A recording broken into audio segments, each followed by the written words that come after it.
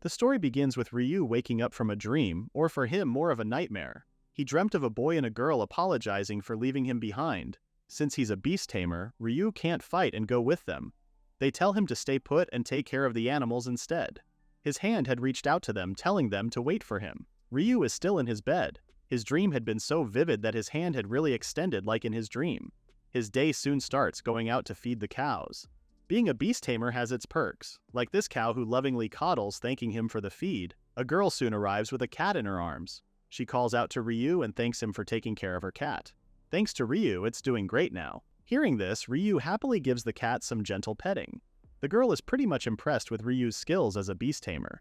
Not only is he running a ranch, he also does checkups for animals. On the outside, Ryu laughs the compliment off. But in the inside, being a beast tamer wasn't really his first pick at all. Like, nope, one's profession is determined at the church. Ryu was bestowed beast tamer, hence why he runs a ranch. His two childhood friends, however, were labeled Hero's Egg and a Mage. The Hero's Egg trained with the knights to eventually become a hero. The Mage started studying magic at the church's magical academy, and eventually the two of them achieved great success. So off they went on a journey to save the world. Sounds familiar? Yep, Ryu's dream. With his erratic thoughts, Ryu doesn't realize his grip on the pitchfork tightens, and he's not really tuning in what the girl's saying anymore. When the girl calls his attention out, Ryu jumps a bit and apologizes for being inattentive. The girl then continues her babbling, telling Ryu that his two childhood friends are actually coming back to town soon. After that, Ryu finally takes a break from all the hard work. He ventures out in the forest yawning and stretching his aching muscles. He then remembers about dreaming of his friends coming back, and now, they actually are coming back. Taking a trip down memory lane, Ryu recalls playing with his two friends almost all the time. It wasn't long till his friends had to go and train with their respective skills areas though. That's why Ryu started using his beast tamer skills to play with dogs and cats, or even helping hunters care for their hounds. A thought then passes his mind. If only he had tamed a legendary beast like a Fenrir. Maybe at that point Ryu would have had the chance to keep up with them. Shaking his head, Ryu calls his delusional thought ridiculous. Moments later, he hears something rustling in the bushes. Ryu quickly goes to check it, wondering what could it be when no one really comes around in this area of the forest. Ryu initially thinks it could be a person, but boy is he going to have the shock of his life. It's actually a wolf, a black and beautiful wolf. In fact, Ryu is so mesmerized with its beauty right now. One thing catches Ryu's attention. It's the trap clasped onto the wolf's leg. Kneeling, Ryu extends his hand to help free the wolf from the trap. However, the wolf starts rustling and growling, eventually biting onto Ryu's arm. Lucky for Ryu, he's wearing thick gloves. Ryu immediately has his other hand on the wolf, telling it to calm down. He quickly gets the trap off the wolf's leg and looks for a potion in his pockets. All the while, the wolf has just been staring at Ryu, like it's observing his actions. Once he finds the potion, Ryu wastes no time and pours it onto the wolf's leg. He then gently tells the wolf to go on and leave. Remembering he also has work to do, Ryu gets up and leaves as well. Later that night, lying in his bed, Ryu wonders if the wolf from earlier made it back to its pack. He then hopes the wolf doesn't end up alone like him. Ryu lets out a big yawn, wanting to sleep because it's already late. But how could he do such thing when he has an unexpected guest sitting on his windowsill? Ryu jolts from his bed when he hears something greeting him good evening and telling Ryu what a lovely moon they have tonight. He then agrees with the wolf. In his mind, Ryu confirms this wolf to be from earlier. But wait, did it just talk? So this creature isn't a wolf but a monster. The creature then tells Ryu it came because it has a question for him. Ryu starts internally panicking. If this beast can speak human tongue, then it's a higher tier species no doubt. When Ryu says he'll answer its question as long as he's able to, the creature appreciates Ryu's honesty. If Ryu makes a wrong move, he's sure he'll be dead in seconds. It then asks Ryu as to why he chose to help the creature and even using a valuable potion to heal its leg earlier in the forest. Ryu is in a crisis right now. He definitely can't say the creature reminded Ryu of himself. It'll see right through him and kill Ryu instead. A startled Ryu is brought back to his senses when the creature tells him to hurry up with his answer. Its middle name isn't really Patience, if I must say. Closing his eyes, Ryu decides to risk it and says he helped the creature because Ryu thought it was beautiful. The creature's mouth drops to the floor, even more flabbergasted when Ryu adds how he thought it would be such a waste to let something so beautiful die right there. The creature couldn't take it anymore and throws on a fit of laughter. It's lived so long, but this is the first time it's hearing such a ridiculous reason for helping it. Covering its mouth, the creature calls Ryu a one-of-a-kind. Out of all of the humans it's saved for fun, Ryu is top tier, a rare commodity. So Ryu helped for nothing? He is not impressed. Calling Ryu's attention, the creature asks Ryu for his name since it has taken a liking to him. It even tells Ryu that he doesn't need to be so formal. After Ryu tells the creature his name, it suddenly announces that Ryu belongs to it starting right now, and no objections are allowed. Dumbfounded. Ryu is dumbfounded. He then asks what it meant with belonging to the creature. It exactly means how it sounds like. Because Ryu doesn't seem to understand the whole sitch, the creature tells him that it's taking Ryu home as its pet. Yup, Ryu is now the creature's a pet. Before Ryu could make any violent reactions, the creature suddenly transforms into its true form. Gone is the tiny, timid wolf. Right now, Ryu is staring at a humongous Fenrir who also destroys his rooftop. Well, be careful what you wish for, Ryu.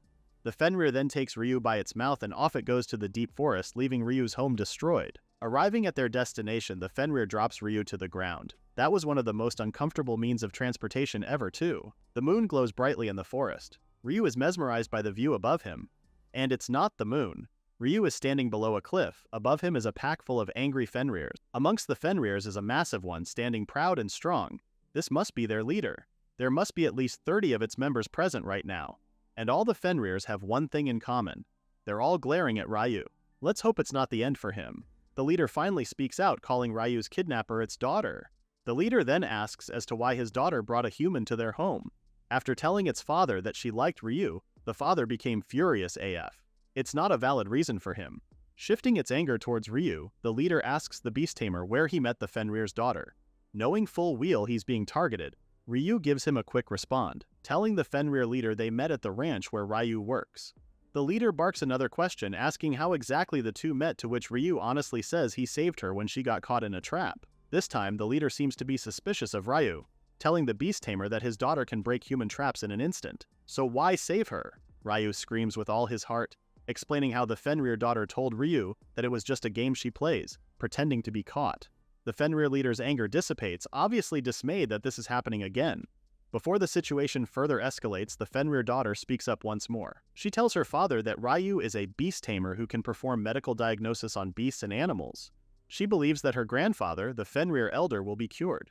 The Fenrir leader is skeptical of his daughter's claims, saying the elder's condition is because of old age and no human can save him from death. But the Fenrir daughter argues that the elder's illness is actually from a lack of magical energy, disclosing she's the reason why. Hearing their conversation, Ryu manages to get caught up with what's happening inside this pack. So the elder, the boss OG of the Fenrirs, is basically dying and Ryu got kidnapped because she wants to save her grandfather. Seeing this as his window of opportunity, Ryu butts in their argument and asks to see the grandfather Fenrir so he could diagnose it. However, the Fenrir leader screams bloody profanity at Ryu, refusing to let Ryu see the old Fenrir. Pointing to the Fenrir daughter, Ryu tells the leader that his daughter wants to save her gramps. Ryu then makes a plausible argument by telling the Fenrir leader that there's no harm in letting him see the old Fenrir. If it's really dying from old age, then Ryu will gladly step back. There is no harm in trying, right? The Fenrir daughter looks at Ryu, seemingly touched by the Tamir's words.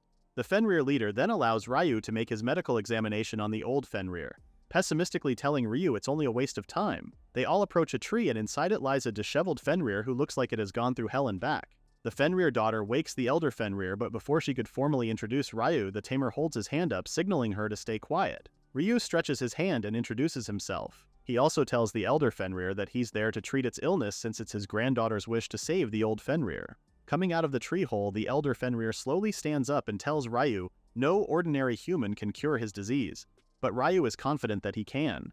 But healing the elder Fenrir won't be any beneficial to him. So Ryu wants to make a deal. All the other Fenrirs are shocked with Ryu's bold request. The Fenrir leader is furious now, calling Ryu a lowly human and traitor. He also wants to kill him right then and there. The Fenrir daughter steps in to defend Ryu, asking her father to wait for a bit. Meanwhile, the elder Fenrir asks Ryu if he really believes he can cure him. A confident Ryu replies yes.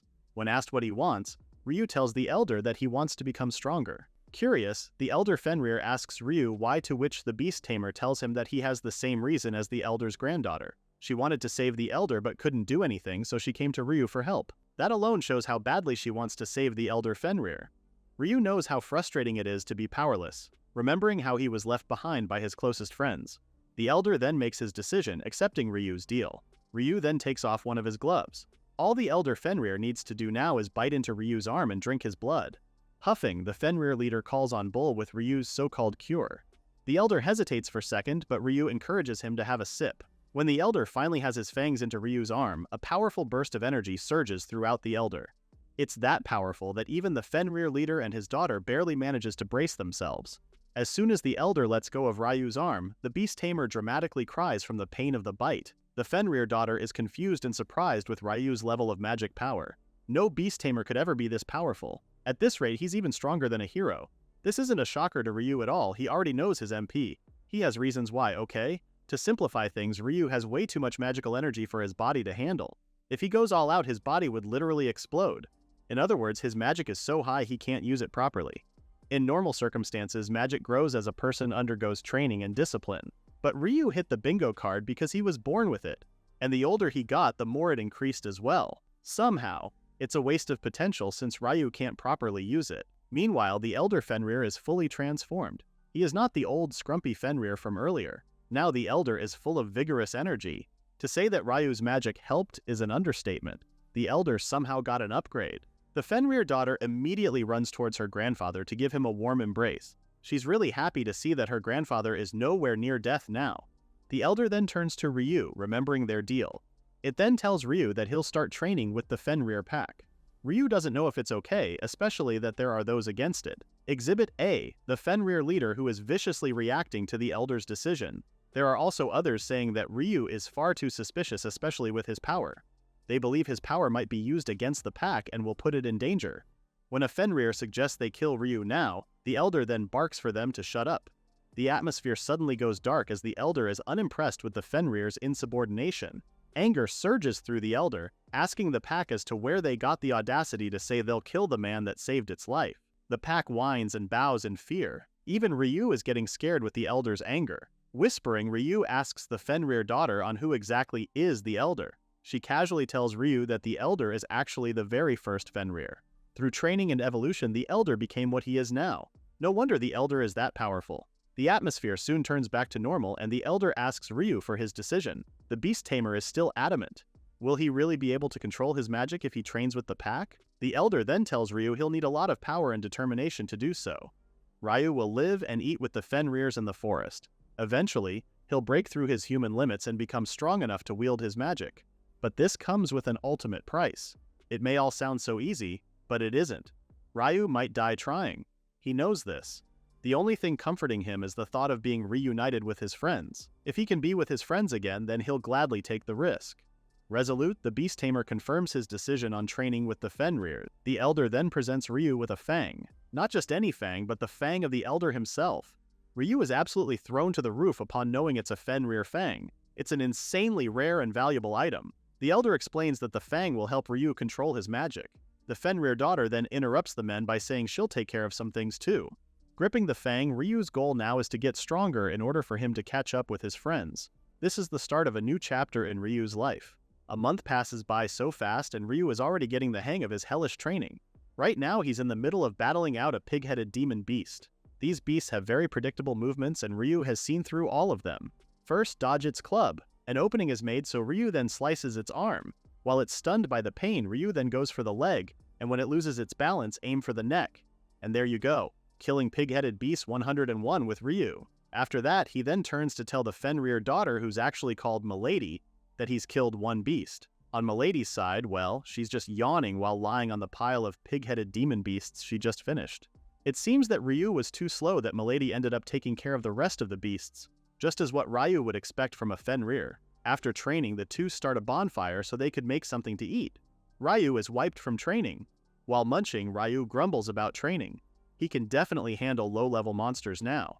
However, he's got a long way to go. Indeed, he's gotten stronger from when he started. Milady even recalls Ryu's first day of training. He could barely dodge a pig-headed beast attack and now he's able to defeat one. After a solid month of being thrashed by a pack of Fenrir, that would really solidify Ryu's training. He got chased by Fenrirs to build stamina. He learned survival skills like how to start a fire. That was a rough one even for Milady. They almost died of hunger in the forest.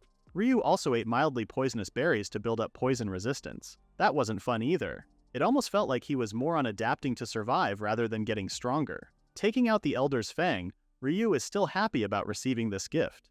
It's unbelievably sharp too. Milady boasts pride of her grandfather. She's incredibly proud of him, of course. Realizing it just now, Ryu thinks it's also a pretty big deal that the elder's granddaughter is looking after him as well. Ryu's train of thought is interrupted when Milady rehashes what really happened to her grandfather before. Her demeanor suddenly drops as she remembers how she pestered the elder for a name. Naming a magical beast involves bestowing a part of one's soul and a massive amount of magic power. The elder attempted the naming ritual but suffered from magic power depletion. Ryu tries comforting Milady, giving her a gentle pat on the head. She did everything to save her grandfather. The elder even told Milady not to fret about it anymore. He would very much be happier to see Milady smiling rather than sulking. A Fenrir then butts in, rushing to call Milady. Apparently, the elder has a message for them. But before the Fenrir could get to it, the Fenrir looks at Ryu vilely. After giving Ryu a snarky greeting, it then tells Ryu that the elder wishes to discuss his training. It then orders Ryu to head over to the elder as to not keep him waiting. Arriving at the giant tree, both Ryu and Milady greet the elder. Almost immediately, Ryu voices his concerns on the elder showing him so much favor. This much attention from the elder has a lot of the pack members unhappy about it. Even that messenger was glaring daggers at Ryu. Barking out a laugh, the elder tells Ryu not to fret about those things. It won't matter because the elder's the one who brought Ryu here to train. Besides, the rest of the pack will soon have to acknowledge Ryu as a true member of the pack. With deadly seriousness, the elder announces Ryu's upcoming trial. A show of strength is the swiftest solution to those harboring discontent with Ryu's presence. If he overcomes this trial, he will become a true member of the Fenrir pack. Ryu initially shows a split second of fear, but then remembers his goal here and asks what his trial is. The elder then orders Ryu to hunt a cockatrice, the rooster fiend bird. There is only one condition to this. Ryu is to hunt the beast alone. Hearing this, Ryu is now worried. A cockatrice is a top-tier beast. Even B-rank guild adventurers hunt in parties for it. But the elder wants a novice like him to supposedly hunt it alone? Totally insane. Milady asks her grandfather if she can possibly offer assistance. However, the elder quickly disapproves. This trial will serve as a catalyst for Ryu's greatest growth. Tackling this trial alone will define the true nature of his training and hard work. Besides, the elder has noticed Ryu hasn't really mastered the power of the fang yet. Ryu then stares at the fang in his hands. He only knows it's sharp. But there's more to it than meets the eye. The fang can easily channel magic power. Ryu needs to learn to entrust his own power to the fang, convey his will, and the path shall open before him. If Ryu can realize this, then hunting a cockatrice will be a walk in the park. More like a cockadoom. Ryu might not understand it now, but he soon will. The elder then informs Ryu that his trial will be at sunset and tells him to rest until then. The time finally comes for Ryu's trial.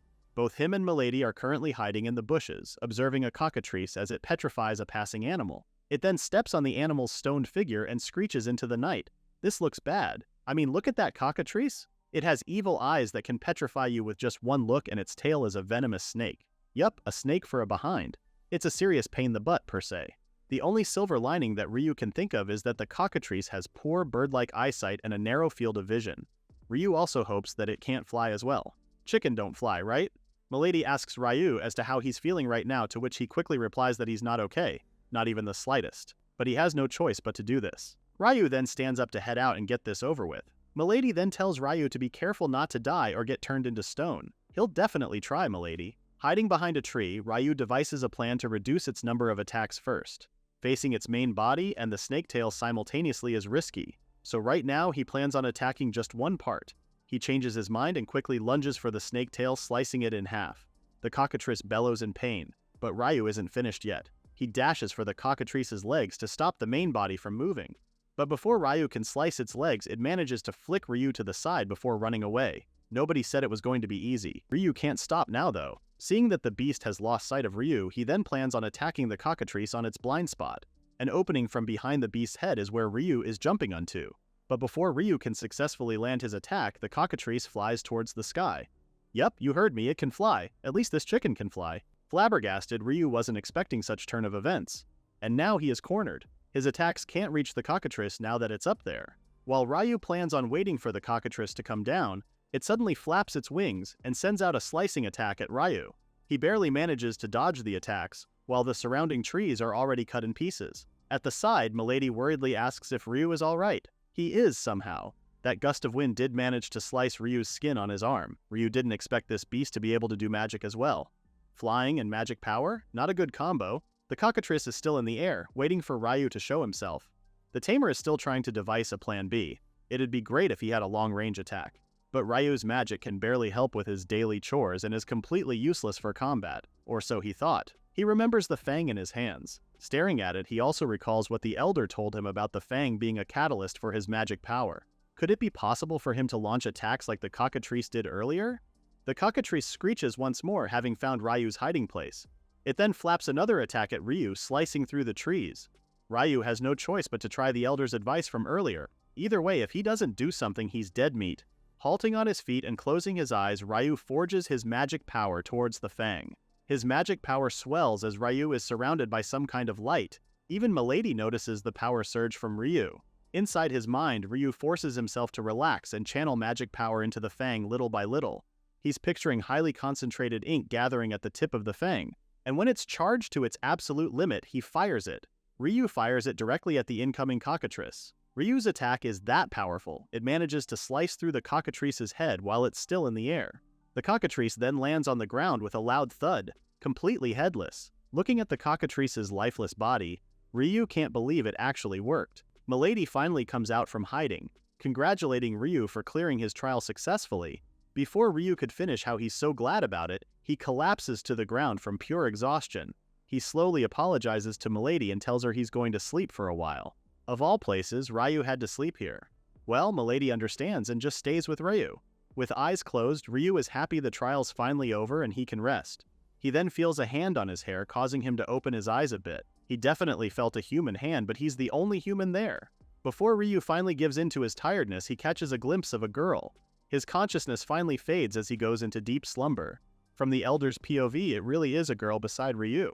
She even tells him to rest well. As Milady watches over Ryu, she tells him how he did splendidly with his trial, congratulating him once more for being a member of the pack now. As soon as Ryu wakes up from his sleep, he is instantly greeted by a weird show of affection from the pack members. Everyone wants to play with him. Some are even offering dead rabbits for a meal, and there are those who want to join Ryu in his training. The pack members are now vying for Ryu's attention, which Ryu doesn't know how to respond to. Milady approaches Ryu and tells him the good news of passing the trial. Ever since that day, Ryu's super popular now. It does make Ryu happy, but it's not really easy getting swarmed by Fenrirs all day every day. Even his body and clothes are a mess too. Milady calls this an upgrade. Everyone acknowledges him now, and Ryu has improved in hunting too. There's still one Fenrir who can't fully accept Ryu though. The Fenrir leader aka Oyaji still won't acknowledge Ryu as a pack member. Right now he's hiding behind a tree while staring daggers at Ryu. His energy emanates pure hatred that Ryu can feel it from afar. Suddenly, Milady's mother calls Oyaji from behind. She angrily steps on her husband's head, putting a stop to his childish behavior. She also scolds Oyaji for setting a bad example for the subordinates. Looking at the scene, Ryu can't help but feel pity for Oyaji. The Fenrir mother really shows no mercy. After all, she holds a higher position than Oyaji since she's a true bloodline of the elder. Anyways, Ryu changes the topic back to his worn-out clothes. Because of all the stuff he's been through, Ryu's clothes are now at its limit. It would be nice if he could buy new stuff in town. Milady suggests to use monster fur instead, but problem is, Ryu doesn't have the skills to make clothes. Plus, whether he buys them or asks someone to make the clothes, Ryu still needs money for it. Either way, Ryu has to go to town for it as well. Milady then suggests they ask her grandfather for help. A now beaten up Oyaji stops Ryu from his plans, accusing the Tamer that he's gonna sell information to the humans. Mother Fenrir isn't happy at all. Ryu understands Oyaji's concerns though. If the info about Fenrir's leak, it'll put the whole pack in danger. Thinking about it, this won't be an easy task to deal with. Meanwhile, Milady asks her grandfather if he has any human acquaintances they can approach.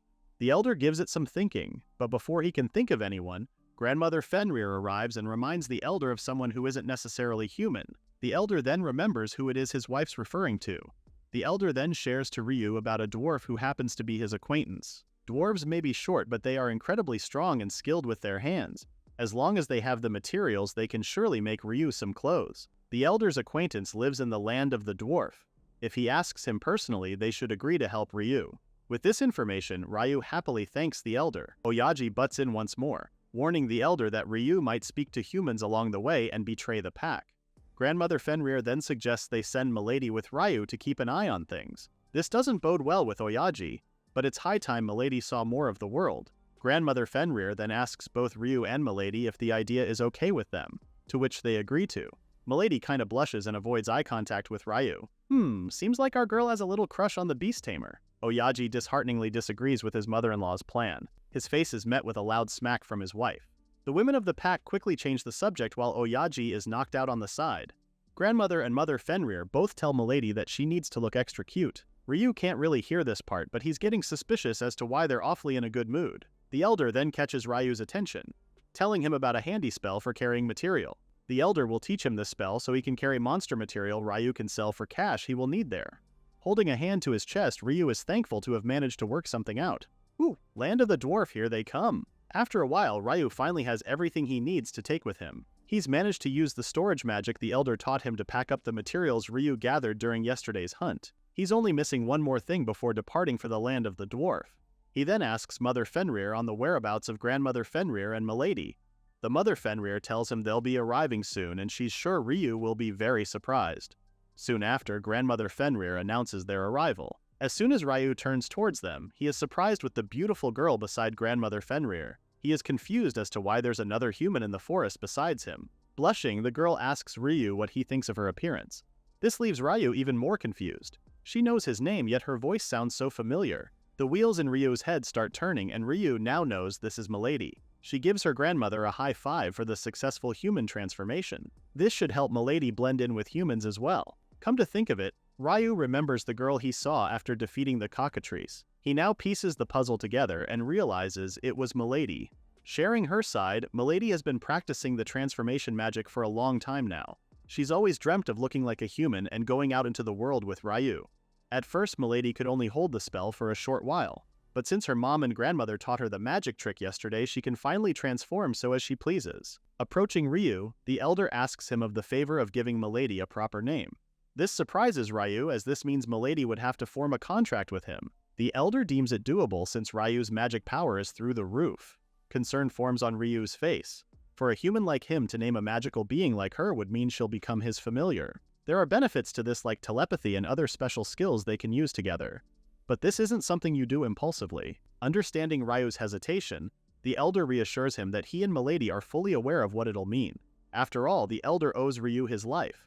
And after everything they've been through together in the forest, the elder knows he can entrust his granddaughter to Ryu. Naming her has long been her desire, and she truly wishes to receive it from Ryu. Looking at Milady, Ryu finally agrees to forming a contract with her.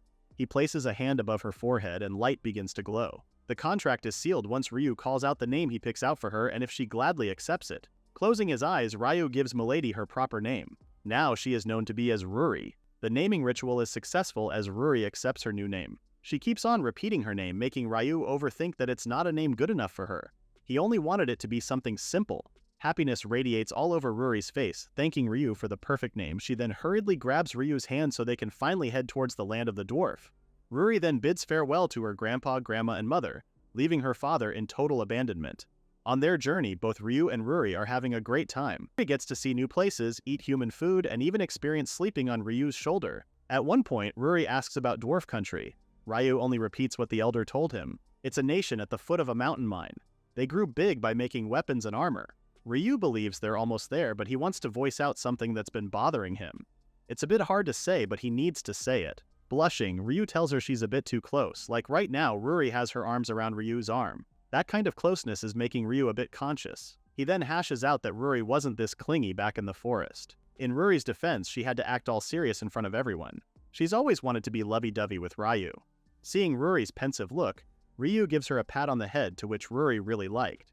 In Ryu's mind, he never knew Ruri is actually pretty clingy. Ryu can't really take a hint at all. They soon arrive at dwarf country, but before they could enter its enormous walls, Ryu asks Ruri if she could change into her wolf form. With no identification card to show the guards, it'll cause problems for Ruri. Showing his card, Ryu explains how most countries require identification upon entering. If Ruri's in human form, they might get caught at checkpoint. If she was in wolf form, Ryu can tell them she's his familiar. Releasing the spell, Ruri is now in her wolf form. They then start walking towards the line to enter the country. Ryu then calls the attention of a man ahead of him to ask if they're in the correct line for immigration inspection. The man confirms this, then asks Ryu if it's his first time in the country.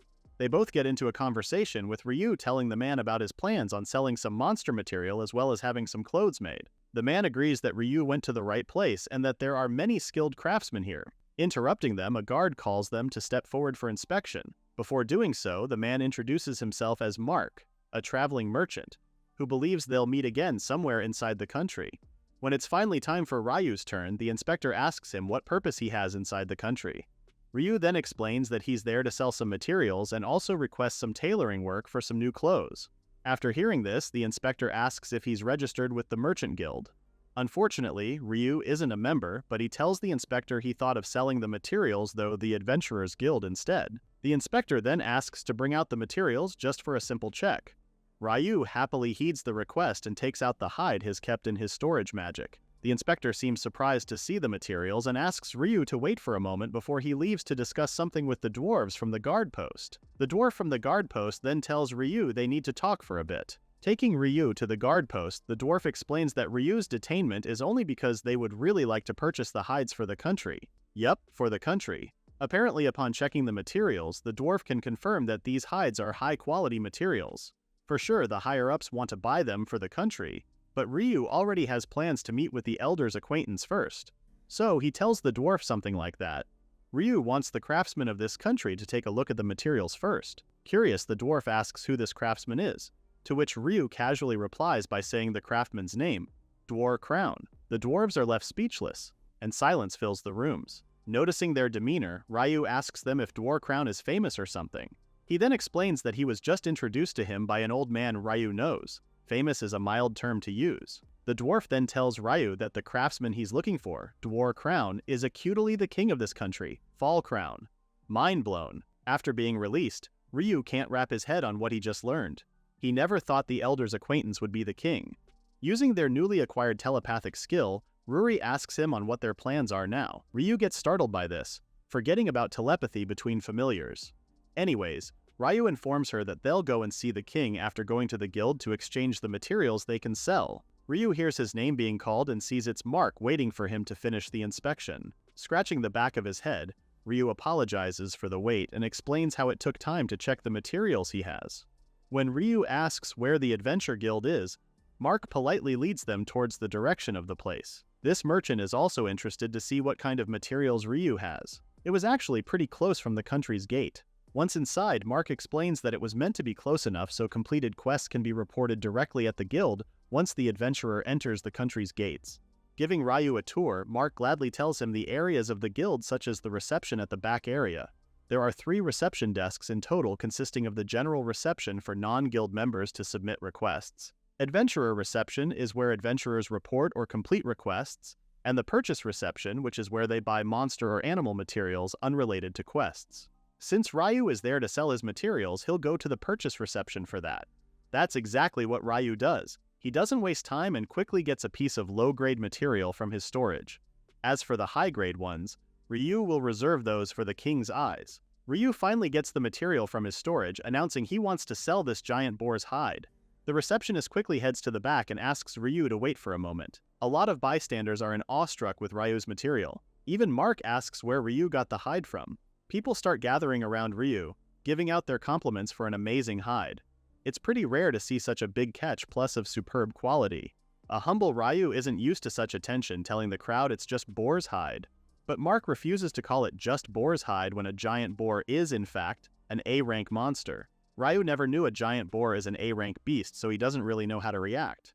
Living in the Great Forest must have messed up Ryu's sense of reality. The receptionist finally comes back to tell Ryu that they're willing to pay him 62 gold coins.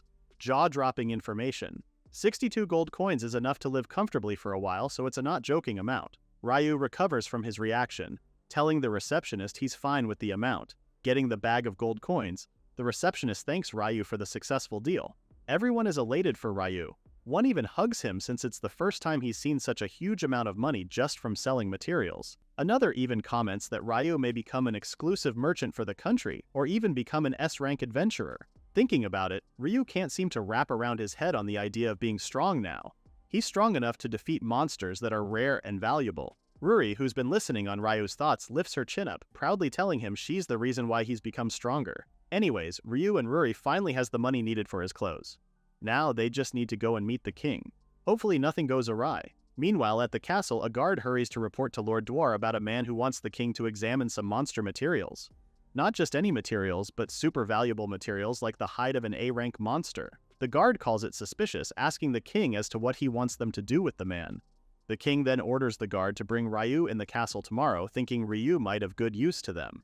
No matter what, they must bring Ryu to the king. Smells trouble, don't you think? After a long day, Ryu and Ruri found themselves a nice inn to stay at. The owner is even kind enough to wash Ryu's clothes. She also patched up the torn parts of his clothes, especially the part around the sleeve. Ryu was grateful for the owner's kind gesture, especially for letting him borrow some pajamas. When Ryu first came to the inn, the owner really thought he was either a vagrant or a robber judging by his clothes. She wonders how one could be doing to have his clothes in such a state. Dryly laughing, Ryu doesn't answer her.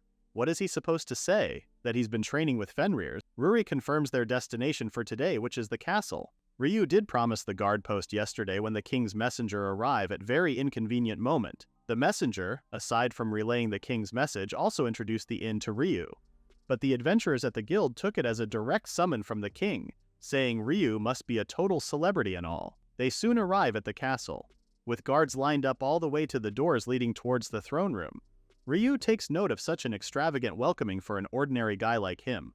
More like a way to trap someone, Ryu. Before opening the doors, the guard warns Ryu not to do anything disrespectful towards the king. Inside, another batch of guards are lined up on both sides of the room, with the king sitting at the center end. Ryu can already feel the intense energy radiating just from the king's gaze. He knows this dwarf is no ordinary being. Judging by the king's aura, Ryu can tell the king's not quite the same level of the Fenrir elder and leader, but this king is definitely up there in the ranks of high-tier monsters. Kneeling down, Ryu gives respect and honor to the king before introducing himself as a beast tamer. The king then goes straight to agenda, relaying how he's heard from his soldiers about Ryu and his desire to have his clothes made by the king. Ryu takes out the hide from his storage, politely confirming his plans. But the king rudely asks him if Ryu stole the hide he just presented, leaving Ryu stunned by such accusation. Ryu still remains respectful despite the king's rude behavior. He is the king, but that's not an excuse to be an a-hole. A calm Ryu explains how the hide he has with him is from a monster he hunted himself. Even from a distance, the king can spot the materials Ryu has with him. He doubts that Ryu hunted a monster in the Great Forest. Him? A mere beast tamer actually hunted a top-tier monster? Downright absurd. The forest is even known to be the home to the cursed Fenrir, the king utters.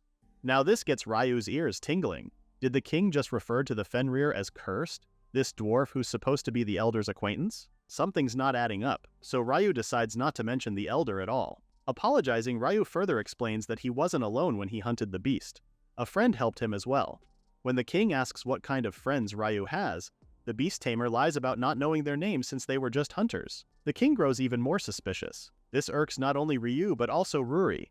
This so-called king has been rude from the start. Ruri is about to lose her temper. Ryu asks that they remain calm. Again, something feels off. This king is supposed to know the elder, yet he has a bad impression of Fenrir. The number of guards surrounding the throne room and outside the room is suspicious too. It's only Ryu, a mere human, and Ruri, his familiar. And let's not mention the disrespect from the very beginning. The king already has an impression of Ryu even when they've just met. Now, Ryu is unsure if it's okay to ask the king for his help. The king then makes an exchange with Ryu. He'll craft Ryu's clothes, but in return, Ryu will leave all the monster hides as payment. The king also asks for a payment for Ryu's crime of theft. Standing up, Ryu has had enough of this dwarf's belittlement. No pun intended. Ryu then directly tells the king he won't hand over the hides. This starts to anger the king, especially when Ryu points out how he has no intention of striking a deal with someone like him even if he's the king. The guards are now furious with how Ryu just talked smack to their king. Even the king himself has his veins popping out of anger. He doesn't doubt the elder, but Ryu can't take this rude dwarf seriously. He shall listen to his gut for now. Before they know it, the king orders his guards to arrest Ryu.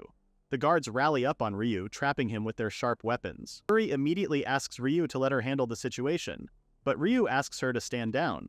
Stirring up trouble with an entire kingdom is not on their bucket list. When the king asks Ryu why he's not resisting, the beast tamer only replies he knows he can't win against an entire kingdom. After calling Ryu's decision a wise one, the king then commands the guards to throw Ryu and Ruri in the dungeon. Inside the dungeon, Ryu is disheartened with how sourly things became. They confiscated all the hides for Pete's sake. Even Ruri isn't impressed, still thinking it was a better idea if they fought back. Ryu never really expected the outcome to be like this. He thought they would just get kicked out, and he really didn't want to fight someone who's supposedly the elder's friend. The good thing is, Ryu still has the fang with him. The guards thought it was just some trinket and didn't bother taking it. Ryu gets the scare of his life when someone uttered "hey" from behind. Turning around, Ryu sees it's a dwarf who's asking Ryu what's he doing inside the dungeon. Ryu then explains how he refused to sell the monster hides to the king. The The dwarf sighs, seemingly disappointed that Ryu got arrested for such a petty thing. When Ryu asks of his crime, the dwarf looks at Ryu deadpan before telling him of treason. The dwarf then details out how he only told the king they needed to stop hunting monsters in the Great Forest just to get rare materials because the dwarves can't really win against Fenrir. Now it makes sense why the king called the Fenrir cursed, and why he was desperate for Ryu's hides. With Ryu's and dwarf's crime, Ryu now thinks the king has a really bad temper. Ryu really thought he'd be some great dwarf since he's friends with the elder. Ryu's train of thought is interrupted when the dwarf tells Ryu that the current king is actually a fake. The man Ryu just met is Lord Dwar's identical twin brother, Lord Dolph. Another plot twist that sends Ryu into a state of shock. Anyways, Lord Dolph apparently imprisoned Lord Dwar, brainwashed his advisors and soldiers, and locked them up. Since Lord Dolph has always been in the shadows, no one really noticed the swap. The imprisoned dwarf grew suspicious after learning about the invasion plan for the Great Forest, and here he is, imprisoned for treason. The real Lord Dwar is in a high-security cell deep within the castle. Unlike the shabby dungeons they're at, the security in that holding cell is tight, complete with iron doors and an iron chamber. On top of that, there's a curse that suppresses any power, so escaping is nearly impossible. Ryu goes into thinking mode again. This means the elder's acquaintance might be the older brother, the real king. In that case, Ryu must help the real king escape. With this final decision, Ryu gets the fang out and asks the dwarf to stand back a bit. The dwarf understands what Ryu's trying to do and warns him it's impossible to break Lord Dwar out. Even the real king himself can't break the holding cell. What of Ryu? But Ryu is confident that he can and will do it. Both Ryu and Ruri head towards the dungeon's railings, easily breaking it with their combined strength. It's not impossible if it's Ryu and Ruri we're talking about. Amazed, but somehow a bit petrified, the dwarf asks Ryu of their identity, to which Ryu gladly tells him they're beast tamers with their familiars. Ryu extends his hand, helping the dwarf stand up. Together, they venture out to save the real king. Hiding behind a wall, the dwarf tells Ryu that Lord Dwar is imprisoned at the end of the hall where 2 guards stand by. The dwarf is still a bit doubtful if they can really save Lord Dwar, but Ryu reassures him they can. They have business with the real king, they'll definitely save him. Ryu then asks the dwarf if he can somehow fight, to which the dwarf shares he's actually a warrior but without a weapon. That's sort of impossible. No worries. Ryu and Ruri will take the lead while the dwarf can stay back and keep an eye on things. Before you know it, Ryu and Ruri are already running towards the guards. The guards are now on their feet, commanding Ryu and Ruri to stop or they'll get killed. Ryu doesn't want a bloodbath and tells Ruri exactly that. Their goal is to knock them out. Right now, Ruri's role is to keep them distracted while Ryu attacks them. A guard aims his weapon at Ryu, which he swiftly dodges. Their combat style is totally different from other monsters. Dwarves move slower even in comparison to Fenrir. The dwarves' presences and actions are so much easier to read than other monsters too. Ryu easily blows an attack on the guard's nape, knocking him out in the process. The other guard is swinging his sword at Ruri, expecting to defeat a mere wolf with one swing. However, the guard's sword gets spliced in half. Ryu quickly sees an opening and kicks the guard straight in the face. Now that that's over, Ryu calls the dwarf out. The dwarf is actually surprised to see the 2 guards completely defeated. Their country's soldiers shouldn't be weak at all. But they're no match for Ryu, who's been training hard to get strong. Now their problem is this door. Ryu gives it a solid knock. Yup, that's a solid iron door. It's cursed too. It's impossible to get out from the inside. But what if the curse doesn't affect the outside of the door? Giving it one slash, Ryu is able to easily break the cursed door, revealing Lord Dwar, who's just been sitting in isolation. The real king immediately opens his eyes, asking who Ryu is. The beast tamer immediately introduces himself as well as being a beast tamer. Lord Dwar is indeed surprised that a tamer made it all the way inside his cell. Ryu then shares how he was treated badly by the fake king. Hearing this, the real Nig immediately apologizes in behalf of his foolish brother. Ryu gets down to business and asks Lord Dwar if he could craft some clothes for Ryu. When the king asks why it needs to be specifically made by him, Ryu tells him about being referred by the elder. This somehow angers Lord Dwar a bit. He doesn't believe Ryu's words since he knows the elder shouldn't have any human acquaintances. But Ryu assures him, even taking out the fang and showing it to Lord Dwar. Aside from that, there's Ruri, who magically turns herself into a human again. Lord Dwar now believes Ryu, especially witnessing the Fenrir's human transformation magic. Ryu then explains that Ruri is actually the elder's granddaughter, making her solid proof to Ryu's statement earlier. Even examining the fang, Lord Dwar knows it's the real stuff. He then apologizes for doubting Ryu before he grants the beast tamer's request. Then they went to the other holding cells where other dwarves are imprisoned. Ryu immediately gets busy, breaking the cells so the dwarves can escape with Lord Dwar. After everyone is freed, there's only one task left for Ryu and everyone else. to defeat the fake king and take back the crown. However, Lord Dwar asks for Ryu to stand back. This deflates Ryu's excitement from just seconds ago. Looking at his men, Lord Dwar explains how he was ambushed before and ended up losing. Today they'll surely win if they go head-on. So at this point, Ryu and Ruri have done their parts. Lord Dwar knows he needs to finish this battle by himself. It's a mess his little brother made. It's only fair as the eldest to clean it up. Ryu fully understands the king's sentiments and tells them to take care. Lord Dwar then points to the direction of an exit route at the left end of the hallway. The king promises to reach out once they've successfully dethroned Lord Dolph. With the true king's command, every single dwarf cheer out as they run towards the throne room. After they've left, Ryu also tells Ruri they'll head back to the inn for now. As they're walking down the hallway, Ruri hears something nearby. Her ears have picked up a sound of a crying animal. Could it be an animal they've kept for materials? Ruri's not sure either, but they'll have to stay alert just in case. The cry comes from around the corner of the hallway. Leading the way, Ryu prepares to meet the so-called monster. Both Ryu and Ruri are shocked to see a chick lying on the ground helplessly. Crouching to the ground, Ryu tries to touch the little bird, seeing that it looks very weak. However, before Ryu can lay a finger on it, the bird suddenly breathes out fire at them. Stepping back, Ryu and Ruri are astonished to see the little bird angrily chirping at them. This is no bird at all. This is a type of monster. The bird is still lashing out at Ryu. The beast tamer tries his best to call it down by saying they're not its enemies. Sometime later, the bird goes quiet and faints from exhaustion. Ryu finally has the bird in his hands, and judging by the looks of it, it's not injured at all. Ruri believes it's just hungry since there seems to be no signs of food inside the premises. Ryu tries rummaging inside his pockets but comes out empty. Everything he has was confiscated when they got captured earlier. Having no other choice, Ryu decides to take the bird with them so they can feed it outside. They stop by at a restaurant and immediately give the bird a piece of meat. It sure can eat plenty for something so small. They're both glad to see the bird looking much more alive now. Ryu takes it in his hands, happy that it'll surely survive in the wild now. He then nudges the bird to go and be free. However, the bird only stares at Ryu before it coddles his hands. Seeing this, Ruri isn't happy to see the bird's gotten attached to Ryu now. Ruri then asks Ryu if he plans on making it his familiar as well, to which the beast tamer says no. He didn't save it for that. If the bird wants to live in the wild, Ryu's fine with that. If it wants to stay with Ryu, he'll gladly take it in. This doesn't bode well with Ruri, who's very jealous right now. She's sure the bird will make the choice of staying with Ryu.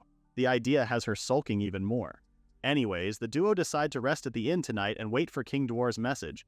If they don't hear from him tomorrow, Ryu plans on heading to the castle to help him. But for now, they'll recover their strengths. The following day, Ryu wakes up from the feeling of getting squished, like something heavy is on his stomach. Groggily sitting up, Ryu suspects it's Ruri who might have slept walk last night. Without opening his eyes, Ryu asks Ruri to move away.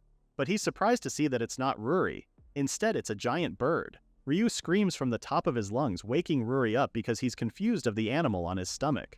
Ruri calmly tells him that the bird is the chick from yesterday. Confused, Ryu looks at the bird again.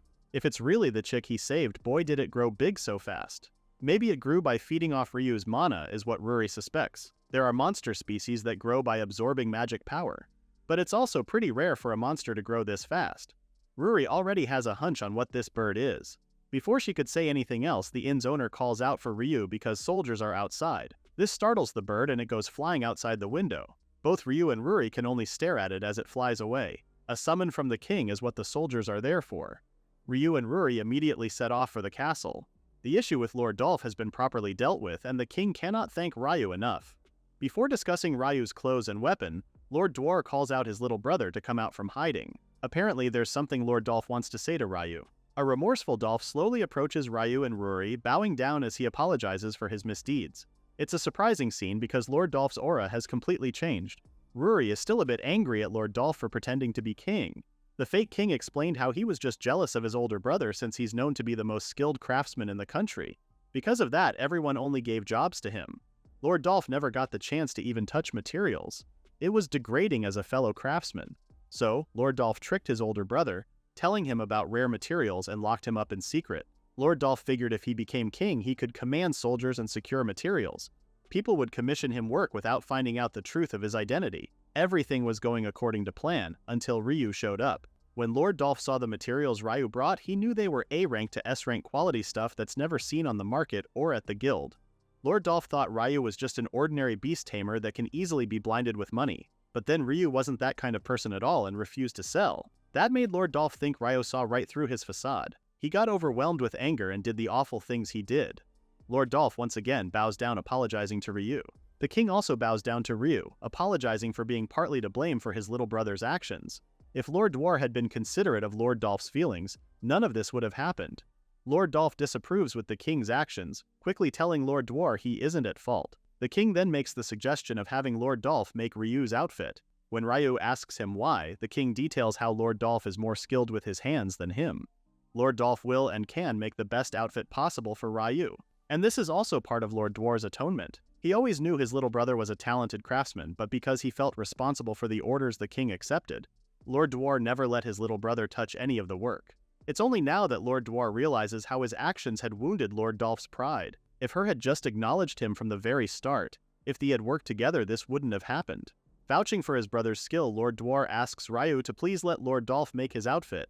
Ryu happily agrees with Lord Dwar, earning thanks from the king and a sounding why from Lord Dolph.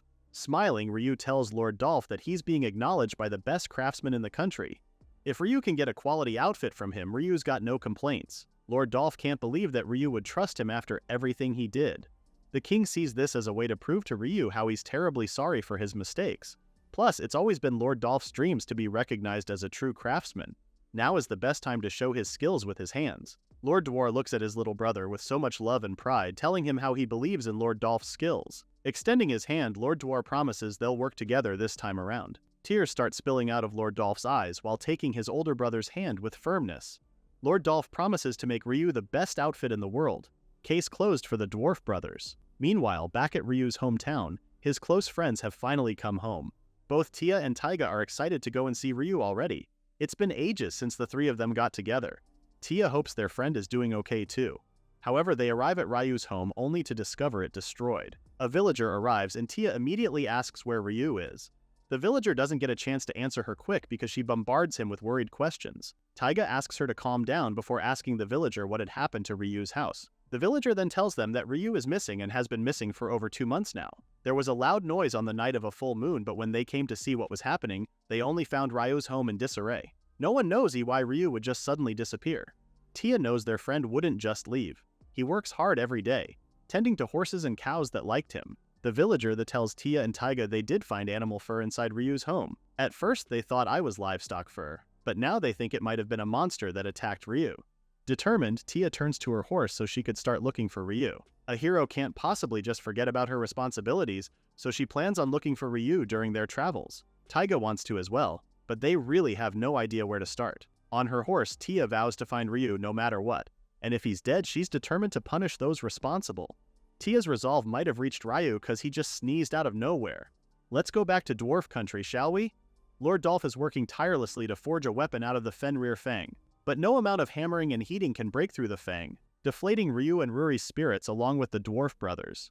Ryu is losing hope for the fang. They've done hundreds of attempts and still no luck. Even Ryu tried cranking up the flame's temperature as high as it could go. Still nothing. They're all in a sticky situation right now. Taking out the fang again, Lord Dolph suggests using flames from a magical beast that's equal to Fenrir's magic power. Maybe that'll work. The disconcerting thought is if such species existed. A light bulb clicks in Ruri's mind, asking if flames from a Garuda would possibly do the trick. While Ryu doesn't know what that monster is, the dwarf brothers are surprised with Ruri's suggestion. A Garuda is a divine bird, scratch that, a legendary eagle said to possess dragon-slaying power? It's ancient legend, so it's not a shocker that Ryu hasn't heard of it. When Ryu asks her if she knows a Garuda, Ruri tells him that Ryu actually does too. Drumroll please, it's the chick Ryu saved from the dungeon. Quite a shocker for Ryu. Ruri then explains how the chick grew so much thanks to Ryu's magic power. No regular magical beast would grow that huge in a single night. Only high-ranking magical beasts with a vast reservoir of magic power can do that. So Ruri is pretty sure that chick is a Garuda. But the problem is, the Garuda escaped or fled. The brothers then get to thinking. Upon hearing Ryu's explanation of what happened, there's a high chance the Garuda is on the mountain behind the castle. So much time has passed that it's risky to search for it now. However, if it means they can forge the fang, it's a gamble they'll have to take. Since the brothers can't leave the castle unattended, they ask Ryu and Ruri to search for it for the Garuda. Ryu obliges and sets off with Ruri. Their task proves to be a hard one at that. They're not even sure it's still here. Ryu is getting hopeless again. Even Ruri's thinking the same thing. She really thought it'll come flying towards Ryu's magic power. Yup, making Ryu the bait. They start searching other areas, walking these vast land. Suddenly, Ruri's ears pick up a cry from nearby. Lo and behold, it's the Garuda running from a monster trying to eat it. Ruri immediately notices that the Garuda's having a hard time flapping its wings. Suspecting it to be injured, Ryu quickly asks Ruri to save the Garuda. They finally save the Garuda and take it back to the castle. While it's sleeping soundly, Ryu and Ruri watch over it. It was surprisingly close by. Ryu really thought it had flown much farther away. A sad Ruri asks if it's possible that the Garuda doesn't have parents. It was all alone when they found it, so maybe it doesn't know where home is, or if home really exists. Lord Dwar arrives to ask Ryu on the Garuda's condition. Reporting to the king, Ryu tells him the Garuda is doing fine since it was barely a scratch. They just need to wait for the Garuda to wake up. Though Ryu isn't so sure if the Garuda will really help them. The Garuda stirs in its sleep, starting to finally wake up. As soon as it lays its eyes on the dwarves, it goes frantic and flies towards Ryu for safety. While the Garuda cuddles Ryu, the beast tamer is confused with its actions and tries to reassure that it's safe now. Ruri approaches them, straightforwardly asking Ryu on making the Garuda his familiar. Ruri voices out her worries on leaving the Garuda on its own again. It'll probably run into trouble if they do so. And since it has no one and obviously like Ryu, it may be the best decision to make it Ryu's familiar. Ryu looks at the Garuda. While it's true that they need its help, Ryu doesn't want to force it to stay with him. Opening a window, Ryu lets the Garuda make the final decision. He then asks the Garuda if it'll stay with us and lend them its strength. Ryu also tells it that it's not obligated to do so and is free to leave. Everyone watches in anticipation. Finally, the Garuda flaps its wings and flies towards Ryu's shoulder. Shocked, Ryu asks it once more if it's sure with its decision. The Garuda happily chirps its answer. Ruri is relieved with its decision too. Both Lord Dwar and Lord Dolph are astonished. A familiar contract with a Garuda? An opportunity like this is incredibly rare. Since it's a momentous occasion, the king suggests they hold the Nan ceremony in the town square where everyone can witness it. Everyone gathers in the town square, and by everyone I mean there's a huge crowd. Gorads, civilians, even Mark the merchant is here. Lord Dwar apologizes for the huge crowd. This is supposed to be a ceremony on a short notice, but since it's not every day that the king steps out in public, then this kind of attention is understandable. When Ruri suggests they reschedule, Ryu tells her it's okay and they just need to get it done with. Raising his arm, Ryu tells the Garuda about the naming ceremony. By giving it a name, a familiar contact between them will be formed. Ryu wants the Garuda to think of it like becoming family. The Garuda joyfully chirps in agreement on becoming family too. Since there are no issues, Ryu proceeds with the ceremony. Lifting his hand, Ryu gives the Garuda its new name, Karen. A tornado-like energy then traps Ryu, Ruri, and Karen. Ryu is puzzled. This didn't happen with Ruri's naming ceremony. What in the world is happening now? Seeing a floating egg at the center, Ryu believes it to be Karen. Ruri then explains how she can feel it evolving. Evolution is a trait unique to magical beasts only. With this, magical beasts attain the form and power they truly desire. And Ruri believes Karen is evolving now because it genuinely wants to become a source of strength for the beast tamer. The egg starts cracking, and with that is the anticipation of Karen's new form. Both Ryu and Ruri have no idea what form it'll take, but for sure they'll happily welcome it. Extending both his arms, Ryu asks for Karen to come out. This has Karen finally emerging from its egg. Gone is the bird that Ryu had saved. In its stead is a beautiful winged girl. Opening her eyes, the first thing it sees is Ryu, who's asking Karen if she's alright. With twinkling eyes, Karen lovingly calls Ryu her papa. Papa wasn't in Ryu's bingo card at all. Karen happily explains how she managed to take the same form as Ryu, her papa, though it may have took a little while to achieve. Speechless, Ryu is still stunned that Karen really means him as papa. Well, he did say they were to be family. Guess this is it. Karen then tells Ryu how lonely she's felt ever since she was born. That's why she took the form of a human. A despondent Karen recalls her life. When she was born in this town, she had no mama or any friends. She kept on looking for her family, but whenever people found Karen, they'd shoo her away by calling her monster. She's been living on the run her whole entire life. This now explains why Karen fled when the soldiers came to the inn a few days back. Karen nods and further tells them that her life had changed when both her papa and Ruri, her sister, helped her. Smiling, Karen divulges how it was the first time someone had been kind to her. That's why she loves both Ryu and Ruri so much, wishing to become the same as them. Ryu then lovingly gives Karen a gentle pat on the head. Their mini-family introduction is interrupted when the dwarf brothers are calling Ryu from outside the fire tornado. Ryu immediately asks Karen to put out the flames around them, to which she gladly does so. The dwarf brothers rush towards Ryu, who tells them the naming ceremony went well. Lord Dolph was absolutely astounded by what he witnessed, though he did call it incredibly dangerous as well. Their king then notices Karen and asks who she is. Ryu quickly introduces her to the brothers as the Garuda, but in human form. Both brothers are amazed that something like this is possible. Well, what can they expect from a divine bird, right? Now, Ryu worries this might cause an issue in forging the sword. The king reassures him that everything will be fine as long as Karen can handle the flames. Before heading back to the workshop, the king orders his soldiers to explain the situation to the townspeople as not to worry Ryu. As they head back to the castle, Mark the merchant picks up one of Karen's feathers. An all-knowing smile forms on his face as he calls Ryu different from other humans. Whether this dude is a friend or a foe remains to be seen. A month later, Lord Dolph presents Ryu his new leather armor, his finest masterpiece to date. Ryu is instantly floored with how amazing it is, calling it a magnificent and fine-crafted armor. Lord Dolph can't take all the credit. Ryu did provide him with excellent materials. Lord Dolph then further tells the beast tamer that his new armor also comes with a heat fluctuation nullification effect. This means that fire and ice attacks are useless against the armor. Lord Dolph made this possible by weaving in Karen's molten feathers on the armor. Garuda feathers actually possess both heat resistance and heat absorption properties. The armor also offers protection against both heat and cold, making it even more useful for Ryu. Lord Dwar then arrives to announce that the sword is now ready. They've finally managed to forge a sword from the Fenrir's fang. Ryu takes notice on the unusual blade design. Lord Dwar calls this a special type of sword known as a wakizashi. With its single-edged design, it significantly improves its cutting power. The king managed to learn forging such sword from the eastern land. Ryu also thanks Karen for doing her best. If not for her, they wouldn't be able to forge the fang at all. The king then asks Ryu to do the honors of giving the wakizashi a name. Normally, the blacksmith would be the one to bestow the name. But since this sword was forged exclusively for Ryu, Lord Dwar believes it is only right for the beast tamer to name it. Ryu has a hard time thinking of a name. He's being asked so suddenly that his mind is out of ideas. The elder then comes to Ryu's mind, sparking a name for the sword. Ryu then decides to call his new sword Wolf. Straightforward as ever, Ruri comments. Since the name has been decided, the king asks Ryu to give it a test cut. It'll be best to do so before using it in actual combat. Everyone heads out to the town square again for the test cut. A crowd forms around them again, expecting to see something amazing from Ryu once more. Eyeing the crowd, the king reckons an overplay of the last naming ceremony spread across the town and well, hence the crowd. The king apologizes to Ryu for holding this at the town square. If they did it and something were to happen at the castle, it would cause an uproar. There's nothing to be worried about though. The king already has soldiers stationed to keep the citizens at a safe distance. That's all Ryu needs to hear. After all, injuring civilians isn't part of today's agenda. Lord Dolph then makes the announcement introducing the new sword forged by the king himself and unveils it with its name. The king then gives his instructions on what Ryu needs to do.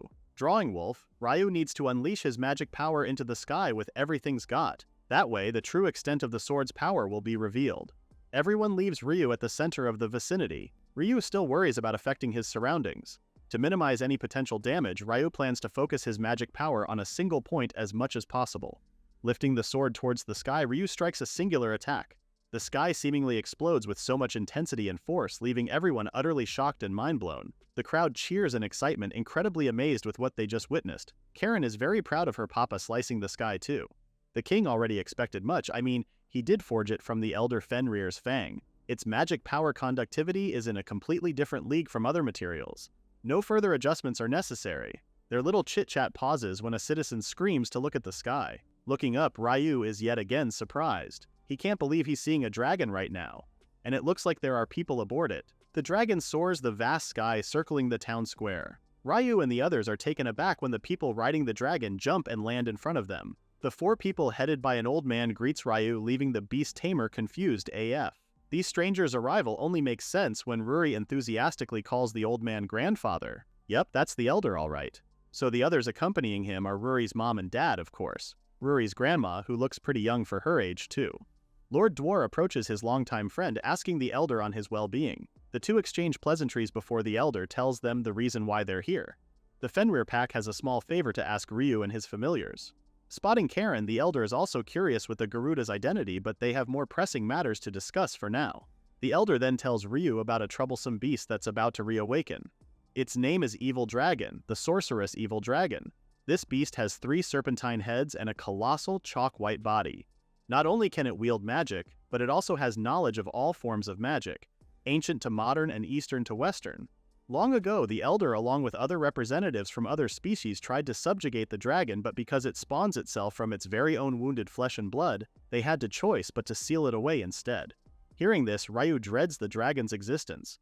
Having received word about the collapsing seal, the Fenrir bloodline have come forth to prepare for battle. With this, the Elder asks Ryu and his familiars to join them in this battle. Since they're facing a formidable foe, they'll need all the help they can get. But Ryu is worried he's not fit enough to fight this dragon. After all this time, Ryu still doubts his fighting prowess. Barking out a laugh, the Elder dismisses such ridiculous thoughts. Ryu has trained with the Fenrir pack. No doubt he can fight well enough. In fact, he's even better than most out there. The Elder asks the Beast Tamer to have more confidence with himself, especially that the Elder thinks so highly of Ryu. The Beast Tamer reluctantly agrees. Ruri happily confirms her participation as well. When asked where this dragon is, the Elder tells Ryu it's in the Dragon Kingdom. To be precise, it's sealed in a cave near the Dragon Kingdom. The Fenrir pack will join forces with the Dragon Kingdom's people called Dragonkin. With no more time to lose, the Elder tells them they'll discuss the other details later. For now, they must go to the Dragon Kingdom at once. Just as Ryu is about to ask on their transportation means, the dragon from earlier starts talking. It comments on how weird it is to see a Fenrir converse with a human. It's uncommon and unheard of in their world. The dragon then asks Ryu if he's the Fenrir's disciple. In a state of shock, Ryu just completely stares at the beast, remarking how huge the dragon is. The Elder then butts in, apologizing for the late introductions. This dragon is the Elder's sworn brother, the Earth Staff Dragon. The beast smiles at Ryu, giving its pleasantries to the Beast Tamer. Ryu can't seem to form sentences right now, still in awe with the dragon's presence. It shouldn't be a shocker that a legendary monster like Fenrir are friends with other legendary species at all. Plus, this dragon can speak human language as well. Ryu is taken back to reality when he hears the townspeople gossiping about the dragon's arrival. He then tells the Elder they must leave now since they're creating a bit of a commotion now. After clarifying their mode of transportation, they all board the dragon's back. Both Lord Dwar and Lord Dolph wave their goodbyes as the dragon flies to the sky once more. While traveling, they get into a quick recap on what's going on. The Elder then gets his answer about Karen's origins and becoming Ryu's familiar. The Fenrir Elder is pretty much ecstatic with the news. Ryu has not only managed to snag a Fenrir for a familiar but also a Garuda. By this time, his magic power would have been depleted already, rendering Ryu dead. Ryu is unimpressed with the Elder's reaction. You know who else isn't impressed? Ruri's dad. He is seething mad at Ryu right now. Stealing away his daughter from him, then cheating on her with a Garuda? The nerve, Ryu. Ruri's dad wants to punish the Beast Tamer right here and now. Though his plans don't really go as planned when his wife smacks him right on the head. Ruri's mom doesn't seem to have a problem with Karen. I mean, look at these three. It's really obvious the Garuda has taken a liking to both Ryu and Ruri. Hearing this, Ryu notes that they've spent almost a month together. It's only natural for them to bond. If anything, Ruri has been the one clinging to Karen all this time. Whether it was meal or bath times, Ruri always doted on Karen, like a mother hen to her baby chick. Perhaps like an older sister to her baby sister too. Still, the Elder asks Karen if she doesn't get lonely without having parents around. Embracing Ruri's arm as if for protection, Karen tells the Elder she doesn't feel lonely at all. Not when she has her Papa Ryu and Big Sis Ruri who are very kind to her. Even thought she's a mythical Garuda, Karen is still a child. With that, the Elder knows it's always better for her to have more people to rely on. Besides, if Karen thinks of Ruri as a big sister, then Karen is practically a daughter to the Fenrir pack as well. With smiles on their faces, the Fenrir family asks Karen to think of them as her family as well. Though it may be awkward at first, but still it'll be nice to have a big family to rely on. Although shocked at first, Karen's heart warms with the Elder's request. Teary-eyed, the Garuda gives a sincere okay to them. After some time, the dragon announces their arrival at Dragon Kingdom. Ryu then takes a peek and sees the amazing land covered with buildings and houses. The dragon then shares to the amazed Ryu that the castle and the entire castle town he's seeing right now is the Dragon King's territory. Because of its small size, the Dragon Kingdom isn't really the dragon's favorite place though. Dragonkin are half human, so the buildings and other stuff are made to human size. So, a regular dragon like the Earth Staff Dragon needs to be in human form to fit in these buildings. Although dragons and dragonkin get along well, the needed transformation is quite the hassle. At long last, they arrive at the castle entrance. The dragon then transforms into his human form, catching Ryu off guard. Even in its human form, the dragon is still huge and tall. In human form, the Earth Staff Dragon is referred to as Lord Midgardsormr. He is immediately greeted by the castle guards. Lord Midgardsormr then introduces his sworn brother and the Fenrir family to the guards, who are happy to see legendary magical beasts that will aid them in defeating the evil dragon. The other guard notices Ryu as the only human present. Lord Midgardsormr clears the air by telling the guard that Ryu is actually the Fenrir's disciple. The guards seem baffled. A human as a disciple? Unheard of. They're quite hesitant with Ryu's involvement in battle. How can a human like him be of any use in battle with the evil dragon? Ruri's dad is furious once more. This dude really has a bad temper. He's offended with the guard's statement. Are they saying the Fenrir pack trained someone weak? The guard immediately tries to clarify his words, but Ruri's dad is already pissed AF and wants Ryu to show these guards his true strength. That way, no one will ever doubt Ryu's power. An angry dad pointedly asks for the guards to get their superior, asking for a duel between the superior and Ryu. Well, Ryu looks like he's stuck in a situation that's unwanted for. The superior soon arrives and the two get in position for battle. Ryu still can't believe it's come to this, but I guess he has no other choice, especially that Ruri's dad is screaming at him to win or else he's gonna wipe Ryu out. Serving as the judge, Lord Midgardsormr tells both participants that the match is only decided if one of them faints or gives up. The superior is no ordinary foe. He's actually the military commander of the Dragon Kingdom. Just because Ryu looks like an ordinary human to him, the commander won't be holding back. As soon as the commander gets into a fighting stance, Lord Midgardsormr gives the go signal for battle. The commander quickly dashes towards Ryu, who had only a split second to up his defenses. Each of the commander's blows are heavy and he's very quick on his feet as well. Ryu is having a hard time in both his offenses and defenses. As the commander tries to land another strike with his sword, he starts mocking Ryu, telling him that weak defenses aren't even enough to face the evil dragon.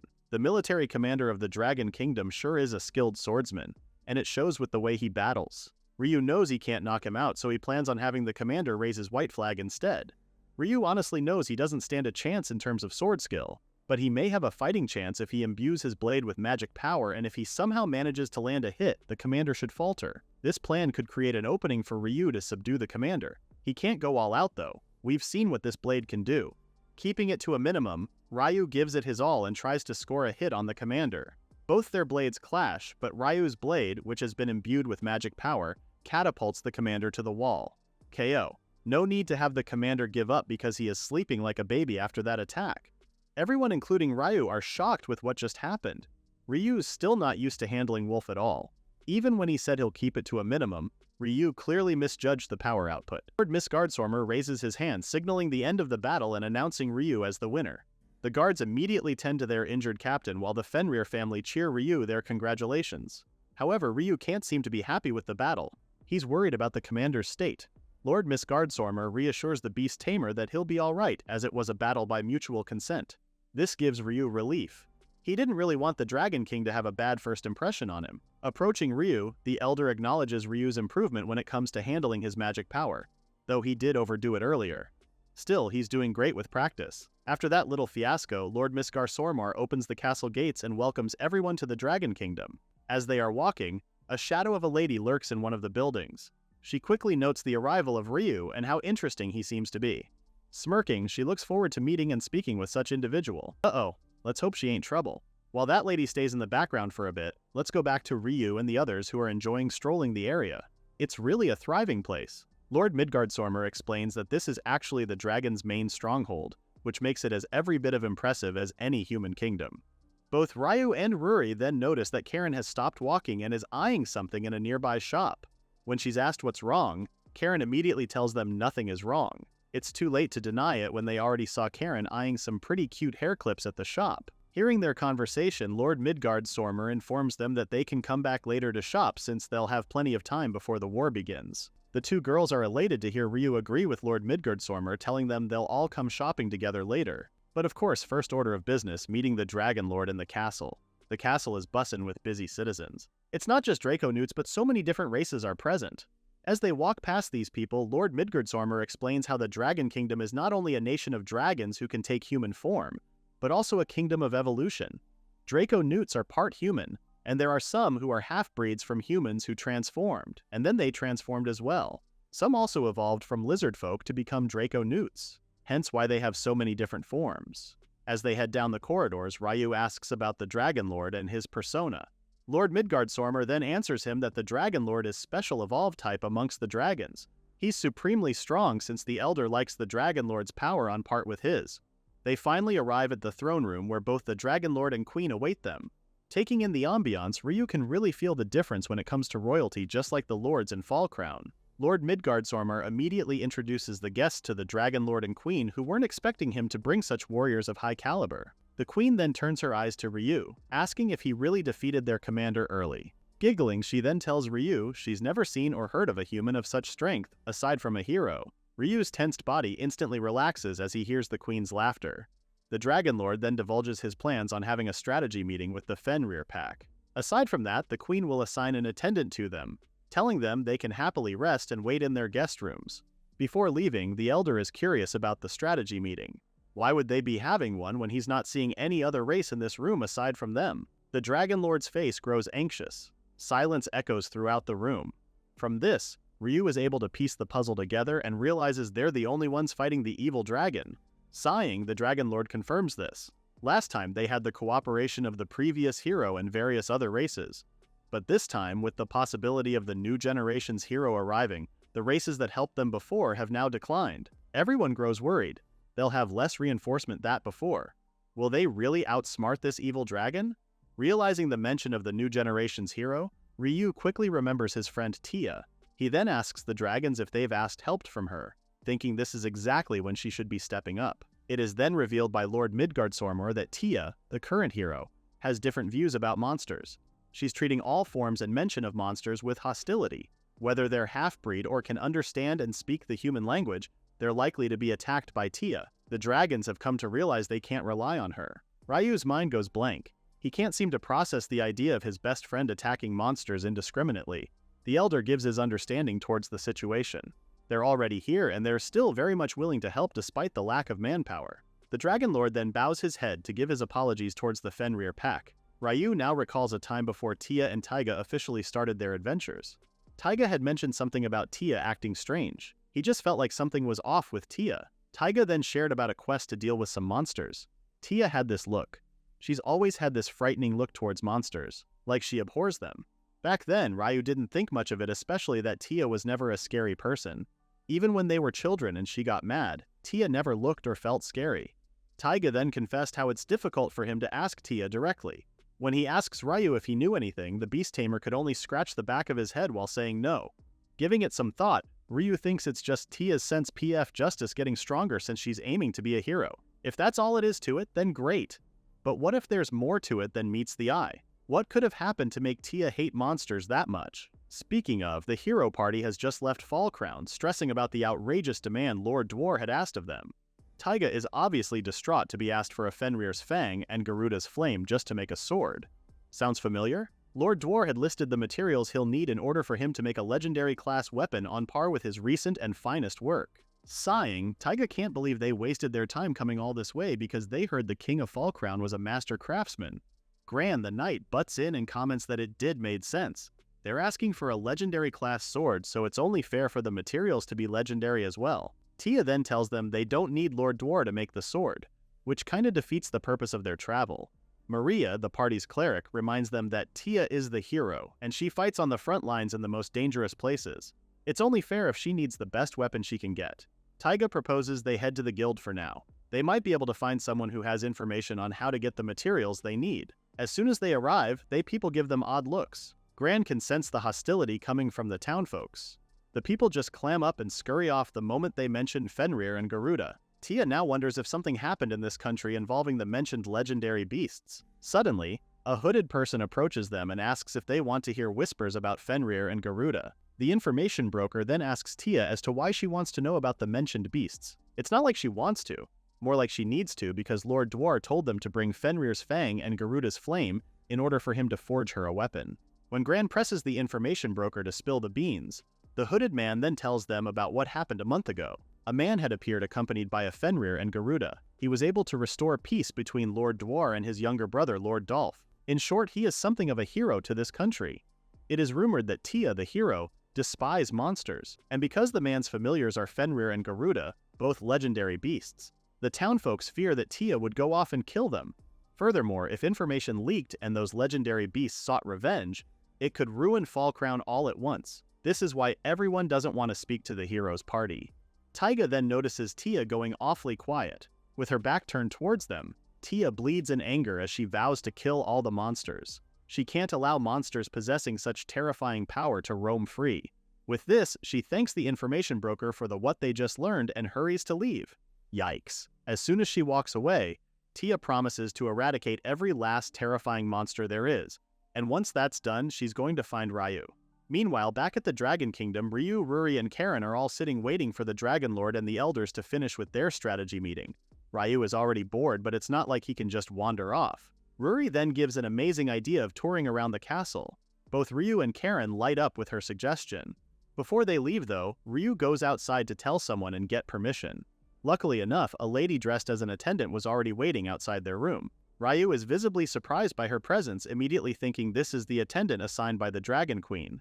The lady then asks Ryu if they're planning on going out, to which the beast tamer confirms.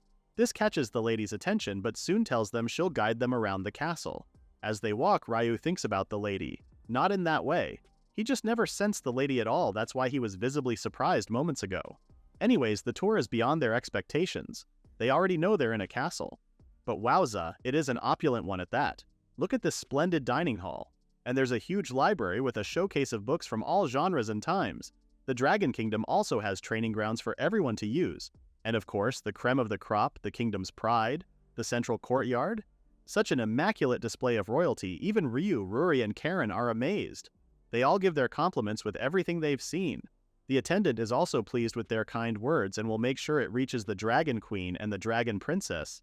She'll be thrilled to hear such wonderful compliments. At the mention of princess, Ryu's ears perk up. He never knew there was a princess here. The attendant does tell him it's vital for the future of the kingdom, which makes sense.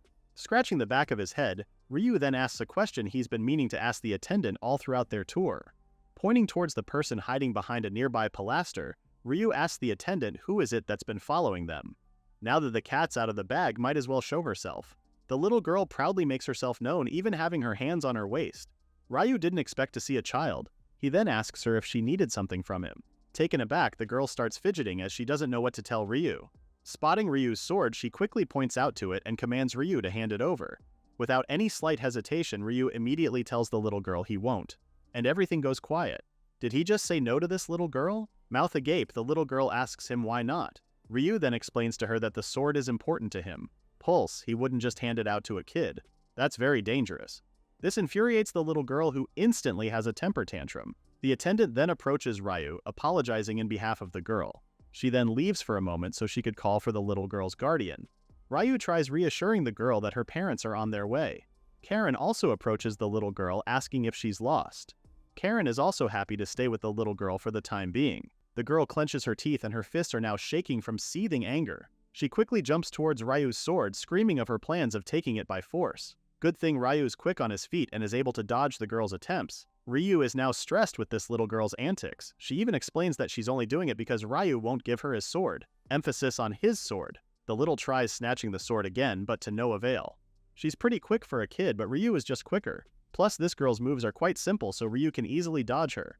Now the little girl screams at Ryu to give her the sword. When Ryu asks for Ruri and Karen's help, the two girls only tell him he can dodge the little girl just fine. Karen also wants to play tag with her papa later. Well, you're not expecting help from these two, Ryu. The little girl's body starts shaking. She's definitely mad now. How dare this human defy her? The girl's fingernails turn into sharp-like claws. Reminds me of Wolverine. Huh. She then points out it's Ryu's fault for not doing what she says, and that the beast tamer will regret underestimating her in the first place. The little girl lunges at Ryu, claws first. Before she could reach him, Ryu manages to dodge her once more. This earns the girl a solid thud on the pilaster. Worried, Ryu quickly asks if the girl's okay. Wincing from the pain, the girl starts bawling her eyes out. That really did a number on her. Throwing yet another tantrum, the girl now questions her capabilities. Why can't she whine despite her magic power and powerful bloodline? A frantic Ryu tells her they'll call a doctor ASAP. With impeccable timing, the attendant arrives with the Dragon Queen. Confused, Ryu asks the attendant for the whereabouts of the little girl's guardian. Before the attendant could answer Ryu, the Dragon Queen steps forward and bows down as she apologizes for her troublesome daughter. Ryu just felt his soul fly away to outer space. The Dragon Queen apologetically confirms the little girl to be her daughter. Not only that, but she's also the grandchild of the supposed attendant. Shocking, isn't it? Ryu needs to close his mouth or else a horde of mosquitoes are coming right in. Being the child's grandmother means that the lady is totally fine to be the little girl's guardian. But Grandma doesn't want to claim such an ill-mannered grandchild. Ryu's head begins spinning from this confusing royal dragon family tree. Yes, Ryu. The person you thought was your attendant is actually the Empress Dowager, and the little girl is the Dragon Queen's daughter, which makes this spoiled brat the Dragon Princess of this kingdom. What a plot twist this has been for a simple castle tour. Their little commotion gets interrupted with the arrival of Gramps. He already heard the noise from nearby and has now discovered that it's Ryu. Gramps also greets the Empress Dowager and longtime ally, Tiamat. After asking for a 411 on their little argument earlier, Gramps understands the root cause of the problem. The Dragon Princess Uka wanted Ryu's sword, but the Beast Tamer didn't want to give it at all. Uka gets angrily defensive about it, calling Ryu a presumptuous human for dodging her attacks. Uh-oh, tantrum time for the princess. Uka continues to ramble about her momentary loss when Tiamat furiously scolds her. The Empress Dowager then explains to Uka that it was an inevitable loss because of the princess's spoiled attitude and lack of daily training. Tiamat then turns towards Ryu, bowing as she apologizes once more for her granddaughter's behavior. With Tiamat's apology also comes a favor she'd like to ask Ryu. The Empress Dowager wants Ryu to be Uka's training partner. This surprises Ryu, of course. Why would Tiamat want him to be the princess's training partner? Wouldn't it be better if it's someone stronger? However, Tiamat knows Uka too well. She knows the princess would simply run away if it's someone else. Tiamat has observed Uka's keen interest in Ryu. In this case, Uka would dedicate her time and effort in training if her partner was the Beast Tamer. Uka doesn't seem too impressed with her grandmother's disclosure. It's not only that Uka's training relies on Ryu's participation, but also her assurance of becoming the next queen. After all, she is the only heir to the throne. Ryu seems to be pressured with Tiamat's request. He's ready to turn her down, but Gramps sweeps in and puts a hand on the Beast Tamer, assuring him that this is the perfect opportunity to get stronger. It's hitting two birds with one stone. Plus, isn't it a boost of confidence that the Dragon Royals are seeking Ryu's help? Ryu gets into thinking mode. After a while, Ryu changes his mind and accepts Tiamat's request. He then asks Tiamat for something in return, for her to be Ryu's training master. Surprise etches Tiamat's face. Ryu then tells her that she's the perfect training master since she's the Empress Dowager. That title alone gives Ryu enough reason to know that she's someone of formidable skill. To get stronger as much as he can, Ryu wants Tiamat's guidance. A smile then replaces the confused look from earlier as Tiamat gladly takes Ryu's request. The Beast Tamer is beyond grateful for the opportunity too. Turning towards Karen, Ryu tells her to take it easy for a while, but Karen adamantly refuses to do so. She wants to train so she could be useful to Papa and her newfound family. Ryu is only worried that it'll be too dangerous for Karen. Worst case scenario, this war might leave them in their deathbeds. However, Karen really can't take the fact of being left out, of being alone. She wants to help in any way she can. Hearing their conversation, Gramps chimes in and volunteers to train Karen. He's more than happy to train a willing participant, and it's always better to have more strength on their side. At some point, Ryu talks to the animated Karen. Meanwhile, Gramps suspiciously approaches Tiamat, whispering to her about a trial. Tiamat's eyes begin to squint, knowing full well what Gramps is talking about. Both elders then face Ryu. Tiamat informs him that training will start immediately the next day while Gramps asks Ryu not to die. Hee. That's not a bad omen, right, Gramps? The beginning of their training sets off the next day, and it is nothing short of brutal combat training. Ryu is getting his ass kicked by Tiamat. He's shaking on the ground, unable to move, while Tiamat looks like she's having the time of her life ordering him around. Ryu now understands what Gramps meant yesterday. That sneaky old Fenrir knew exactly what Ryu was getting into when he offered to train Karen. As soon as Ryu gets back on his feet, he's immediately met with fists and kicks once more. Tiamat has seen that Ryu's fundamentals are in place. The problem is Ryu has too much wasted movement. Tiamat then instructs Ryu to minimize exhausting his stamina as much as he can so he can move more efficiently. Another round of kicks sends Ryu flying. With his potential right now, Tiamat tells him he won't be able to defeat the Dahaka. The gravity of his training starts to weigh in on Ryu. This is much tougher than he expected, but knowing Ruri and Karen are also trying their best at training has his hopes high up. With a determined look, Ryu readies his fists. He's already reached this far to catch up to the heroes. He has to get stronger. But once again, Tiamat easily sends him flying back with just a simple swish of her fists. Ultimately, Tiamat calls it a day. It was a long, good first day, especially for Ryu and Uka, who are wobbling from the brutality of their training. They're just glad it's finally over. Correction. It's over when they finish the 100 laps of running Tiamat just told them to do. Oh, poor little trainers. During dinner time, both Ryu and Uka are looking pretty exhausted. Tiamat isn't done too, as she tells the two that their meals will be managed starting that night. With this, leftovers aren't allowed. After Tiamat leaves, Ruri and Karen finally ask them if they're okay since they sense their tough time at training. These two better brace themselves, cause this is just the beginning. A few days later, Ryu and Uka are having a one-on-one combat battle. Ryu is clearly taking the defensive side, waiting for an opening to land a hit on Uka. As soon as he sees it, Ryu immediately grabs Uka by her arm and throttles her to the ground. After Tiamat ends their battle, Ryu is already exhausted. Uka, on the other hand, is whining for losing again. Tiamat then gives her observation on the two. Uka's movements are too monotonous that it's easily predictable. She needs to think of her offenses first before she attacks. Meanwhile, Ryu's moves are okay, but his reaction time is a bit slow. He relies too much with what he sees, that he's not able to gauge movements with instinct. At that rate, Tiamat tells him that an agile enemy would render him dead. Ryu needs to work on being able to perceive his enemy's attacks using instinct. Scratching the back of his head, Ryu renders this impossible to do, but Tiamat tells him otherwise. Ryu just needs to be able to read his opponent's magical power. Magical power, accompanying battlefield strategy like your next attack or next target, moves faster than the physical body. One is able to sense that magical power and grasp their opponent's movements in the process. Confusion clouds Ryu's head. He doesn't get it at all. Sighing, Tiamat understands it's a bit difficult to just explain it through words. She then asks Ryu if he's ever felt overwhelmed during a face-off with an enemy before, and then Ryu instantly thinks of the Dwarf King. This reaction alone is enough for Tiamat to know that Ryu has indeed the ability to sense magical power. In that case, what better way to teach this beast tamer than to apply it in actual combat? Tiamat starts undressing herself.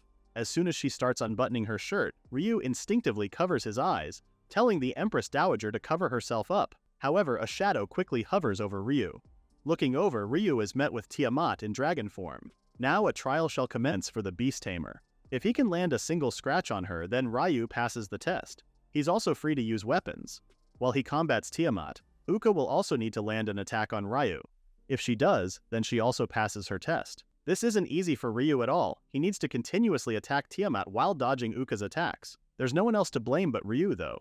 He did want Tiamat to be his master. Even Gramps agrees that the real test starts now. At Tiamat's word, the test commences. She quickly blows an attack on Ryu using her tail. Ryu barely manages to dodge that attack just now. Tiamat tries to intimidate the beast tamer by telling him the Dahaka they'll be facing is much stronger than her. Ryu then gets his sword, but before he could use it, Uka comes from behind with her own set of attacks. Luckily, Ryu dodges Uka's attacks just on time too. Ryu needs to think of something fast. Tiamat is supposed to be big for a target. It should be easy to spot her, but she's managed to dodge every single attack Ryu makes. Not only that, when he's finally close to landing a blow on Tiamat, Uka interferes. Tiamat yells at Ryu for having the leisure to think about his next moves.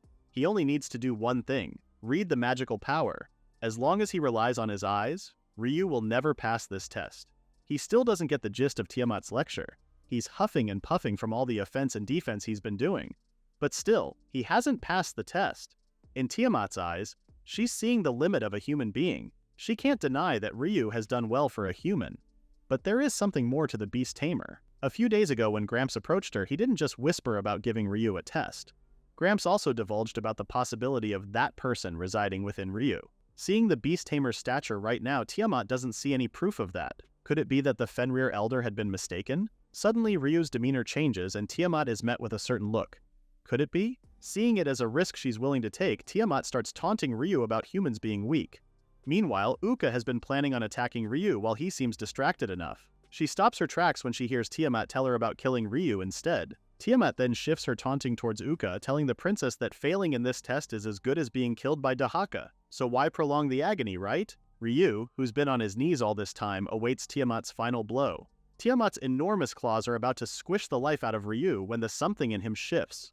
Ryu didn't come this far just to end like this. He's not going to let all his hard work go to waste. A hand then reaches out towards Ryu's shoulder, as if to give support. In a blink of an eye, a shadow looms at Ryu's back. And just like that, Ryu managed to dodge Tiamat's dragon claw.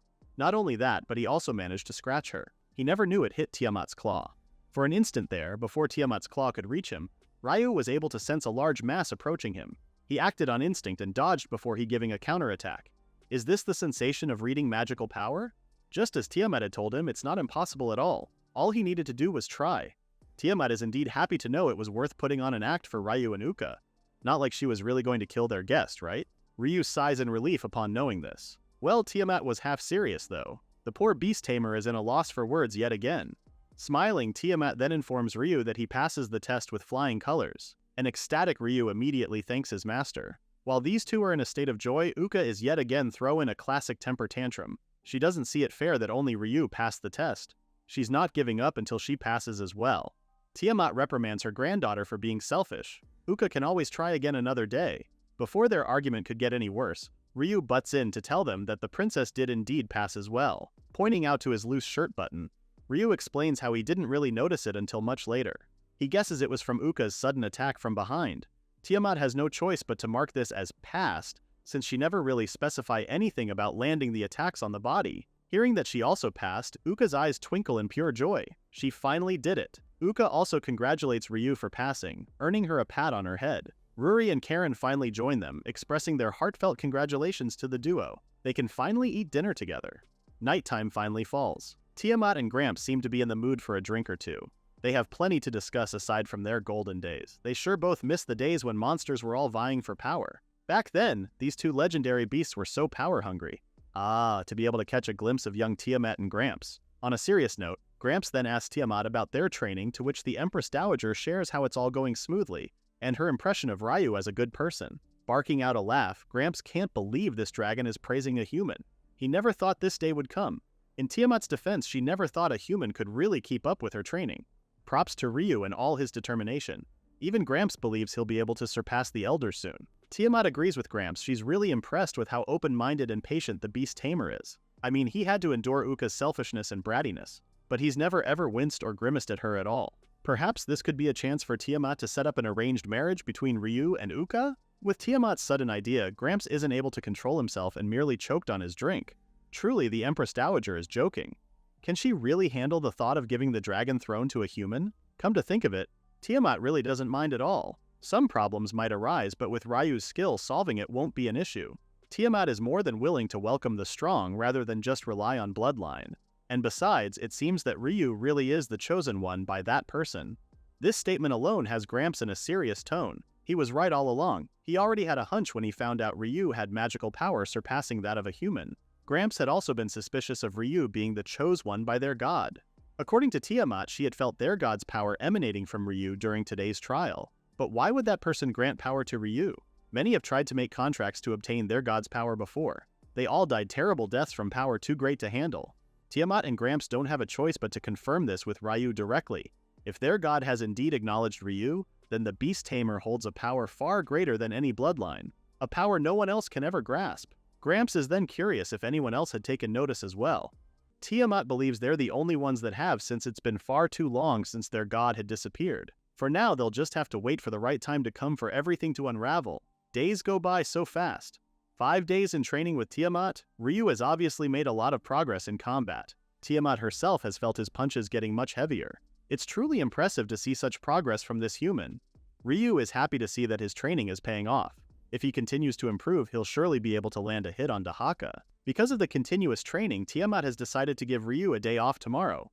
After all, Ryu deserves to have some R&R since he's been pushing his body quite a lot since they've arrived.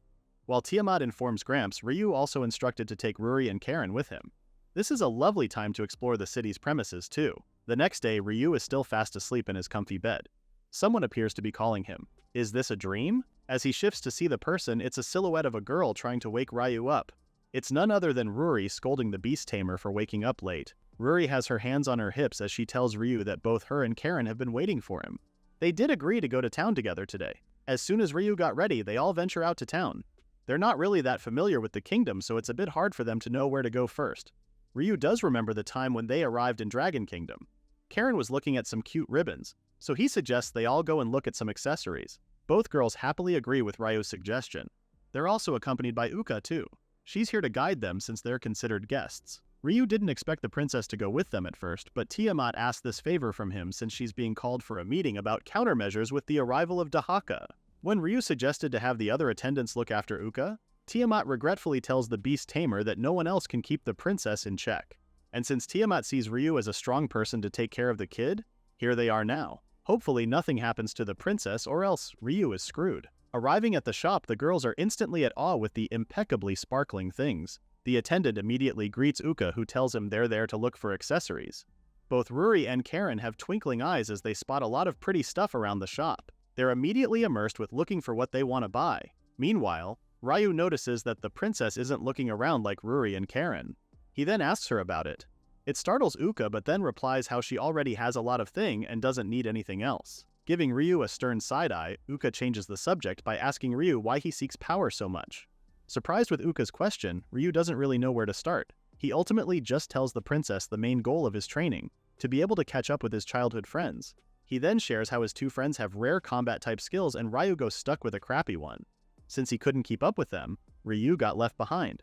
This is why he wants to get stronger. Uka seems a bit confused with what Ryu is talking about. How could he say he's had an unfortunate skill when he has all that magical power? When Uka asks what kind of skill he got, Ryu immediately tells her that he's a beast tamer. This shocks Uka so much. She can't believe she got beaten by a beast tamer. As she screams at Ryu, the beast tamer does his best to defend himself, not like he's lying at all. He then tells Uka how Ruri, Karen, and the others that he's met, that he got stronger. If Ryu hadn't met Ruri in the first place, he wouldn't have been able to train or travel to other countries. At the mention of other countries, Uka's interest seems to have shifted towards that. The princess is now more interested with the kind of places Ryu has been to. She's also keen on knowing what types of people these places had. With the bombardment of questions, Ryu signals Uka to slow down a bit. He's only traveled a bit, plus the Dragon Kingdom is only the second country he's been to. But shouldn't Uka be more familiar with other countries since she's a princess? Ryu's question has Uka wide-eyed. She then looks away as she tells him that's not the case for her. Uka has never left the Dragon Empire because she's the princess and only a child. She hasn't been allowed to venture out the outskirts of the kingdom at all. Clutching her skirts tightly, Uka expresses how much she wants to be free. Seeing the princess like this, Ryu can't help but feel like they're somewhat alike. Uka immediately interjects by saying there's no way royal blood can be in par with commoners. Ryu just laughs this off while explaining that he only meant that the princess also thought there was no way he can go out into the world. Ryu also thought about that before. The only reason he got left out was because his childhood best friends were worried about him. He used to ask, why only me, all the time. He didn't blame those who could travel freely. Just that every time his friends got back from traveling and Ryu would hear stories, he would feel jealous and frustrated. Like he was having major FOMO, fear of missing out, attacks. The princess realizes this is exactly the same thing she's been feeling all along. She then gets frustrated about it. It's exactly what her father, mother, and even grandmother tell her, that it's for her sake, even though kids her age have been traveling near and far. But no, she has to have an overprotective family just because she's heir to the throne. They've constantly worried about that, but never thought about how she'd feel being left alone constantly. If Uka has the chance to go on a journey, she'd visit places no one else has been and boast about it. She'd meet all kinds of races, eat all kinds of food, have all kinds of experiences, and then Uka's rambling slows down now, hesitating on the last sentence. She starts blushing as she shyly tells Ryu she'd like to make some friends along the way too. The princess then quickly goes on defensive mode, explaining she's strong enough so it's not like being along is a problem or anything. Looking at the embarrassed princess, Ryu suddenly knows why Uka was messing with them when they first met. Before he could ask Uka about it, Karen calls Ryu's attention to show him the pretty ribbon on her hair. After showing off the cute ribbon she's picked, Karen then asks about what Ryu and Uka were talking about just before she interrupted them. While Uka quickly babbles out an excuse of them just having a casual chit-chat, Ryu had other plans and told Karen that the princess wants to be friends with them. This has Uka turning red as a tomato. She then scolds Ryu for saying such things so freely. Karen, on the other hand, is confused. She's always thought they were already friends. Now Uka is screaming. Her reaction might be that booming it has Ryu flying away. Uka tries to clarify the situation by asking when did that happen exactly. Thinking about it, Karen casually tells the princess that they've already talked, ate, and trained together. A happy Karen then tells Uka that you only do such things with friends. Uka is not having it. Oh boy. Just how complicated is Uka's definition of friendship? Karen takes Uka's reaction the wrong way. She already has her papa and sister Ruri. She now has a family, but this is the first time she has a friend. Karen expresses how happy she was when Uka and her became friends, but it now feels like the feeling isn't mutual. This takes Uka aback, and it's not helping that Ryu and Ruri are chiming in as well. Ryu says he doesn't have many friends either, and that he'd love to be friends with Uka. Ruri also tells Uka she only has Ryu, Karen, and her family. She'd love to be close to someone else too. Uka starts grumbling as she stares at dejected expression. Giving in, Uka yells out a sounding fine. Then she tells them she's just giving in because they're really going this far to convince Uka. The princess has also allowed Ruri and Karen to call her by her name too. To seal the deal, the happy Karen tells Uka they should buy matching ribbons. Even though the princess already has one, Karen grabs Uka's hand and tells her it's proof of their friendship. This will also let everyone know that they're super close friends. Upon seeing Karen's genuine happiness, Uka tries to hold back from crying. Ryu and Ruri stare at the two girls like some proud parents. Both Karen and Uka look so happy, and they're glad these two are getting along just fine. Noticing just then that Ruri hasn't bought anything, Ryu asks if she's worried about money. They did make a lot from selling those materials and fall crowns, so Ruri can pick out whatever she likes in the shop. Ryu then shows Ruri a necklace, but she turns it down, claiming its chain looks too much of a collar. Plus, it'll only get in the way during battle. Before Ryu can finish suggesting about getting something to eat instead, he spots a pretty scarf and instinctively puts it on Ruri's ankle. Ruri can definitely use this one since it doesn't feel too tight, and she can always wear it around her arm too. It's also white, so it's look great with Ruri's black hair. Hearing Ryu's compliment has Ruri's cheeks warming. Ryu explains he's not really an accessory expert and it's always up to Ruri to decide if she likes it. Ruri doesn't like it though, she loves it and promises to treasure it. After leaving the shop, the gang plans on going to another popular one to sightsee. Uka happily chirps and leads the way. However, something catches the princess's eyes. It's a dragon in the sky. As soon as the dragon spots them, it quickly hovers over them to drop off Tiamat in front of them. Based on Tiamat's disgruntled expression, it's bad news. Apparently, the sealing spell on Dahaka seems to be unraveling faster than expected, and at this rate it might wreak havoc today. She's now here to instruct Ryu and the others to prepare for battle. Looks like no one had expected the war to start so soon. It's all too sudden. But in Ryu's mind, there's no turning back now. The beast tamer then asks Tiamat if they can go to the sealed cave. And that's exactly why Tiamat came to get them. For now, they have to return to the castle to prepare, and everyone will head there together. Meanwhile, in the cave, an ominous voice echoes in the darkness. Finally, it says, "The time has come for the chance to fulfill this Dahaka's true goal. Whatever this goal might be, we shall hope Ryu and the others will be able to defeat it." While heading back to the castle, everyone can't help feel the heaviness of what they're about to face.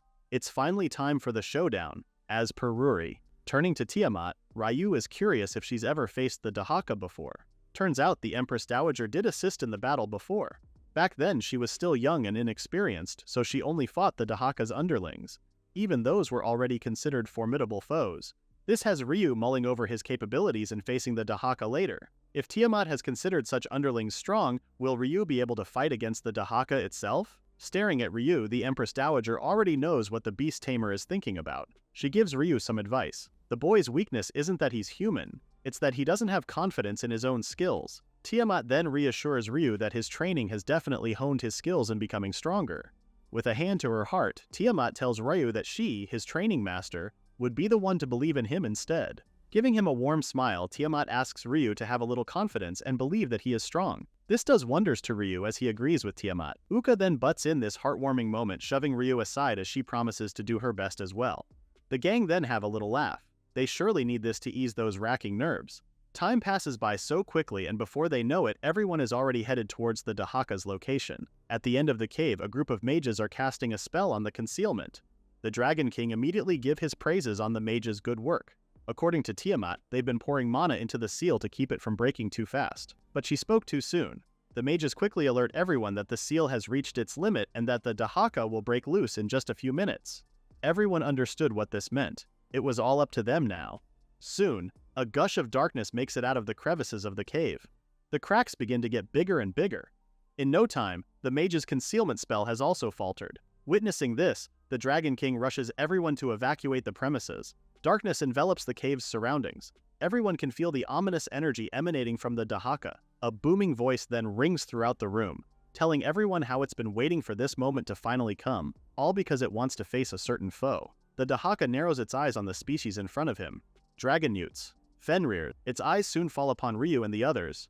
The Dahaka then asks if Ryu is this era's hero, to which he quickly denies. When the Dragon Lord commands everyone to fall into battle position, the Dahaka gets annoyed and calls him an annoying little insect.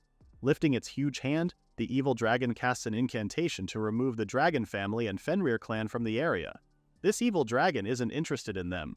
Its eyes are all set on Ryu and his companions. Ryu dreadfully looks around, but alas, his allies have really disappeared. Even Ruri and Uka are frazzled by their family's disappearance. When asked of their whereabouts, the Dahaka only tells them that the missing species have been transported to a different place because they would have ruined the fun for the evil dragon. By fun, it meant fighting with whom it thought is the hero party. Yup, Ryu and his companions.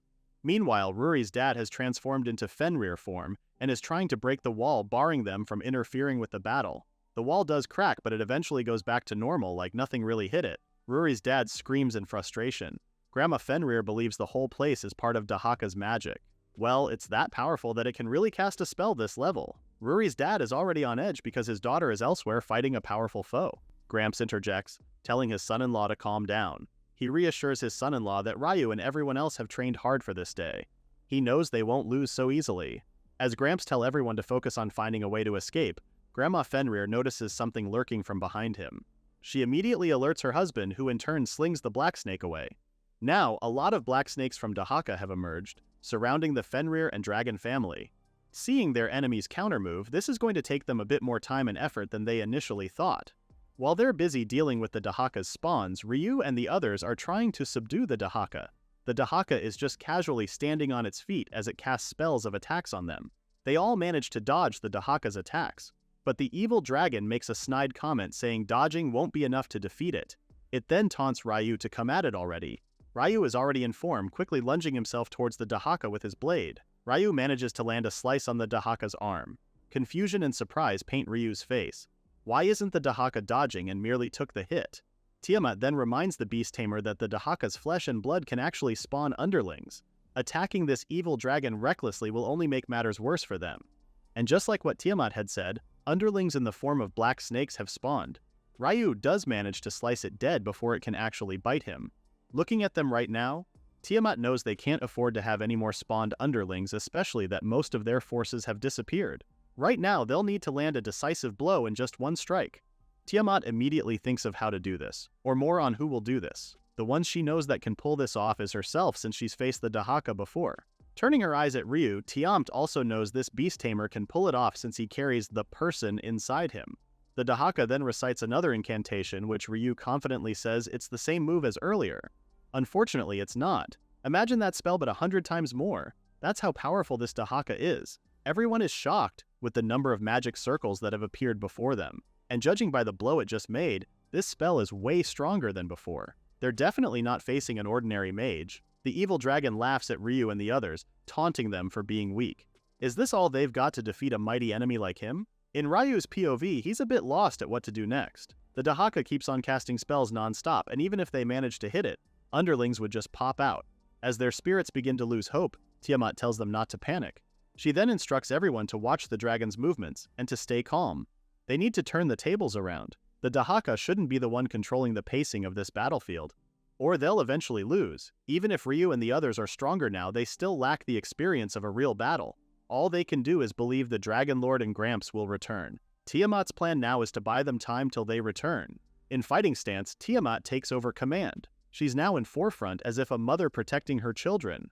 However, not all her children are smart enough to read the room, I guess. Uka steps in confidently saying they only need to end this in one hit and that she'll be the one to do it. Oh boy, this does not sound good. Uka doesn't waste time and immediately transforms into a dragon, deliberately ignoring Tiamat's warning. The princess swiftly flies towards the Dahaka, wanting to end this battle once and for all. But this is just a foolish move on Uka's part. The Dahaka already has a spell ready to annihilate Uka's existence. The evil dragon didn't even have to recite an incantation. It managed to cast a spell without a chant. Everyone screams in panic as they watch the whole thing play. A loud crash booms the place, dusting the place where the Dahaka and Uka were. As it clears, Uka is surprisingly fine, but not her grandmother. Tiamat in dragon form now lies weak on the ground. A shaking Uka doesn't know how to react with the scene before her. The Dahaka praises Tiamat for caring for her friends, but it really doesn't have any use for the weak. Using its tail, the Dahaka flings Tiamat across the room. Flying towards her weak grandmother, Uka begs for Tiamat to stay with them. But Tiamat could only watch them. Her whole body is now in paralysis. She can't move nor speak. The Dahaka taunts them once more. It wants to fight the hero's party, but it seems this generation is too weak for his liking. The last hero was more bloodthirsty in putting up a fight. Screaming its lungs out, the Dahaka viciously commands Ryu and the others to fight him some more. This time, a real fun fight. Meanwhile, the Fenrir and Dragon families are still dealing with the Dahaka's underlings, but no matter how much snakes they squish and splatter, they just keep on spawning like there's an endless supply of them. Worry grows in Gramps' mind. It's been a while since they've been separated from the kids. They need to act fast so they can regroup with them already. Gramps just hopes Ryu and the others stay strong for just a little more. Ryu is still facing the three-headed Dahaka who's taunting Ryu to fight and entertain him some more. In the background, Tiamat is still not looking good. Uka urges her grandmother to stay with her, but Tiamat could only give Uka a weary look. This scene gets the Dahaka an evil idea. He prepares yet another magic spell, telling Ryu that maybe he'll unleash his true strength if the evil dragon offs someone he cares about. The Dahaka then unleashes his attack on Uka and Tiamat. The princess braces herself for impact, but it never came because Ryu and Ruri have managed to protect them. It seems that Tiamat's downfall has caused a shift inside of Uka. Ryu makes her realize the sole purpose why they're all there. The princess needs to hang in there and not lose hope. Uka has lost her confidence because she blames herself for what had happened to Tiamat. Ryu yells at the princess, telling her that everything she had worked for and everything Tiamat had done to train and protect her would be for nothing. Ryu then tells the princess that they're all worried about Tiamat. That's why they have to work together to defeat the evil dragon so they could finally save Tiamat. They can't do that without Uka. This sparks the fire inside Uka. Tiamat, worried for her granddaughter, tries to speak and tell Uka something. The princess reassures Tiamat that she's okay, and that she won't be doing anything reckless alone anymore. This time, Uka is determined to fight the Dahaka together with Ryu, Ruri, and Karen. Now the Dahaka is delighted to see such determined eyes from them. This is why it believes Ryu is worthy of the title hero, and is now an opponent worthy of fighting the evil dragon. It's now a battlefield of power and might. The Dahaka casts numerous magic spells once again while Ryu and the others do their best to defeat this evil dragon. While the Dahaka seems to be distracted, Karen uses her Garuda flame to try and burn the Dahaka. However, the Dahaka takes notice and knows full well of a Garuda's capabilities. With a snap of its fingers, the Dahaka casts another incantation. Karen poses a serious threat against this evil dragon, so it wants to take her out first. A magic circle then appears below Karen, and soon, a series of black appendages appear. It follows Karen's movements, desperately trying to capture the Garuda. One appendage is already so close and wrapping around Karen's foot. Luckily, Ruri uses her claws to slice it off. As the two girls make sure they're okay, the Dahaka is already planning on targeting Ruri. Uka and Ryu don't give it much time as they also head to launch an attack on the Dahaka. But the evil dragon manages to block them with another spell, flinging them back for such a futile effort. What could they possibly do to defeat this monster? Even if they want to save Tiamat, doing so is proving to be a problem because of Dahaka's magic. Their attacks just bounce off unless they're super strong, and even if they land, it might just provoke the evil dragon even more. Ryu knows the answer is just in here somewhere. He thinks back to the training with Tiamat and soon realizes he needs to find the Dahaka's weak spot. With determined eyes, Ryu tries to read the Dahaka's flow of magic by observing its movements. He finally finds the Dahaka's weak point, and it's literally the tail. Ryu somehow doubts if he's got it right, but with everyone giving their all in battling this evil dragon, it's worth the try. Finding some of Karen's fallen feathers, Ryu picks some up and quickly calls Ruri and Karen's attention. Using their familiar telepathy, Ryu tells them his plan, to which shocks the girls. Ruri is worried they'll fail, but Ryu reassures her if they do, he's the only human, so he's the only one that's mostly in danger. Ryu encourages them they can do this. And if something happens to him, Ryu knows both Ruri and Karen will be there to protect him. A warm smile forms on Ryu's face as he communicates this to the girls. He trusts them both, that's why Ryu wants to try his plan. Without a choice, Ruri and Karen agree to Ryu's plan, ready to give it their all. Just one more piece of the puzzle and they'll set their plan in motion. Ryu calls out Uka so he could tell her the plan.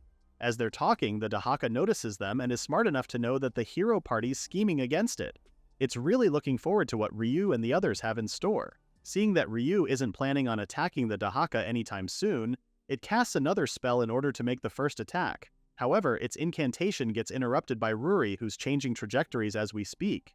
The Dahaka calls Ruri a nimble little doe before casting another incantation to attack her mid-air. Before he could launch his attack, flames begin to envelop the evil dragon. The Dahaka realizes this is a decoy, but it also knows that these flames would also prohibit Ryu and the others from entering. The Dahaka smiles, thinking it's won this round again.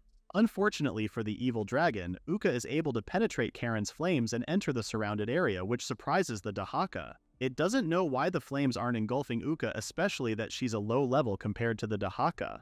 What it doesn't know is that Uka carries Karen's feather, which Ryu gave her earlier. If you don't remember, Garuda's feathers were used to make Ryu's armor in Fall Crown. These babies proved to be heat resistant. The Dahaka's magic is strong, no doubt, but Ryu's plan is to make it lose its magic power so can't cast spells anymore. Meanwhile, the evil dragon calls Uka a fool for charging head-on. Casting yet another incantation, the Dahaka taunts Uka by telling her that it'll destroy the princess just as it did Tiamat. With brazen eyes, Uka throws the Dahaka's words back at it. The evil dragon's the fool here, especially that it's now missing its tail. While Uka distracted the Dahaka, Ruri was sneaking behind it to cut off its tail, the very source of its magic power. Now the Dahaka realizes Ryu's entire plan. They were really aiming for her tail all along. This makes the Dahaka laugh with joy. These people are the first ones to seal its magic. The Dahaka's tail starts emitting black energy and soon, black snakes spawn from it. The evil dragon then waves its hand, signaling them to attack Ryu and his companions. From here on out, it's a battle of true strength. You'd probably think this evil dragon would finally lose its confidence. Quite the contrary, it's now fueled with a desire to fight. As Ruri, Karen, and Uka go head-to-head with the Dahaka, Tiamat can only watch from afar. The evil dragon seems to be having so much fun from all this battle. It's truly what it has always wanted. Blood-pumping combat. It's quite strange for the Dahaka though. It's finally getting what it's always wanted, and yet it feels like something's missing. It soon snaps in its mind. Ryu is the missing piece. The Dahaka looks around, desperately asking where's Ryu. Suddenly the beast tamer makes himself known. Using his blazing sword, which is now infused with magic, Ryu lunges towards the Dahaka. All this time the others were distracting their enemy so Ryu could prepare for this one final blow. Finally, the Dahaka's wish is coming true. A smile is seen on the Dahaka's face as it watches Ryu's raging strength appear before him. A hero's true form.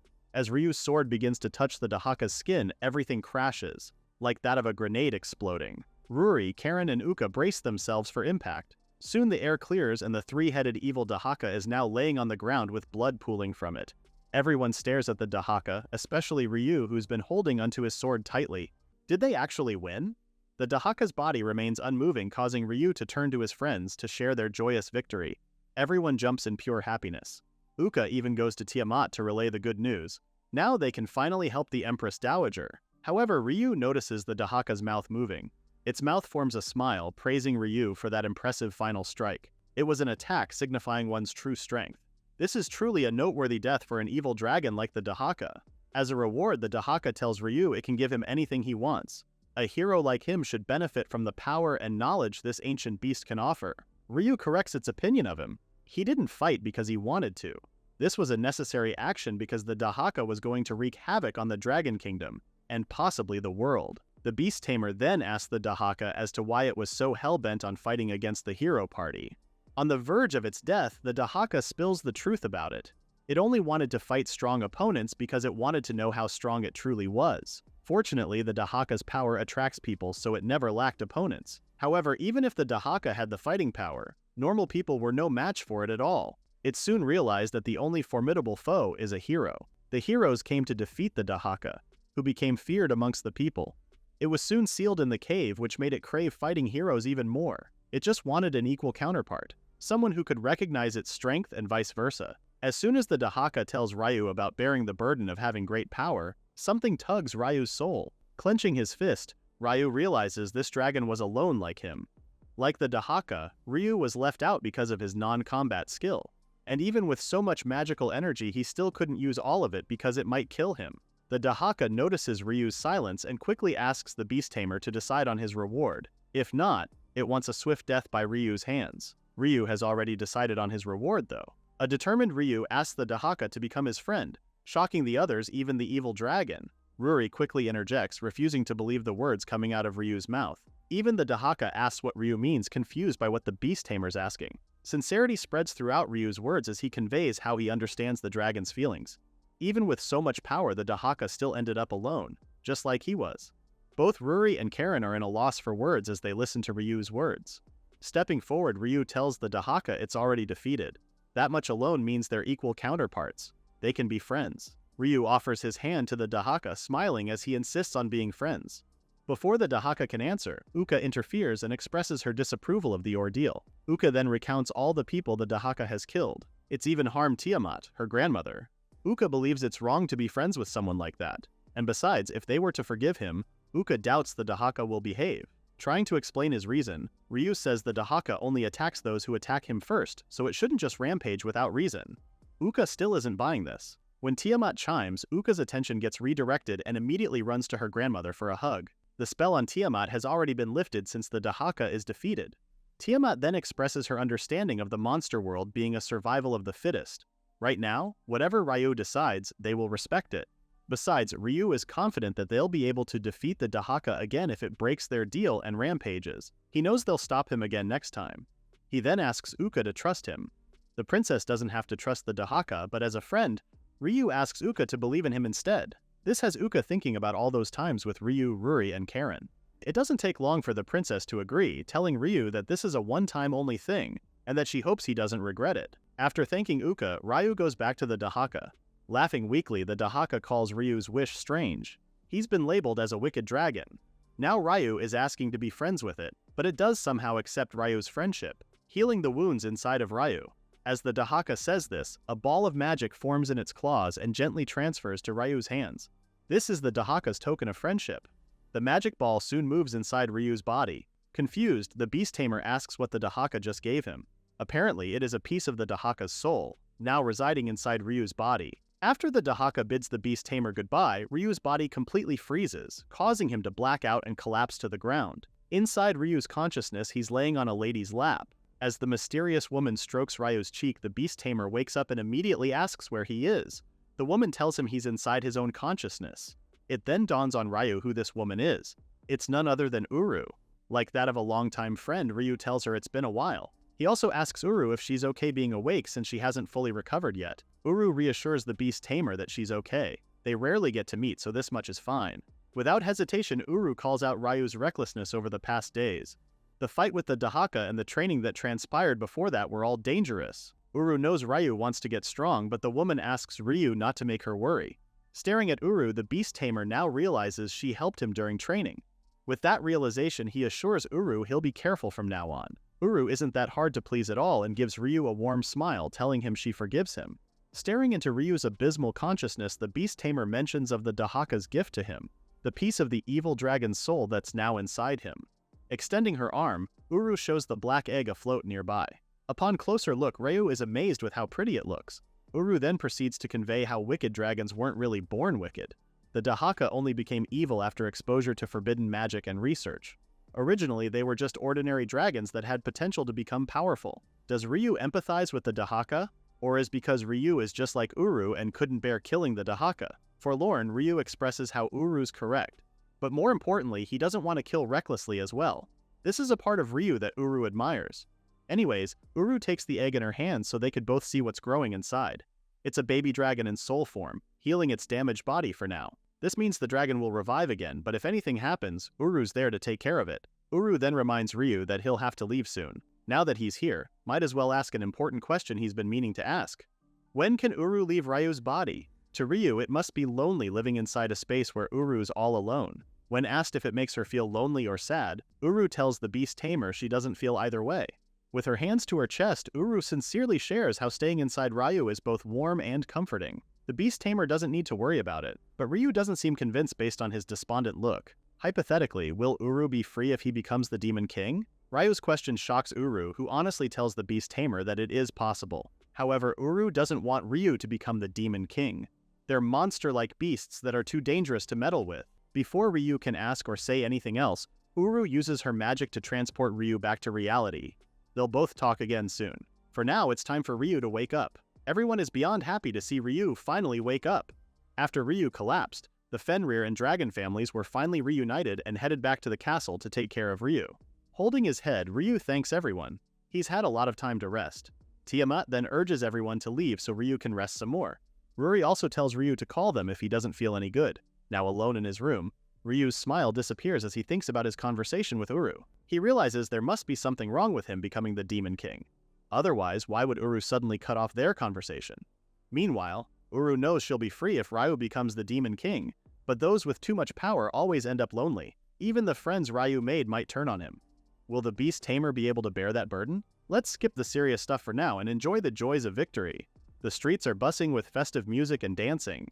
The dragon people are drinking their hearts out, celebrating the defeat of the Dahaka. Ryu can even hear the townspeople chant their praises for the Dragon King from inside the castle premises. Ever since the victory, Ryu has become quite popular, making it harder for him to go into town. Sometime after, the Dragon King and Queen call on Ryu, Ruri, and Karen in the throne room to thank them for their invaluable efforts that led them to defeating the Dahaka. The Dragon King then asks Ryu if there's anything he wants as a reward, which the beast tamer quickly turns down. But the Dragon King insists on it. If they won't be able to give Ryu his reward, it would reflect poorly on the nation's honor. So, Ryu thinks hard on it. It's not like he fought because he wanted something in return, but if it's a matter of the Dragon Kingdom's pride, then he'll accept the offer. Running out of ideas, Ryu asks the king on the typical prizes others have asked them before. Typically, they would ask for treasures or some form of privilege like a magic gem, then boost power or the privilege to live in the royal castle. Ryu doesn't really need or want any of that, so this is a lot harder than expected. Tiamat chimes in to suggest herself as Ryu's reward, shocking the whole gang. Ruri, Karen, and Uka are all confused with Tiamat's suggestion. Does this mean Ryu's getting married? I don't think Uka will be happy to have such a young step-granddad. An awkward laugh escapes Ryu's mouth, telling everyone the Dragon King wouldn't approve of such thing. But the shocker is that the Dragon King and Queen is aboard this offer. Now Ryu feels pressured, especially with the girls surrounding him like he's some kind of criminal. The Dragon Lord continues on, telling Ryu that the Empress Dowager would make a fine match for him. Ryu can't even reply properly. With all this pressure, the Beast Tamer desperately asks Tiamat to correct her words. Giggling, Tiamat is dead serious. The Dragon Lord can't seem to understand why Ryu looks so against this whole idea too. As Ryu's frustration doubles, the Dragon King tells him that Tiamat's claw would make an excellent weapon for the Beast Tamer. This catches Ryu's attention. Dragon claws can be forged into swords and their scales make good armor too. It would further enhance Ryu's current equipment. Or maybe there's something else that Ryu wants, asks the Dragon King. Ryu quickly agrees to the Dragon King's offer. He's also feeling rather exasperated because of Tiamat's joke. The Empress Dowager in turn is having a hard time keeping herself from laughing out loud. The Dragon Lord then announces the claw as their reward for Ryu's heroism. They'll need time to prepare it, so until then they'll just sit back and relax. But Ryu has other plans and dedicates his free time to training. Ruri and Karen both watch the Beast Tamer pour his heart out in mastering his sword. Worried, Ruri asks if he won't rest a bit. They'll be going on a journey after this, so now's the time to take it easy. But Ryu wants to keep moving. Otherwise, he might get rusty. Besides, Ryu is also thinking about the Dahaka healing itself inside him. If it ever revives and goes wild again, Ryu needs to make sure he can really defeat the Dahaka again, or else he won't be able to face Uka. Aside from the obvious reason on getting stronger to catch up with his hero friends, this is also another important reason for his training. Arriving with a towel and some water, Uka adds in on the current conversation and tells everyone how she wants to become stronger too. She's there to bring Ryu the items she has at the instructions of Tiamat. Ryu immediately wipes his face with the towel. Noticing Uka's stare, Ryu asks if something's wrong, to which the princess denies. Changing the subject, Uka asks about Ryu's plan after receiving his reward. The Beast Tamer does answer her honestly, detailing how he plans to chase after his childhood friends and travel with them. With the head bowed down, Uka slowly asks Ryu if it's possible to take her with them. Ryu doesn't know how to reply to her request. His main problem here is the Dragon King. However, Uka immediately explains how it's all fine because her father already knows it's about time to let Uka see the world. The princess hasn't asked permission yet, but she's so sure the king will approve if he knows she'll go with Ryu. Ryu stares at the girl in front of him. The princess has asked him before about traveling and seems so excited to know what it was like. He remembers how it was always so frustrating to be the princess and a child at the same time. Uka never got the freedom to leave the country. While Ryu stays silent, Karen excitingly expresses how she loves the idea of Uka going with them. Ruri, on the other hand, is worried if it's okay for them to take a princess from her own country. Ah, the burden of being a royal. Although Ryu doesn't agree nor disagree, he tells Uka it's not something they can decide for the princess. Uka looks disappointed, but Ryu pats her head, gently assuring her that they have her back on this. As long as the Dragon family approves, Ryu, Ruri, and Karen would gladly have Uka go with them. So for now, they needed to talk to the royal family to discuss this. This refuels Uka's hope in finally doing what she's always loved to do, traveling. She wastes no time and tells everyone she'll go talk to her family at once. Conveniently, an attendant arrives to tell them that the Dragon King is asking for an audience. When they arrive at the throne room, the Dragon King and Queen unveil the reward they've prepared for Ryu and the others. 5 huge dragon claws lay in front of Ryu. The Beast Tamer is utterly surprised with the size and number of dragon claws presented for him. According to the Dragon King, the claws varies depending on the dragon species, so he prepared several options for Ryu. There's an earth dragon's claw that's heavy and tough, a water dragon's is flexible and beautiful, and a wind dragon's is light and sharp. There are also claws from rare unique types of dragons. Ryu tries picking up some of the claws, catching the feels of them. They all stand out, so this is going to be hard. Amidst the decision-making, a claw catches Ryu's eye. He immediately picks it up, instantly liking the size and weight of it. Somehow this claw reminds him of the elder Fenrir's fang, just the right size to fit his hand oh so nicely. The Dragon Lord smiles at Ryu's choice. The claw is actually Tiamat's. It's very impressive for Tiamat's disciple to have liked a part of her. This also gives the Dragon Lord a brilliant idea. He suggests Ryu and the others take Tiamat with them on their next journey. Ruri, Karen, and especially Uka are surprised with the Dragon Lord's suggestion.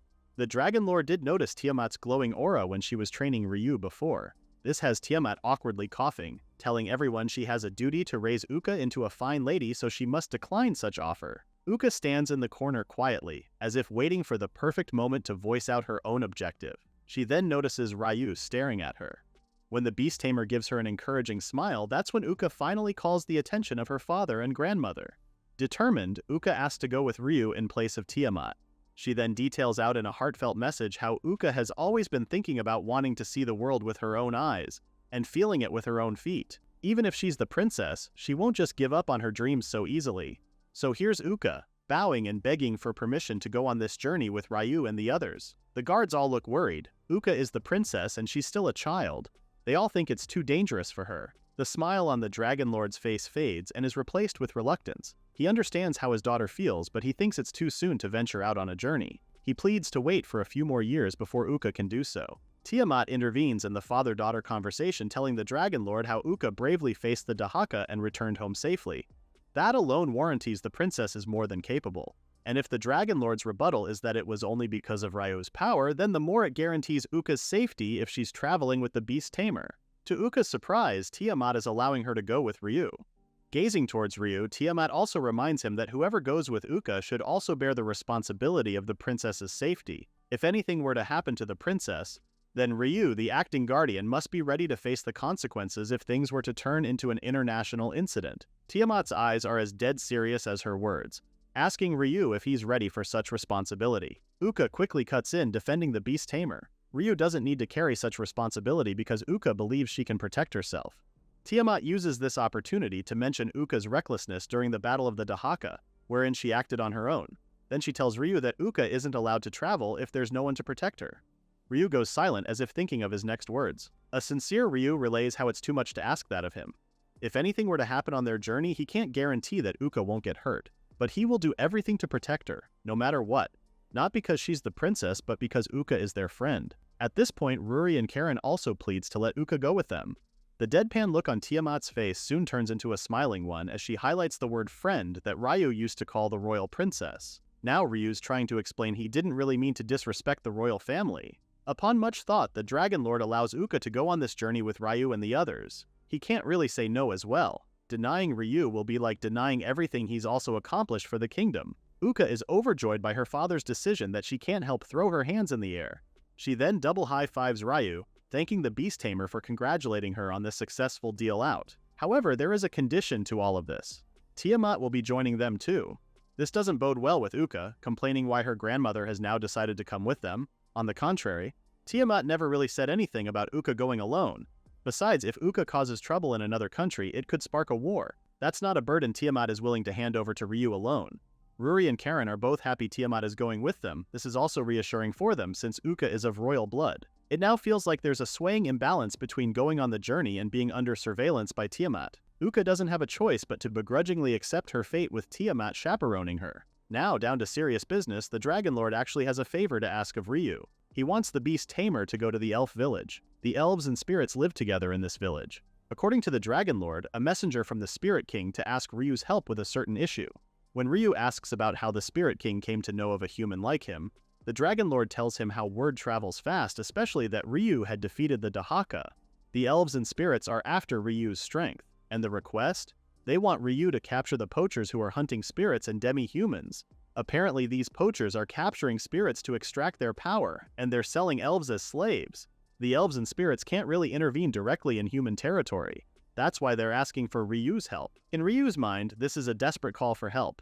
To think these beings are asking for a human's help to alleviate a problem caused by humans. He does want to help, but he's also thinking about his friend's opinion. Ruri seems to know what the beast tamer's thinking about and reassures him he can do whatever he wants. They all feel the same and want to help the elves and spirits. And according to Uka, this is also the fun part of traveling. The mystery of the unknown. Ryu finally smiles and conveys his agreement on going to the elf village.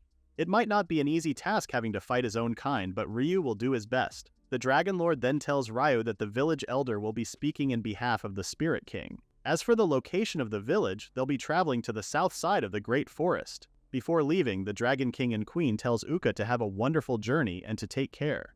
This has the princess brimming with joy. Her parents are finally supporting her dream of traveling outside the dragon country. Off to the elf village they go. In the south of the Great Forest, the gang are hiking their way to the elf village. The roots of the giant trees are making it hard for them to walk, but it's only the center part of the Great Forest. Once they get closer to the village, it should be much easier for them to walk since it's well maintained. This has Ryu sighing in relief. It's honestly going to be tough if it's like that all the time. Glancing on his back, Uka is in a far worse shape than Ryu. The princess has been panting and struggling from all the walking they've done. Before anyone can comment though, Uka tries to reassure them that she can handle all of this. Even with trembling legs, Uka is being pushed to keep on going by Tiamat. Apparently, this also serves as training for the princess. Anyways, this is Ryu's first time going out to the southern part of the Great Forest. It's not really a shocker since most people don't venture out in this part of the Great Forest. Tiamat then shares that high-ranking spirits usually set up barriers around the area. Now Ruri is concerned they might not get to enter the elf village because of the said barrier. However, they're reassured that guard spirits are usually on patrol around the village. All they need to do is mention Ryu's name and they'll probably let them in. Ryu then notices a spirit floating close to him. Both him and Karen are awestruck. It's their first time seeing such beings. Are they here to greet Ryu and the others? Before Ryu can start a conversation with the spirit, it flies away and points out to an area of the forest. It's telling Ryu and the others to follow it. Although confused, everyone still goes to follow the spirit even though they're highly likely deviating from their tracks. Suddenly, Ryu hears a human voice. But before he can find out where it's coming from, spider monsters begin jumping out from the trees. These are insect-type monsters called Konchugata. It's a huge swarm that it has Ryu wondering why. Karen immediately calls his attention, pointing out the some people getting attacked by the spiders. They don't know what's rally going on, but they can't just leave these people behind. Before a man gets eaten by a spider, Ryu rushes in to plunge his sword directly on the spider's head. The others follow suit, attacking all the remaining spiders. Once the coast is clear, Ryu makes sure that his companions are okay. Aside from the unconscious people with minor injuries, they're all good. The spirit from earlier then comes out of hiding, flying towards Ryu. The beast tamer immediately thanks the spirit for leading them there. Out of nowhere, Ryu and Ruri hear someone calling out for help. It was coming from a carriage that had toppled over. Inside it were elves imprisoned by the humans Ryu and the others just helped. They quickly free the elves, who in turn thanks Ryu for helping them get out. As the elves bow down to Ryu, the beast tamer tells them they're actually there to help them at the request of the Spirit King. Ryu then shares about the spirit that led them to the elves' location. Upon seeing the spirit, the elf looked a bit puzzled and stares at it for a while. It then gestures a shh sign, smiling in the process. The poachers soon begin waking up, instantly remembering being attacked by spiders. Before Ryu can even talk to them, the three men dashes straight out of the forest. They don't care about elves anymore. They just want to stay alive. Finding some things the poachers left behind, Ryu picks them up and sees that it has an emblem on them. It's not something Tiamat recognizes either. Emblems are made to identify allies, and if those poachers have one, then this might be a bigger organization than they anticipated. Tiamat suspects some criminal guild or nobles are involved in this elven trafficking, but they can't just guess their way on this one, especially if it's really true that nobles are involved. For now, they need information. They need to get to the village quickly and talk to the elf elder. Since it's still pretty dangerous out here, the elves must be protected by Ryu and the others. While walking, Ryu feels sullen thinking about humans like him doing this to another species. Right now, there are 4 women and 2 children they've managed to rescue. Imagine that. Women and children being kidnapped and exploited. They need to catch the main source of this poacher problem so the elves and spirits can feel safe again. The elf girl then tells everyone they're almost there. All they need to do is get through these bushes and voila, they're in elf village. Ryu then thanks the spirit before it flies away somewhere. As they're walking in the village, an elf calls out the elf girl's name, Ellen. Her grandfather immediately hugs her, expressing how worried he was when Ellen got kidnapped. Introducing Ryu as her savior, the elf bows to thanks the beast tamer for saving his granddaughter's life. When Ellen tells him that Ryu and the others are actually there because of the Spirit King, the elf immediately know who Ryu is. Ellen's grandfather is actually the village elder Al-Ray Sauron. Ryu is surprised to learn that this elf is the elder. He doesn't look a day older than 30 to Ryu. It seemed that elves don't seem to age at all. Al-Ray Sauron then leads everyone to a room full of other elves who are seated circling a big table. The elder then introduces Ryu to them before starting the discussion about the rescue operation they're going to plan out for their other captured friends. Now that an operation is being laid out, this only means the situation has indeed become worse. The elves have indeed tracked the poachers. They've been selling captives to the Elk Principality's slave traders. Now that they know who their enemy is, the elves have planned this operation. They're going to infiltrate the slave traders and nobles' mansions who bought the elves and spirits, rescue their captured friends, and rebel against all involved in the poaching scheme. And that's it, speechless. And it's not even the good kind of speechless. This plan of theirs is way too simple. Both Ryu and Ruri are having doubts on the elves' plan, while Karen and Uka seem to just agree with it. Both Karen and Uka are ready to join the elves in their rescue operation, causing Ryu to stop them with his hands on their shoulders. The beast tamer thinks this plan is a bit reckless. For one, they don't even know where the abducted elves are. Two, they haven't directly checked inside the slave traders yet. And lastly, if they pick a fight with the nobles recklessly, they might retaliate against them. One of the elves share that the elves they've sent for recon haven't really left Elk Principality yet. This just brews a more complicated problem itself. When Ryu asks to plan this rescue operation more carefully, the elder slams his fist on the table and says they don't have much time left. Clearly, he's frustrated with all of this. All their comrades are losing their dignity, suffering from the hands of poachers who care less of them. With trembling hands, the elder cries his anxiousness for his comrades. They must also feel anxious and unsure if help will come for them. They just can't keep them waiting. Not when their hope is on the brinks of collapsing. Seeing the elder cry, it dawns upon Ryu that these people aren't really being reckless or careless. They just care about their comrades too much, that's why they're rushing. All these people want to do is save the elves and spirits that's been kidnapped. This time Ryu explains why they really need to be careful. If they rush and find no one to rescue, it'll be wasted effort and an even more complicated problem could arise from that. That's the last thing they want, especially that the victims are waiting to be rescued. When the elder asks on how they'll manage this, Ryu confidently asks they leave it to him. Ryu, a human, will infiltrate the slave traders as a customer. This is the new plan. Ryu will get close to the merchants and extract information about the captives. If needed, he'll willingly buy them back to play the part. It all sounds absurdly dangerous, in fact it is. Even Uka has doubts about Ryu's plan. Do they even have enough money to buy back many elves? Not a problem at all. If they don't have enough, they'll simply make it. Ryu explains how hunting large monsters in the Great Forest yields a very hefty amount of money. Remember at Fall Crown? One piece of a giant boar's skin sells for about 60 gold coins.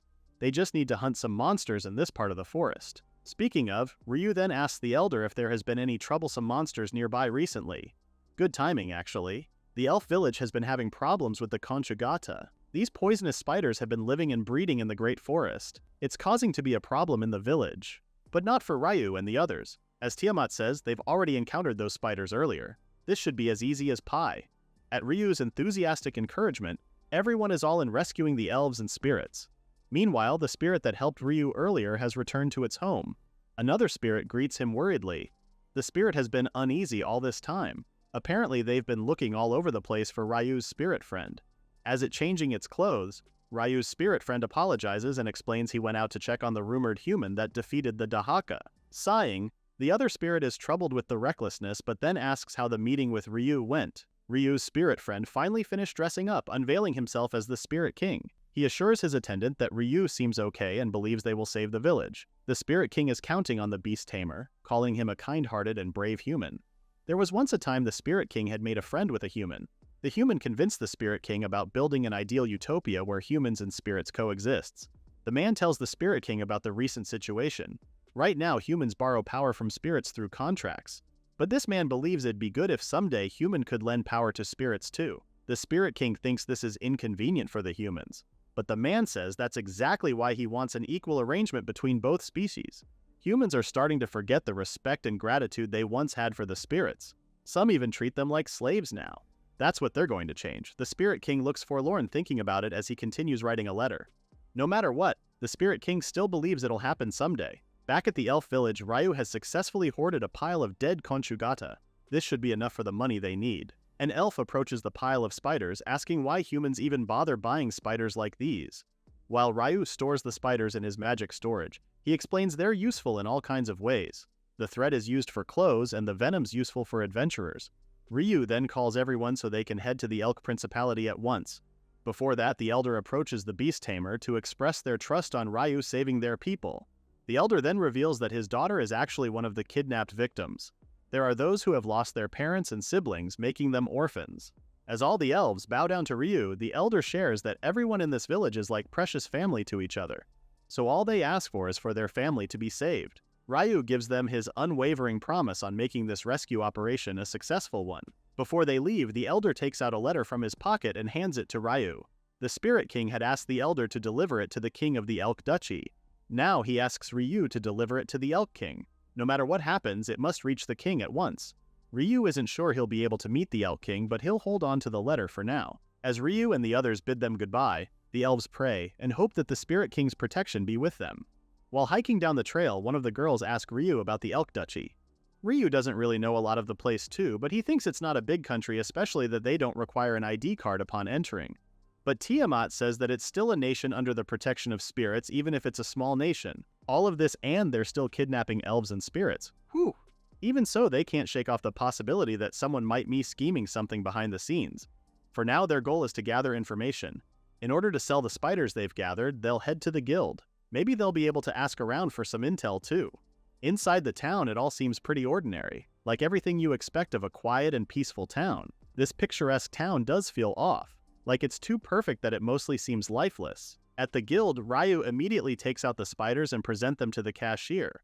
All eyes are on Ryu as he gets a serious amount of gold for the spiders he has traded in. He then gets the money and tells everyone they'll go and start asking around now. Suddenly, they're interrupted by a man calling out Ryu's name. It's none other than Mark, the merchant he and Ruri met at Fall Crown. Apparently, Mark had heard someone was selling rare materials, so he came to check it out. He's not at all surprised to see it's Ryu. Is it me or this dude seems suspicious? Curious, Uka asks Ryu how they know each other. The Beast Tamer then shares his exchange with Mark at Fall Crown. Anyways, Mark didn't really expect to run into Ryu here as well, especially at a rough time like this. When Ryu asks about it, Mark divulges about a rumor running around town. The Elk King has fallen ill. In this country, only those who formed a contract with the Spirit King can become king. But as of the moment, not even the Elk Prince can succeed the throne, so the whole nation's drowning in anxiety. This just means that the Spirit King and the king of this country know each other. The question in Ryu's mind right now, if the letter he's holding onto contains information about the next heir.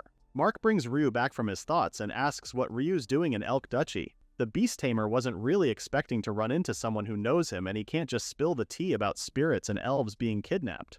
Ryu lets out a nervous and awkward laugh before telling Mark about a request he got from a village asking him to help save people taken by Elk Duchy. Mark is amazed upon knowing this. Ryu further tells the merchant about the possible slavery happening, so they're there to gather information. Ryu doesn't let this opportunity pass and asks Mark if he knows anything about it. Slowly nodding, Mark shares about an underground guild called Black Fang Wolves that deals in poaching and worse.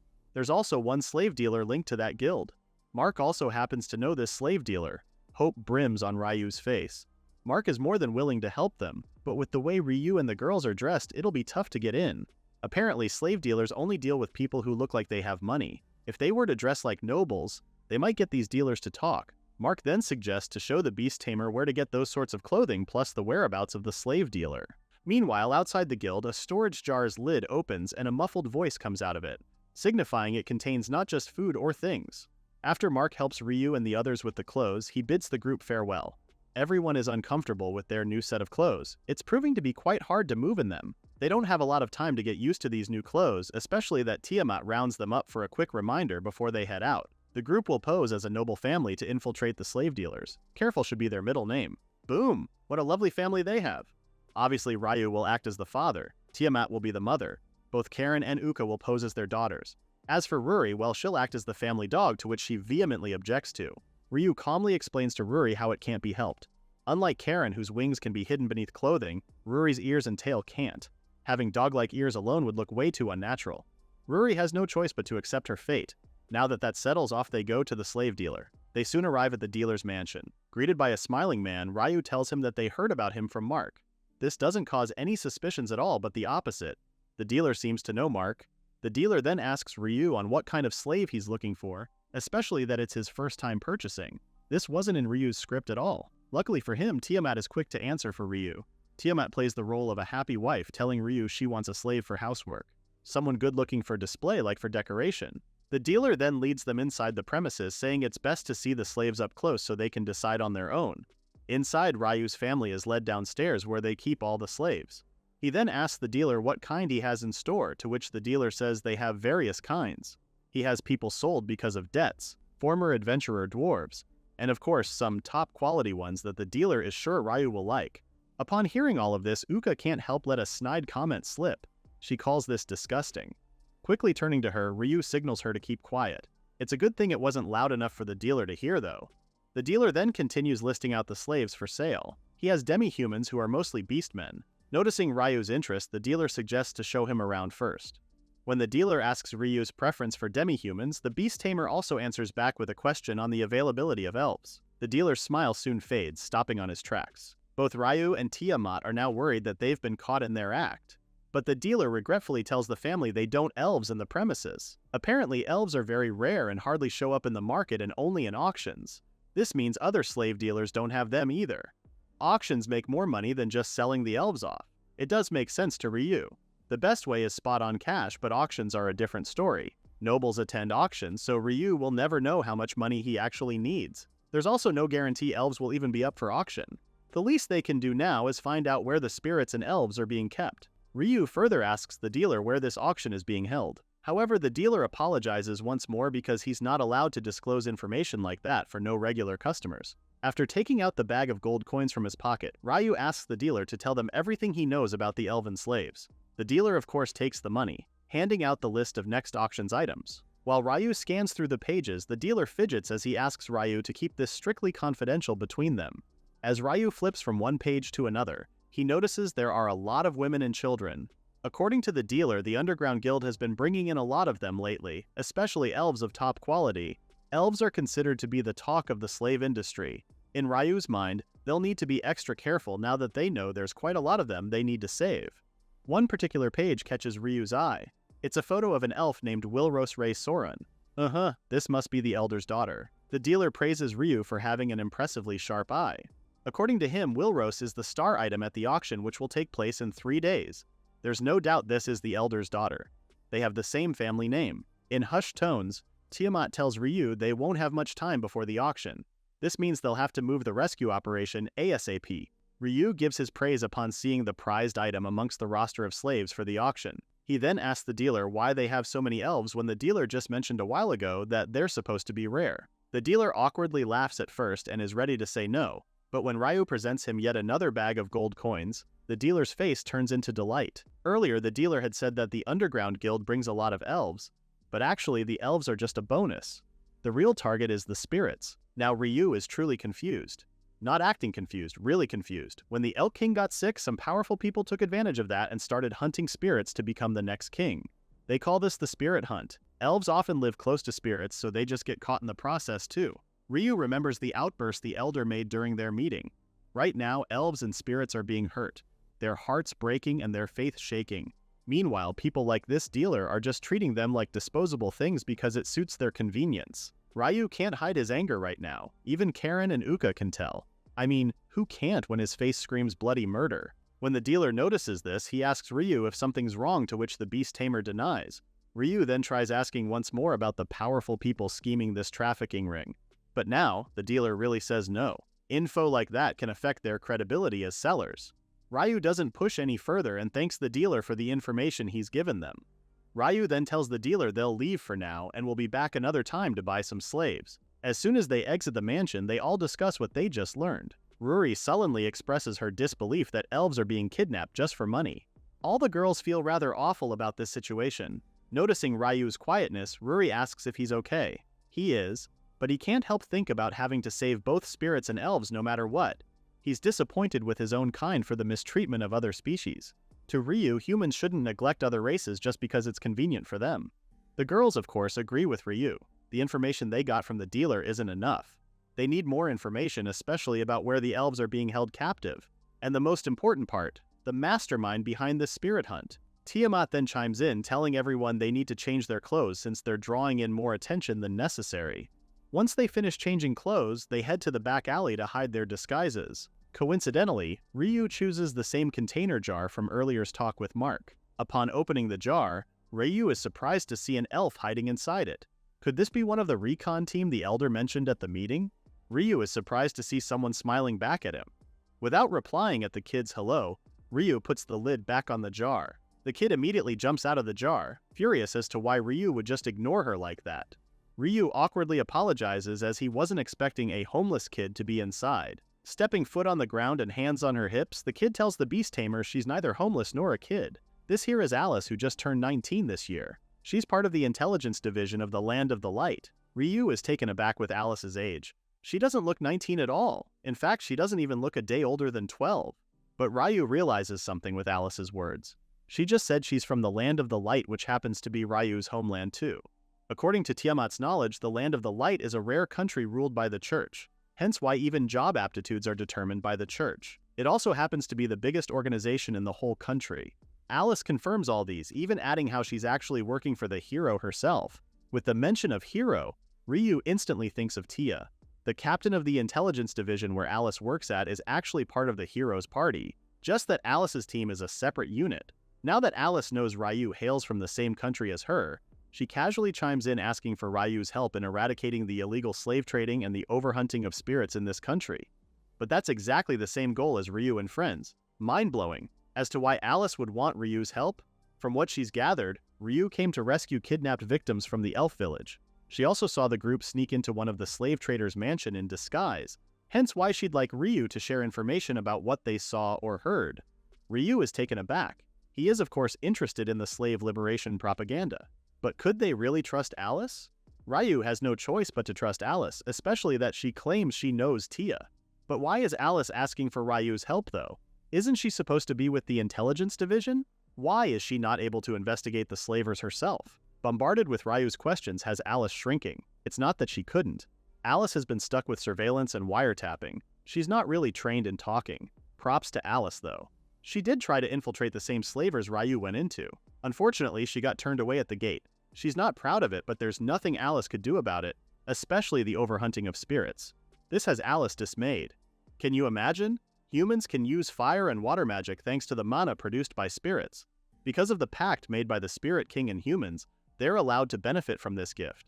If the spirits use this opportunity to sever ties with humans, they'll lose all blessings and won't be able to fight off monsters anymore. Ryu now realizes if this really happens, even Tia and her group would be in danger. Deep in thought, Ryu is suddenly ambushed with a hug from Alice, who's begging for Ryu's help. Any information would be enough for them. Alice cries out saying she can't bear facing her captain or the hero if she doesn't succeed. With Alice's incessant begging, Ryu utters an immediate yes to her request. This has Ruri whispering to the beast tamer, asking if it's really okay to help them when Tia hates monsters. Taking this into consideration, Ryu thinks of a way to have both ends meet. While it's true that it's dangerous for them to be this close to the hero, they also need more information about the slavers. So Ryu suggests they work with the intelligence division. Since it's a separate unit, they won't have trouble keeping tracks of the hero's movements and avoid running into her. Aside from tis being a safer approach, they'll also have access to info they don't have. Everyone agrees with Ryu's plan, and the beast tamer instantly informs Alice of their decision. After Alice agrees to swapping information between them, Sei gladly tells Ryu she'll inform her comrades. Clicking on her earpiece, Alice starts tuning in as well as replying back to the person on the line. Everyone eyes Alice with curious eyes. It doesn't take long for Karen to ask about Alice's communication device. Answering back in their telepathic communication, Ryu tells the Garuda that it must be some kind of magic device like how their telepathy works. Just this one's for humans. Alice clicks her earpiece once more before telling everyone that they've got permission to proceed to the room the division has booked at the inn. Alice joyfully takes the lead, but after stepping onto her cape, Ryu can't imagine this kid's really a part of the country's intelligence division at all. They finally arrive at the inn, and Alice, who's sporting a bruise on her forehead, hurriedly greets her superior. Before introducing himself, he thanks everyone for looking after Alice. He then cheerfully tells everyone his name. This is Bill. Since their captain is MIA for now, he's left in charge of the squad. In turn, Ryu introduces himself and the others to Bill. After their pleasantries, they all agree to get down to business. After all, time's a-ticking. When asked if he knows about the country's current state, Ryu immediately confirms everything they know.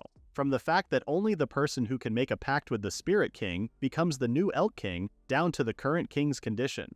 Scratching his head, Bill divulges how they suspect it's no ordinary illness. It's actually highly likely that the king is weakened because he's been poisoned. Gasps are heard from Ryu's side. They can't believe someone would do such a horrible thing to the king. Bill reminds Ryu on who gets to be king and how it's done. Piecing everything together, Ryu's eyes grow wide.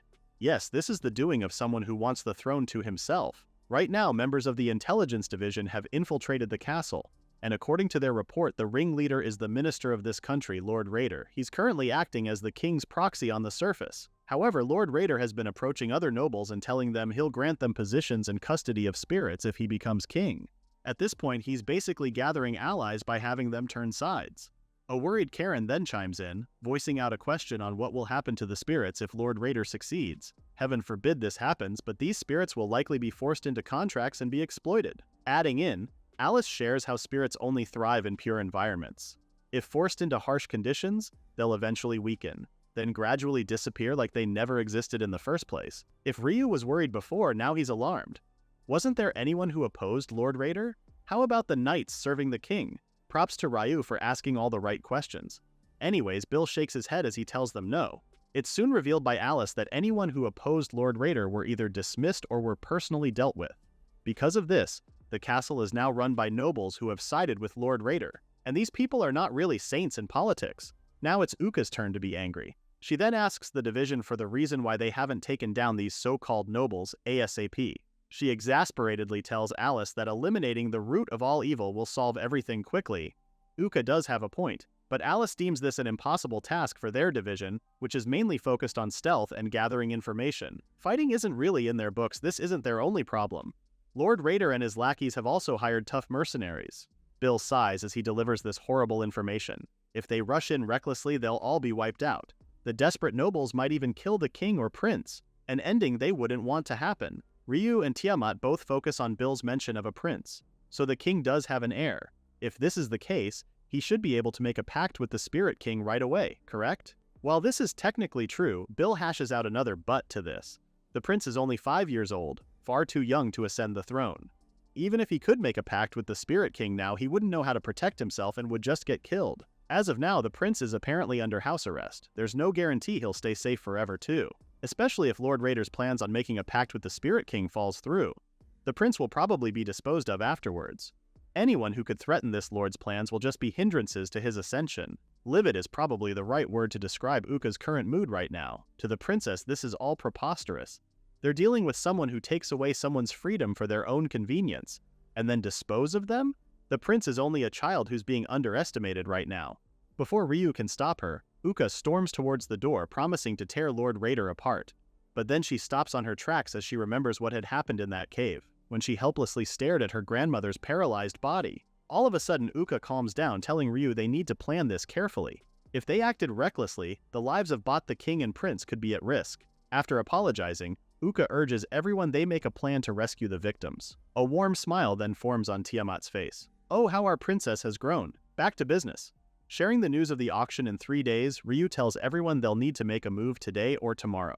When Alice asks about this said auction, Ryu starts sharing to the division on what they know and found at the slaver's mansion. From what Alice has gathered, Ryu came because the elves asked him to rescue their captured kind and the spirits. This alone has Alice questioning on who exactly is Ryu. The beast tamer can only let out an awkward laugh as he listens to Bill expressing his surprise. Now they have added information. It makes sense now. To lure the spirits, the underground guild is capturing and controlling the elves. And this auction must be a way for nobles to fund hiring that said guild, Bill deduces. Not only that, but there's also a high chance the spirits are being controlled together with the elves. Question is, which guild is responsible for this heinous crime? Ryu hasn't gotten that far on their investigation though, which proves to be a troublesome matter now. Kind of like a dead end at this point, especially that there are 3 underground guilds in this country. If they can somehow figure out which one is directly connected to the slave traders, then there is still a big room for hope. Alas, Ryu recalls something. The underground guild specializing in poaching, the Black Fang Wolves, is actually directly involved with the slave traders. Bill beams at this revelation. Now they can start by tracking down the Black Fang Wolves. In the corner, Alice wonders why an ordinary merchant like Mark would have valuable information about an underground guild. I did tell you in the beginning, that man smells like fish. Bill then instructs everyone to split up in teams so they can investigate right away. One comrade worries about their fighting forces. Even if they gather information, it'll be too late for them to ask for reinforcement from their homeland. And besides, even if they do manage to save the king, it's hard to believe the king and his people will trust them since they're not citizens of this country. Bill lets out a sigh of frustration, asking why his crew chose today of all days to be this pessimistic. Bill understands it's a difficult matter, but they must act now or they might regret it. He then reassures his comrades not to fret about those things. Ryu suddenly butts in their conversation. asking the division members to leave it to him and his group. Ryu and his friends are more than ready for this mission to push through. They've gained confidence in their skills all throughout their journey. Dealing with the underground guild will be easy as pie. But before they head out for their separate tasks, Ryu shows the division the letter the Spirit King gave him. The Beast Tamer explains how it's a letter addressed to the Elk King. If they manage to deliver this, Ryu believes the king will trust them. Surprised, Bill and Alice hurriedly ask why Ryu would have something of importance with him. Just who is this guy? Ryu then explains more of it. When he said they were asked by the elves to rescue their kind, the request originally came from the Spirit King. Bill believes this letter might solve all the questions they've been asking and discussing earlier. Alice then stares at the letter, asking Ryu if he's opened and read it. But the Beast Tamer hasn't done so, thinking it's wrong to open it without permission. Suggesting they open it, Bill clarifies he wants to make sure what the letter says. If it says that the Spirit King will sever all ties with humans or the other way around. Although Bill feels bad for the Spirit King, he urges Ryu to open the letter and decide if it's really okay to hand it to the Elk King. Ryu reluctantly stares at Bill as he opens the letter. Reading the contents, the Spirit King asks the Elk King if he remembers the utopia they once spoke of a world where spirits and humans join hands, laugh together, and live in harmony. Not as beings who grant favors from above, but as eternal neighbors who support one another. This was a promise they made that day, but the world as it is right now is far from that dream. Even so, the Spirit King doesn't blame the Elk King. Even if the Elk King's position or his beliefs have changed, the Spirit King still believes that the promise they once made can be fulfilled. Silence echoes the room's walls as everyone takes it all in. The Spirit King hasn't given up on humanity just yet. Alice then knows their next step. They must deliver this to the Elk King at once. This is enough proof already. For sure he will believe the division. Filled with hope, Bill clutches the letter tightly while agreeing that this is something the Elk King must read. He then turns to Ryu, asking if he could entrust the letter to them. Bill promises to take full responsibility of the letter and will surely deliver it to the king. After Ryu agrees, Bill tells his comrades that rescuing the king and catching the underground guild would also round up all those corrupt nobles at once. That's like solving all their problems in one go.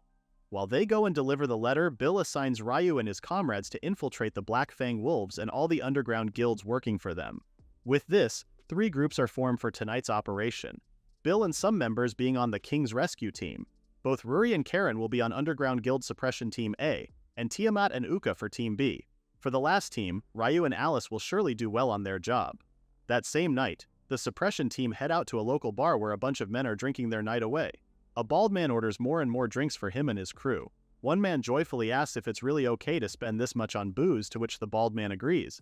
He then shares how those pompous nobles have been throwing some really lucrative jobs their way. Money isn't a problem now. The bald man then toasts his cup as he happily thinks the nobles have seen value in them now. After all, they've been very nice to these men these days. Meanwhile, both Ryu and Alice are camped out on the roof, spying on the cheerfully drunk men. Alice doesn't understand why she's been put on the subjugation team when she's not really trained for combat. Ryu tries reassuring the agent by explaining how their team needs a liaison with the rescue team for the king, too. Sighing, Alice can't help but wish for her captain's presence. But she also knows he has a more important role to play since he handles intel gathering and assassinations. When Ryu asks about their captain's current whereabouts, Alice tells him that he's busy investigating places affected by monster attacks and reporting these to the hero, aka Tia. It's been said that the Demon King has been on the move lately and monster damage has increased. That's why both the hero and Alice's captain are on edge too. This information surprises Ryu at first, but then he goes quiet as he avoids eye contact with Alice. He then realizes that Tia still sees monsters as her enemy, which saddens the Beast Tamer a bit. A bit confused of Ryu's reaction, Alice explains how it's part of her job to do so. This girl, who's younger than Ryu, is amazingly facing monsters to protect people and trying to defeat the Demon King for the world. That's pretty pressuring for just one individual, if you ask me. A chuckling Alice reveals how she actually took this job as an agent because she's a fan of the hero. If the hero is doing her best, then Alice thought she should as well. Becoming someone like Tia is just a dream within a dream. As Ryu listens to Alice's words, he can't help but mull over it. Everyone loves the hero, as they should. But for Ryu, who has grown to love the monsters in the Great Forest.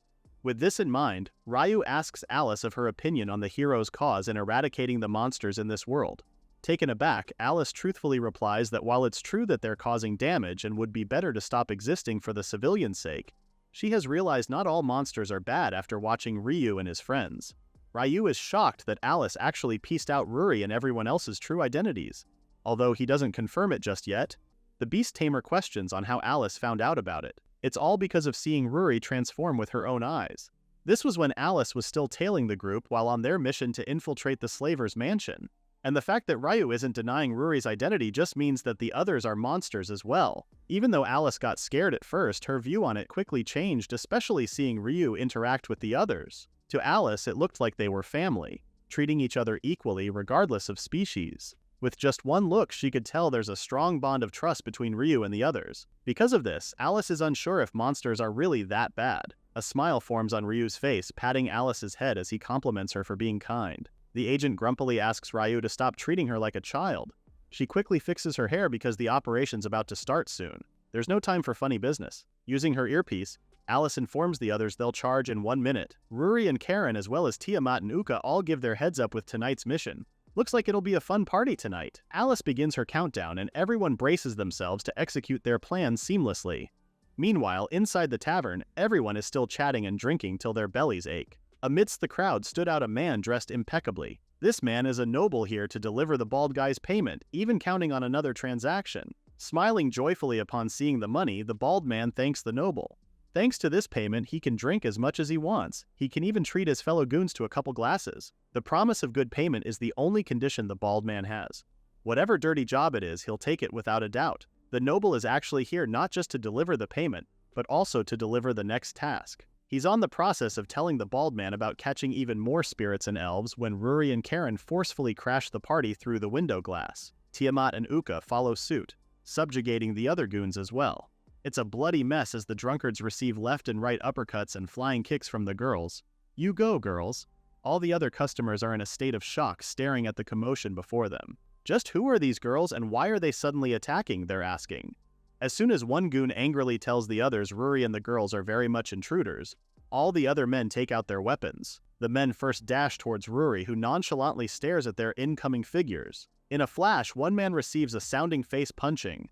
The man crashes to the floor with a loud thud, scaring the nobleman as he stares at the henchmen being defeated one by one. He's even more scared when Ruri just shrugs this off as a non-threatening task. The nobleman scurries away when a smiling Ruri turns to him. Looks like he's afraid his fancy clothes might get dirty. Outside, Ryu immediately spots the nobleman who's running like his life matters on it. Kinda does though. This is when Ryu and Alice come in. It's their turn now. Earlier during the meeting, Bill gave them the magic earpieces so they could stay in touch with the other teams. Bill seems distraught at the fact that they've only managed to locate 2 of the underground guilds and are missing the Black Fang Wolves. Uka voices out everyone's worries right now. They can't really eliminate their enemy if they don't know where they are. It's a good thing Ryu is quick with his ideas. He suggests having the guild's so-called allies to guide Ryu and the others to the Black Fang Wolves' hideout. Of course, they won't give up their location with just them asking. Ryu chuckles as he dismisses this. His idea revolves around decoys. They'll let the enemy escape on purpose. If Ryu and the others are able to pressure another underground guild to brink of destruction, for sure they'll ask the Black Fang Wolves for help. And that's exactly what's happening right now. This nobleman is leading Ryu and Alice to the Black Fang Wolves without realizing it. Ryu then startles Alice by carrying her before judging off the roof. The poor kid had to forcefully cover her mouth just to not make any kind of ruckus that might attract the noble's attention. Ryu and Alice are hot on the nobleman's tail, and this means they could hear the man's cowardly cry for help. The duo then realizes the man is headed towards a dead end. Or is it really a dead end? The noble halts to a stop and quickly presses the blocks in a chronological order only they know about. And voila! The wall opens to a completely new passageway. The nobleman runs inside, and before the wall closes back, Ryu and Alice are able to force it open just in time for them to enter. The duo casually walk the secret passageway, giving praise on the guild's elaborate location. Now they know why the Black Fang Wolves can never be found. At the end of the passageway lies a door. We all can guess what's inside, right? Ryu instructs Alice to stay behind until the fight is over. If anything happens to the beast tamer, at least Alice can call for help immediately. Kicking the door open, the guild members are furious with Ryu's intrusion. They quickly take out their weapons, seeing Ryu as a potential threat to their guild's existence. While this is going on, the nobleman is already inside the guild's leader's office giving details about the attack at the tavern. He quickly tells the leader of a strange woman and kid who both suddenly barged in and started attacking them. The noble then warns the guild's leader about the possibility of the Black Fang Wolves being next on the list.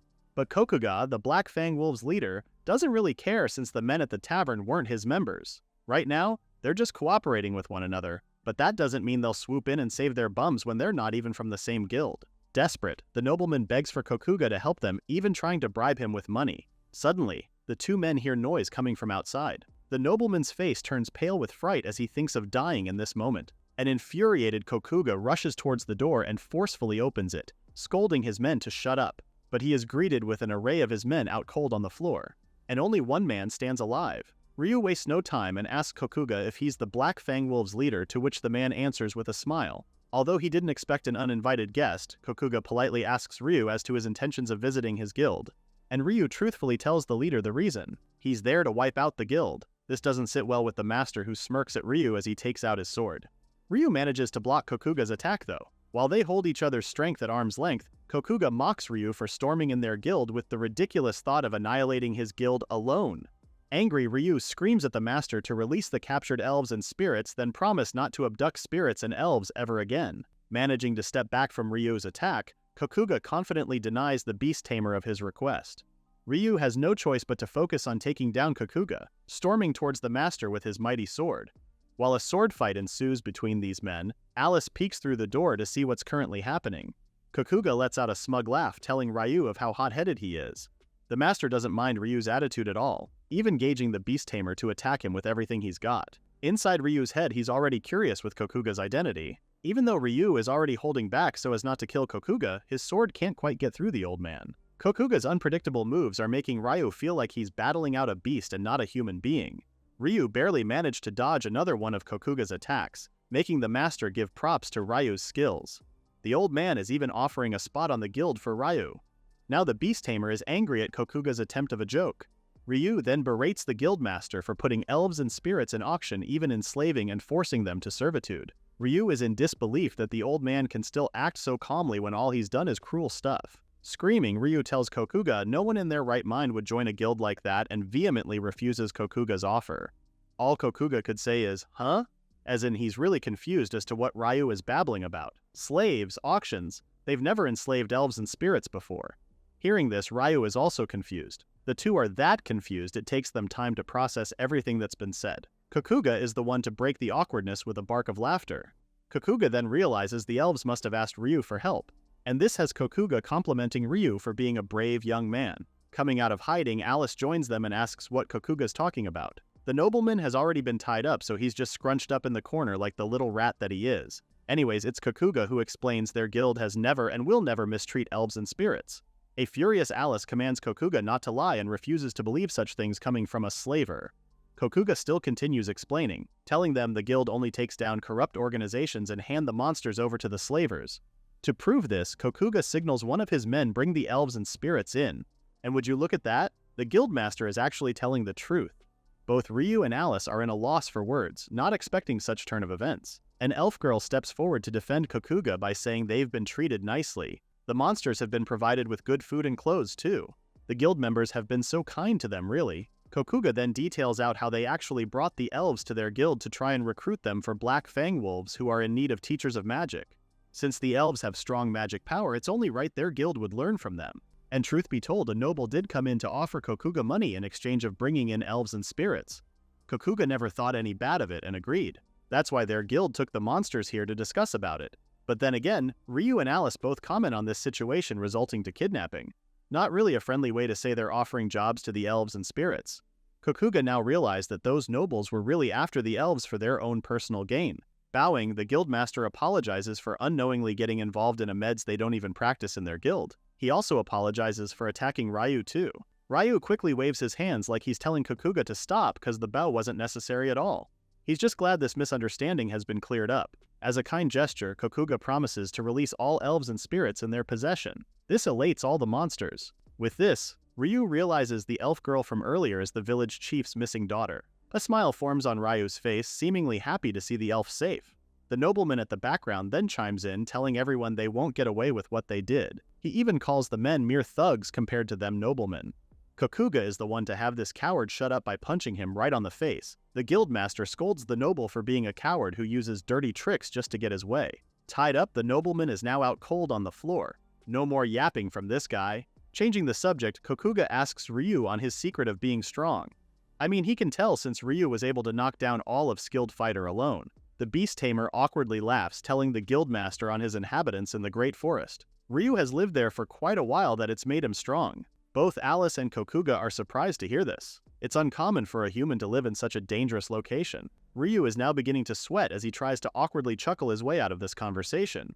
Now, Kokuga plans on taking his guild to the Great Forest, so his members would get even stronger. He then turns towards his guild members, announcing they'll all be headed towards the Great Forest ASAP. The men start complaining at their master's insane plan. It's been hard for them to catch elves and spirits. Now Kokuga wants them to train there? They'll surely die. Kokuga scolds them to stop whining and reassures them the master will be going with them.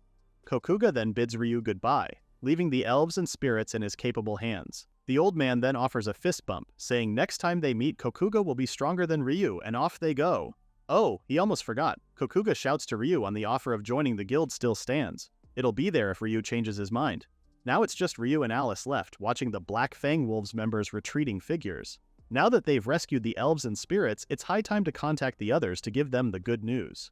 Alice clicks on her earpiece, wanting to contact her seniors before anyone else. Alice quickly tells them their mission is a success, then she asks about Bill's team. Although Bill is happy to hear Alice's news, their end is the opposite. Sure, they made it safely to the king. However, upon arriving at the king's bedroom, the team discovers the king to be completely weakened now. He's in no condition to read nor understand the spurting king's letter at all. As Bill shares the disappointing news of the Elk King being completely weakened and in no condition to read the Spirit King's letter, both Alice and Ryu listen in silence. One of the team's allies has already called for a doctor, but Bill still urges Alice and Ryu to get to the castle ASAP to talk about their next move. Before doing that, Ryu wants to make sure the captured spirits and elves are safe.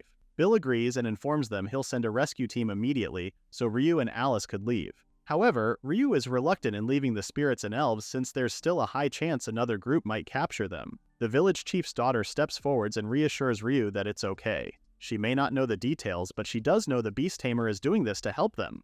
So she encourages both Ryu and Alice to go and to not worry about them. Ryu and Alice don't really agree with the elf's suggestion, saying it's way too dangerous and they should at least stay with them until the rescue team gets there. Smiling, the elf assures them that they're very much capable in handling themselves. They are hunters after all. She then bows down to Ryu and Alice, asking them to go for the sake of the future of their people. This is enough for Ryu and Alice to leave for the castle. As they head outside, they both worry about the king's condition. They both hope he'll be alright and for the doctors to do something about it. Alice is afraid if by any chance they were to lose the king. It would make improving relations between spirits and humans incredibly difficult. Worst case scenario? Lord Raider, who's acting as the king's proxy, will take full control. And once that happens, he'll become king and get rid of the prince who stands in his way. He'll rewrite the laws to suit his needs and make sure no one from the outside can interfere. When Ryu suggests they just take Lord Raider down, Alice tells him that would turn into an international incident and the armies of the other nations will come after everyone involved. If they get caught, there's no way they'll be able to escape.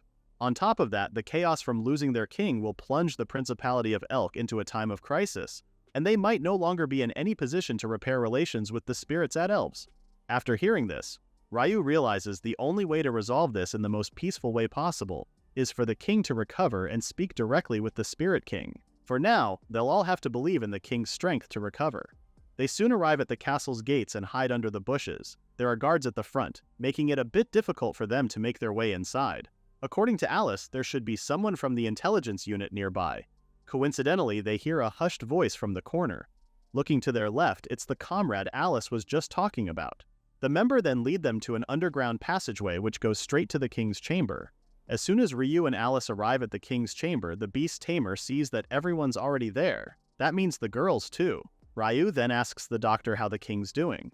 With a worried look, the doctor informs them it's even worse than they imagined. The poison itself is incredibly weak, but it's been administered over such a long period of time it's not just in his bloodstream but has already reached the king's organs now. Ordinary antidotes or healing magic won't be enough to save the king now. And the worst part in the doctor's examination is that the king doesn't have much time left. Holding the letter, Bill is disappointed they came all this way for nothing. Still, Ryu asks for the Spirit King's letter from Bill. Even if the Elk King can't read the letter, Ryu still wants him to feel the Spirit King's intentions. With that, Ryu gently puts the letter onto the king's body. Suddenly, the letter starts moving and the tie breaks. Turns out the letter was enchanted all along. It's now reacting to a specific kind of magic power. Everyone is surprised, waiting for the letter to unleash whatever it has inside. A magical circle soon appears on the paper along with a strong gush of wind. The letter reveals the Spirit King himself, though Ryu doesn't really know him as the king but as the one who guided them to the elf village. The Spirit King thanks Ryu for delivering the letter. Since he can't move around much due to his position, hiding in the letter for Ryu to deliver to the Elk King. Before anything else, the Spirit King finally introduces himself to everyone. The Spirit King contracted with the current king of the Principality of Elf. Ryu is in utter belief. He never knew the one that helped them was the Spirit King himself. Hearing the Beast Tamer, the Spirit King asks him to stop with the formality, and most importantly, he needs a serious 411. After some time, the Spirit King is now up to date with everything that has happened. Hearing all of that has the Spirit King realizing that his friend hadn't forgotten his promise after all. Although that has the Spirit King relieved, he's somehow sad to see the Elk King in this condition. It somehow made the Elk King's appearance change since their last meeting. Despondent, Ryu apologizes to the Spirit King. The Beast Tamer feels like it's all his fault. Even if he was able to deliver the letter, it's still meaningless because the king isn't safe. If Thai had acted sooner, maybe the Elk King could have been saved. The spirits, elves, and humans might have had a future where they could live in peace. Crying out his frustration, Ryu believes the Spirit King had entrusted them with this for nothing. The Spirit King immediately cuts Ryu off, telling the Beast Tamer it wasn't for nothing. While it's true that the reason he asked for Ryu's help was something straightforward like defeating the evil dragon or being humans who can move freely. But that's not really the only reason. The Spirit King reveals that he actually guided them to the elf village because he felt like he could trust Ryu. The sense of justice that drives Ryu to help others without hesitation, the purity that never even allows a moment of ill will towards spirits or the elves. It's because the Spirit King saw all that with his own eyes that he entrusted the letter with Ryu. Hovering towards the Elk King's face, the Spirit King tells Ryu he did an absolutely great job in properly delivering the letter to the king, as the Spirit King was able to meet his friend safely. Chiming in, Alice asks what their next plan is. According to Bill, if the king stays like this, the spirits and elves will keep being targeted. They need to find a solution to solve this. And that's what the Spirit King is here for. He flies towards the Elk King's hand and touches it. Using his magic sunlight breaker, a blinding ray of light surrounds the room. Everyone else in the room cover themselves in the process. Bill is the first to look at what's happening and quickly notices that the Elk King's complexion looks like it's returning. As soon as the Spirit King's done, he loses his strength and is about to fall to the ground when Ryu swiftly catches him. Ryu immediately asks if the Spirit King's okay with what he just did. The Spirit King explains he absorbed the poison. This poison is now flowing into the forest through the Spirit King's magic power. It will take some time, but the forest's natural purifying ability will gradually break it down, so there's no need for anyone to worry. Ryu is reluctant since he can clearly see that the Spirit King can barely stand right now. Laughing, the Spirit King explains he just got tired from using such a large-scale spell. Bill is amazed that the Spirit King can do something like what he did earlier. They're suddenly interrupted by a noise coming from the Elk King. He's finally awake. Everyone is elated to finally see the Elk King awake. The Elk King, on the other hand, is confused to who all these people are, and is more confused as to why the Spirit King is also here. It's the Spirit King that fills his friend in on what's happening, telling him how the Elk King was on the verge of having his throne stolen by his own minister. They had weakened the Elk King with poison, causing him to fall ill. During this time, hunting spirits ran rampant. This urgent matter is the reason why the Spirit King came here, to set things right. Clutching his hands, the Elk King never knew all of this was happening. He is rather disappointed with himself. The Elk King believes he has failed and wasn't able to uphold their shared promise. He spoke highly of a utopia, yet he was betrayed by his own people and left in a dying state. The Elk King thinks his friend is deeply disappointed with him. Ryu tries to reassure the Elk King, but is cut short by the Spirit King, who strongly says it's true that he is disappointed with the Elk King. The Spirit King is absolutely disappointed that his friend, the Elk King, would think so little of him that he would lose faith over such a little thing. Is that really all their friendship meant to the Elk King? If the Elk King believes he's not fit to be king, then the Spirit King says he's no better. A king who only spouts ideals without action is just a figurehead anyway. That's why the Spirit King wants them to make it happen. Starting now, all of them will work together. Everyone in the room gave it their all to protect the future of all races, spirits, elves, and humans alike. These people uncovered the mastermind and even took down his allies. The Spirit King smiles as he tells his friend how it would be a waste to give up on their dream when they've come this far now. A sudden realization comes to the Elk King. Smiling, he believes what the Spirit King is saying is right. No matter how much he spoke of his ideals, people would just laugh it off as ridicule. The Elk King lost confidence because there was no one around who truly listened to him. The Elk King realizes the first step is to start with what he can do now. And with that, he immediately makes himself publicly known. Now, he's not alone. The Spirit King and everyone else that helped save him are now with him. The people are surprised to see the Elk King since all they know is that he's recovering from his illness. Lord Raider is in a frenzied panic right now. He's desperately shaking one of his cronies, asking what's going on, and isn't the Elk King supposed to be in critical condition? The Elk King turns to look at Ryu before he tells the Spirit King how strong the young beast tamer is. With kids like Ryu and the others, both kings can entrust their hopes and dreams without worry. Chuckling, the Spirit King seconds this motion, but doesn't want them to fall behind either. He then uses his magic to cast a magic circle that's made for making public announcements. The Elk King calls upon all the citizens of the Elk Principality, effective immediately. The forced contracts and enslavement of spirits and elves, as well as the hunting of spirits and elves, are now strictly prohibited. Those who violate this law will be deemed as threats to the trust between the humans, spirits, and elves, as well as those individuals who endanger the future of all races, including humans, will be sentenced to capital punishment, or a penalty of equal severity. The Elk King then ends his announcement by telling the people to report anyone who violates these orders to the king immediately. After that, the Spirit King quickly praises his friend for a job well done. This is the first step, the cleansing of the nation. It's a small step, but to the Spirit King it's rather fine. Their plan is finally in motion once again. Extending his hand, the Spirit King promises to help his friend. Together, they'll work hard to achieve the utopia they dream about. For sure, they'll be models to this new world. With that, the two kings seal the deal with a pinky promise. Looking at the sun rising, both kings are hopeful for the new and fulfilling era that's about to become. Meanwhile, Ryu and the girls take care of all the dirty nobles, tying them up so they can't escape their punishment. All the elves have been returned to the elf village and are finally reunited with their loved ones too. The Spirit King thanks Ryu and the girls for coming all the way to there to escort everyone back to their homes. They really took good care of the spirits and elves. Now, the Spirit King wants to discuss Ryu's reward for the big help, to which the beast tamer refuses as he doesn't need anything at all. However, Ryu's jaw drops when the Spirit King reveals the reward, a contract with the king himself. Ryu ultimately and quickly turns down the offer, saying it's too grand, and the Spirit King already made a contract with the Elk King as well. The Spirit King says it's not a problem at all. As long as he's not controlled at the same time, they're all good. Also, there's no rule that says one must always be with the contractor once the contract is made. So the Spirit King insists on this offer. To him, this is the greatest reward he can offer, a way of saying thank you to Ryu. The Spirit King really wants Ryu to accept his offer. So the Beast Tamer ultimately accepts the Spirit King's offer. Touching Ryu's forehead, the Spirit King closes his eyes. Inside Ryu's soul, the Spirit King sees Uru tending to the Dahaka that was still inside its egg. The Spirit King quickly opens his eyes and flies away from Ryu in surprise of what he found. The Spirit King composes himself and quietly asks Ryu as to why the Dahaka is inside him. Not only the Dahaka, but there are more dangerous ones, aka Uru. Is Ryu's inside some kind of demon realm?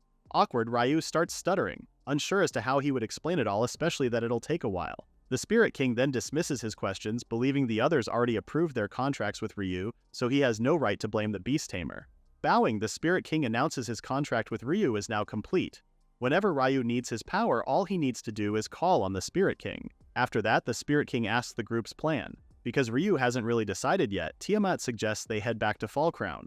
All their clothes and gear got damaged in the last battle, and they need to have them repaired. Hearing this, Ryu agrees with the suggestion. He also wants to find someone who could work with Tiamat's claw too.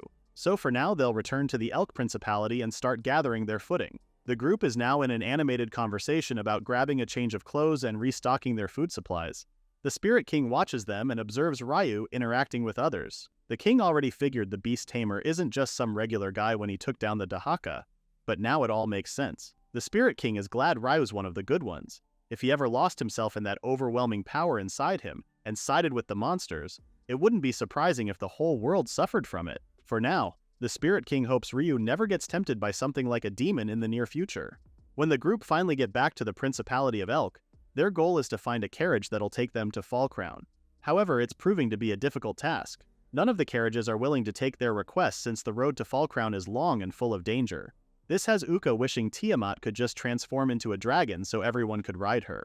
However, Ryu says it'll draw attention to them and will cause a huge fuss. Speaking of Tiamat, where is the lady anyway? Uka reveals his grandma went off searching in a different direction.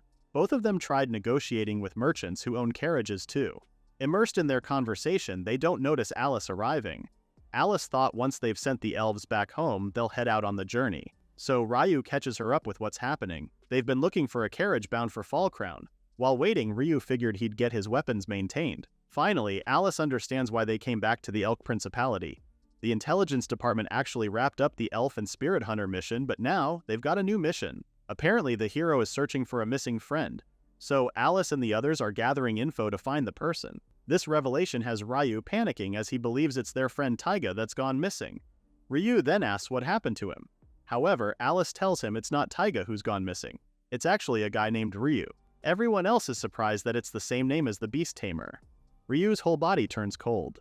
Frozen to the spot, the Beast Tamer listens as Alice continues telling them that the Ryu they're looking for is the hero's childhood friend and is also around her age. Facepalm. Alice also reveals that the friend's occupation is a Beast Tamer.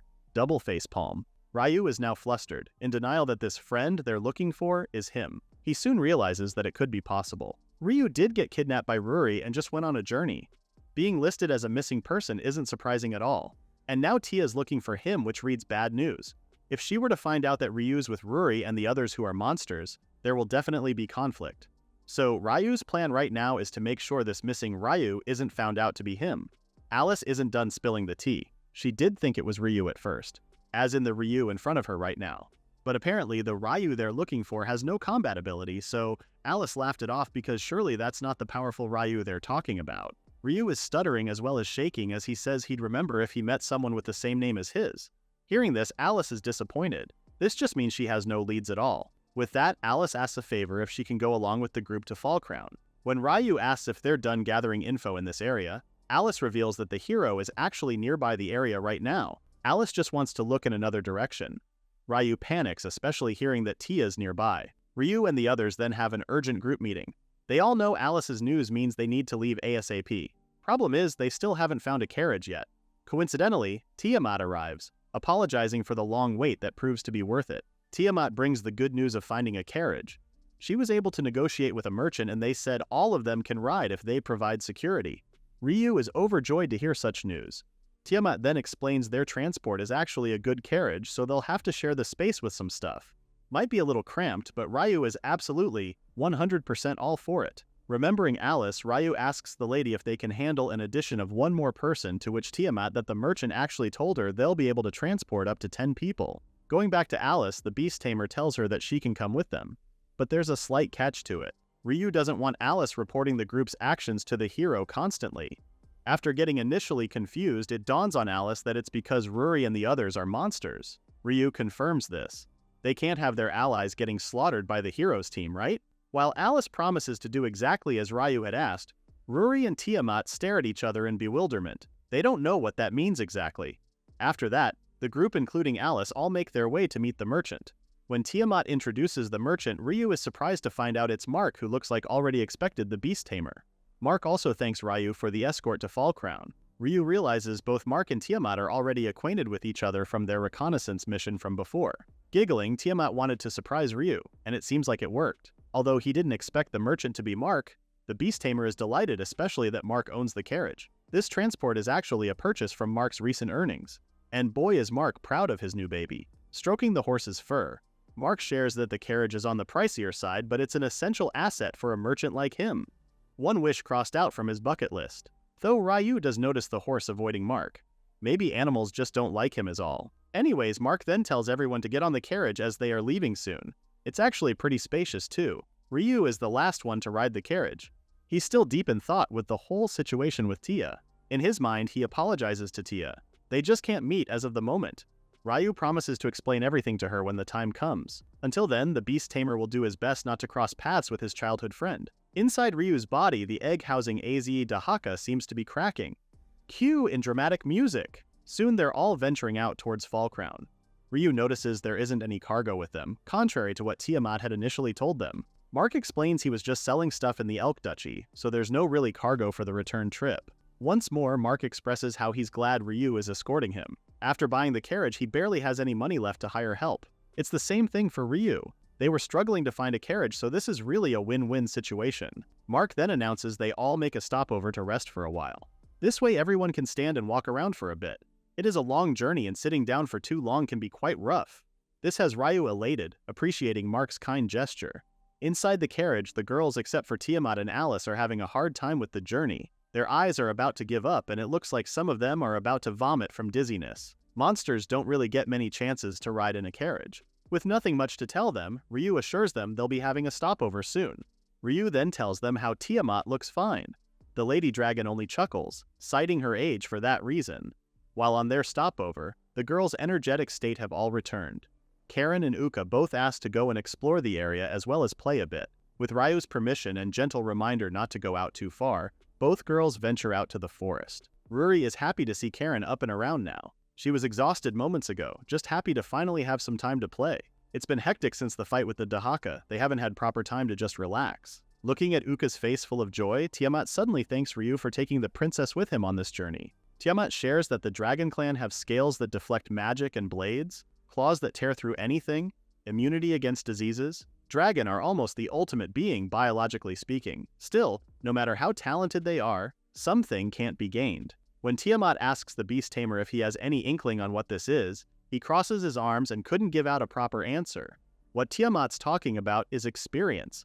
This is something one can never gain without having your own will to do so. If back then Ryu and the others hadn't accepted Uka into the group, the princess would still be unaware of what it means to have friends, and Tiamat wouldn't have had the chance to see that pure joy on Uka's face.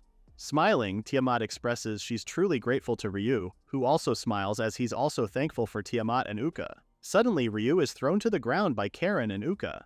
The girls have returned to their spot, but they're looking a bit spooked. They couldn't even relay what they say or what had happened inside the forest. Soon, a voice comes from nearby. A man comes out of the forest apologizing for startling the girls and asks them to hear his explanation. That's going to be a bit hard to do judging by the man's current state. Right now, this stranger has no single clothing on him. He's only holding some blanket to cover his private parts while holding fish. The man then defends himself, explaining he's not some suspicious person. When Ryu is about to draw out his sword to stop this perv from further coming near them, Alice realizes this stranger is actually someone she knows, Captain Taichu. Although Ryu has already unsheathed his sword, he stops himself from attacking the captain, who's glad to see Alice right now. He even wants to hug Alice to celebrate their mini reunion. Of course, Alice avoids him and asks he put on some clothes first. This has Captain Taichu laughing while apologizing to them. After putting on his clothes, Captain Taichu explains he was bathing while gathering food and water and didn't expect anyone to be nearby. Captain Taichu is actually the captain of the Assassination Division in the Intelligence Department. In short, he's Alice's boss. Ryu quietly conveys to Alice how he's shocked this is her captain. Alice is a bit embarrassed herself. Making a proper introduction, Captain Taichu is the captain of the Intelligence Department of the Kingdom of Light. His name is General. The captain extends his hand, to which Ryu gladly shakes. Ryu also introduces himself as a traveler. In the beast tamer's mind, he thought Captain Taichu was a weirdo, but it turns out he was just misunderstood. He's actually just a friendly old man. Upon hearing Ryu's name, the captain immediately asks if he's the one Tia's been looking for. Alice swoops in to testify that that's a different person with just the same name.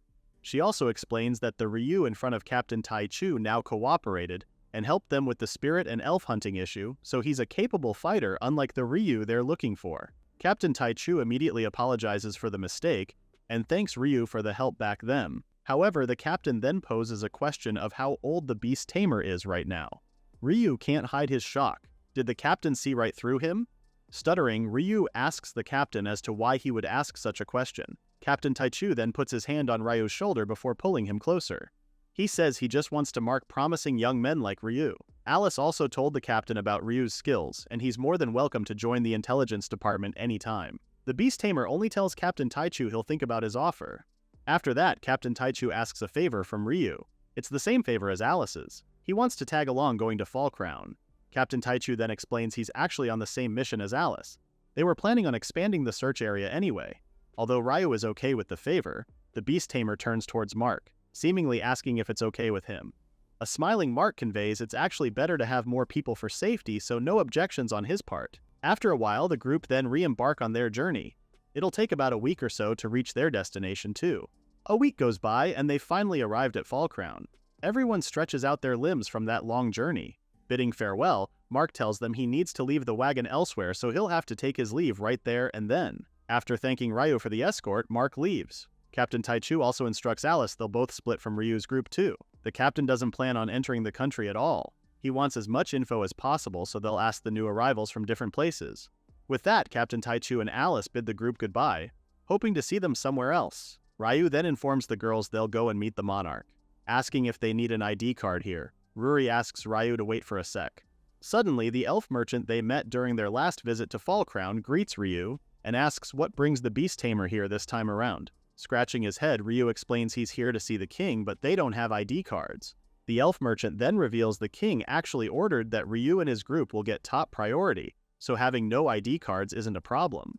When Ryu asks as to why the king would grant them such priority, the elf merchant quips, "It's because they might probably carrying rare materials." Arriving at the castle, both Lord Dwar and Lord Dolph greet Ryu and the others.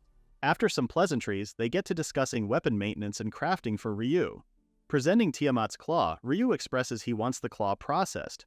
Both lords are amazed with what they're seeing right now. It's actually a dragon's claw, probably from a very rare kind of dragon. This is also the first time they're seeing one up close.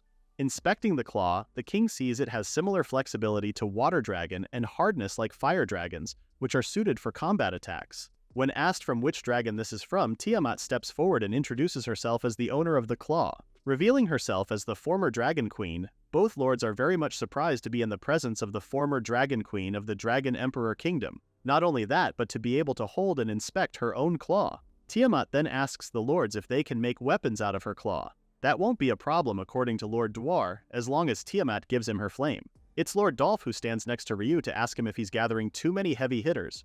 First with Ruri and Karen and now Tiamat? Honestly, Ryu never expected anything to turn out like this. But here they are. Holding the claw, the Dwarf King takes full responsibility for Lu and the claw. Ryu and the others should stay inside the castle while they wait for the finished products. Suddenly, an elf soldier enters the room, rushing as he delivers an urgent message.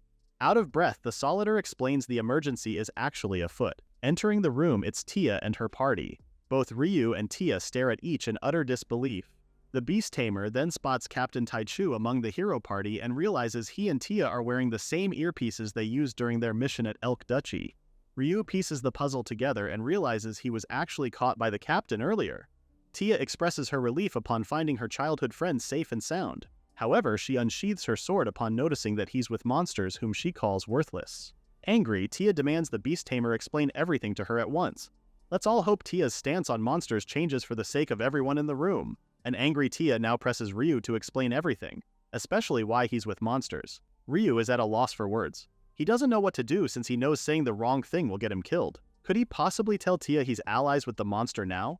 Would Tia, the monster hater, even believe it? Ryu's silence triggers Tia even more, telling the Beast Tamer she'll cut him down if he doesn't have any excuses to say. That's when Taiga hauls Tia to calm down. Taiga then explains drawing his sword in front of the king is pretty disrespectful. Before Tia can protest any further, a calm Taiga faces Ryu to tell him what they know. They heard from the ranch he was missing, so they came looking right after. Judging by the situation, Taiga believes there's more to this story and wants to know what exactly happened. Ryu is facing a huge dilemma right now. He shouldn't expect them to believe him right away, but lying and making them suspicious would be even worse. In that case, Ryu has no choice but to be honest. Sweating, Ryu slowly tells them that he was training in the Great Forest. In his mind, all Ryu could think about is Tia flipping out.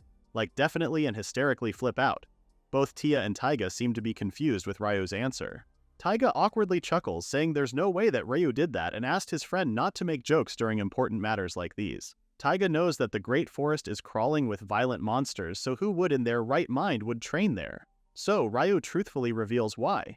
He got kidnapped by a Fenrir. Ryu's two best friends stare at him dumbfoundedly as the Beast Tamer continues explaining what happened. He tells them about the elder of the Fenrir tribe being sick, and when Ryu healed him, the elder said he'd train Ryu in return, so he stayed with them. Before Ryu can further explain things, Taiga asks him for a timeout.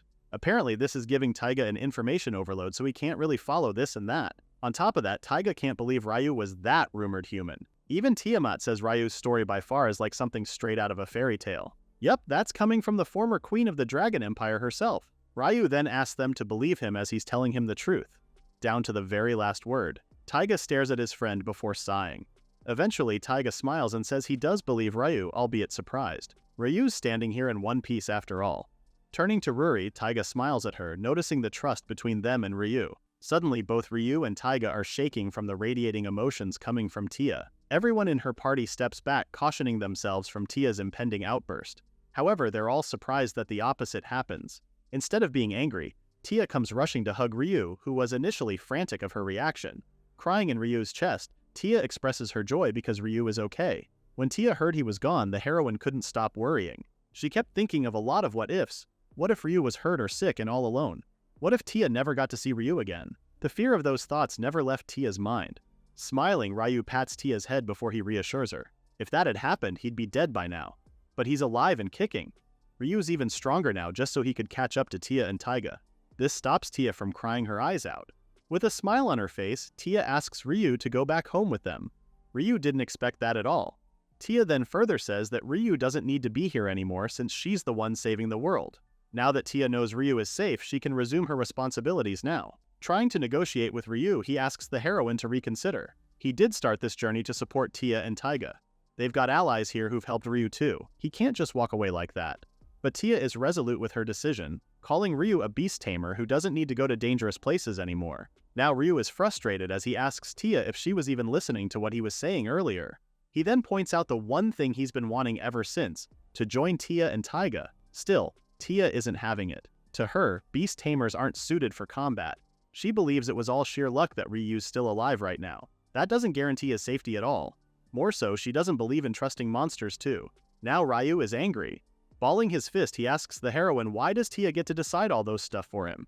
Does Tia even know how Ryu felt watching both of his childhood friends leave? Ryu doesn't hold any grudge on them. He knows his friends are both amazing. Tia, who used to be just a hero's egg, is now a real hero. And Taiga went from mage to sage, but Ryu also wanted to stand beside them again like in the old days. That's why he endured harsh training and made reliable friends. But now, Tia's just going to ignore all his hard work? Letting out all his frustration, shouting at Tia for belittling Ryu just because of his class. He can't believe Tia would just brush off his feelings like that when he hasn't even seen what he can do yet. Tia answers back, telling Ryu she doesn't want her friend to die and she's just doing this for his sake. All this bickering has Taiga's head aching. Sighing, Taiga looks weakened by his ordeal. They were just getting along just fine until a minute ago. Ruri and the other girls stare at the scene in disbelief. It's the first time they're seeing Ryu getting mad like that. They really thought he was all soft and gentle. Now they know that's not the case when it comes to family. Scratching his head, Taiga gives them a sheepish smile as he shares the three of them are childhood friends and they used to fight all the time as kids. But every time, they'd make up again on our travels. That's probably why Ryu's emotions just slip out without him realizing it. It also seems that Tia isn't aware of it either. Hearing all this has Ruri realizing something, but instead of expressing it through words, she opted to stay quiet.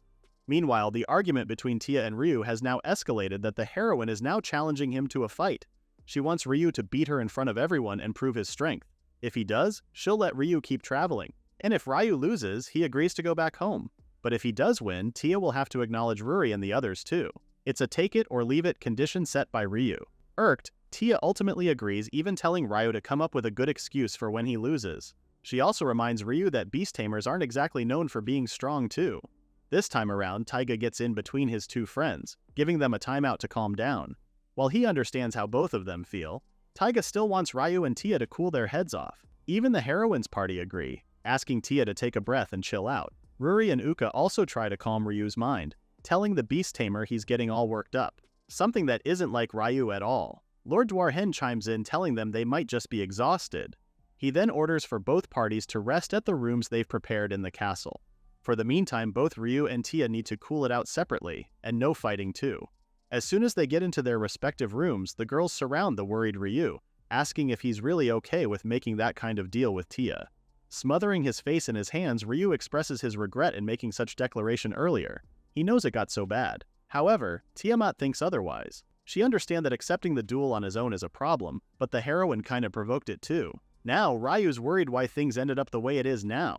He's been working so hard for Tia and the others. And it looks like everything will go to waste now. After that, Ruri goes out venturing the castle's hallway. She thinks Ryu should just do whatever he wants, but she does admit things got complicated so drastically. In Ruri's mind, if they still care about each other, even mid-fight, they should still make up. To her, humans are as complicated as ever. Ruri then recalls how angry Ryu got earlier and how regretful he looked after. Because of that, Ruri ultimately makes a decision all on her own. She'll step in and try to mellow things out. Knocking on Tia's door, Ruri asks if she can have a little chat with the heroine. Tia quickly stands up, instantly remembering how Ruri was with Ryu earlier. Gone is the calm Tia, and here is the annoyed version of her. Tia rudely asks Ruri as to what she wants and if the Fenrir is here to ambush her. With a hand on her hips, Ruri tells the heroine not to lump her with wild beasts who have lost their minds. Ruri then says she's here because she has a favor to ask regarding Ryu. To put it simply, Ruri is here because she wants Tia to make up with him. This request doesn't bode well with Tia, who's now angry at Ruri having the audacity to ask something like that. Tia then goes on to detail out all the stuff she really wanted to say earlier. It's then revealed that Tia thought it was all Ruri's fault for kidnapping her friend in the first place. If it weren't for Ruri, Ryu would still be living peacefully at the ranch. With a sad look, Tia asks the Fenrir as to why it had to be Ryu and not someone else. Ruri isn't one to play around and directly tells Tia the very reason why. Because Ruri is in love with Ryu. This answer surprises Tia. Ruri then explains her feelings to the heroine. Ryu was the one who stood out to her. At the beginning, Ruri was intrigued by how he treated monsters without even flinching, and she thought maybe Ryu was the one who could help save her grandfather. Every other human just screamed and cried when they saw Ruri, and she needed someone who wouldn't flinch around. That's when she found Ryu.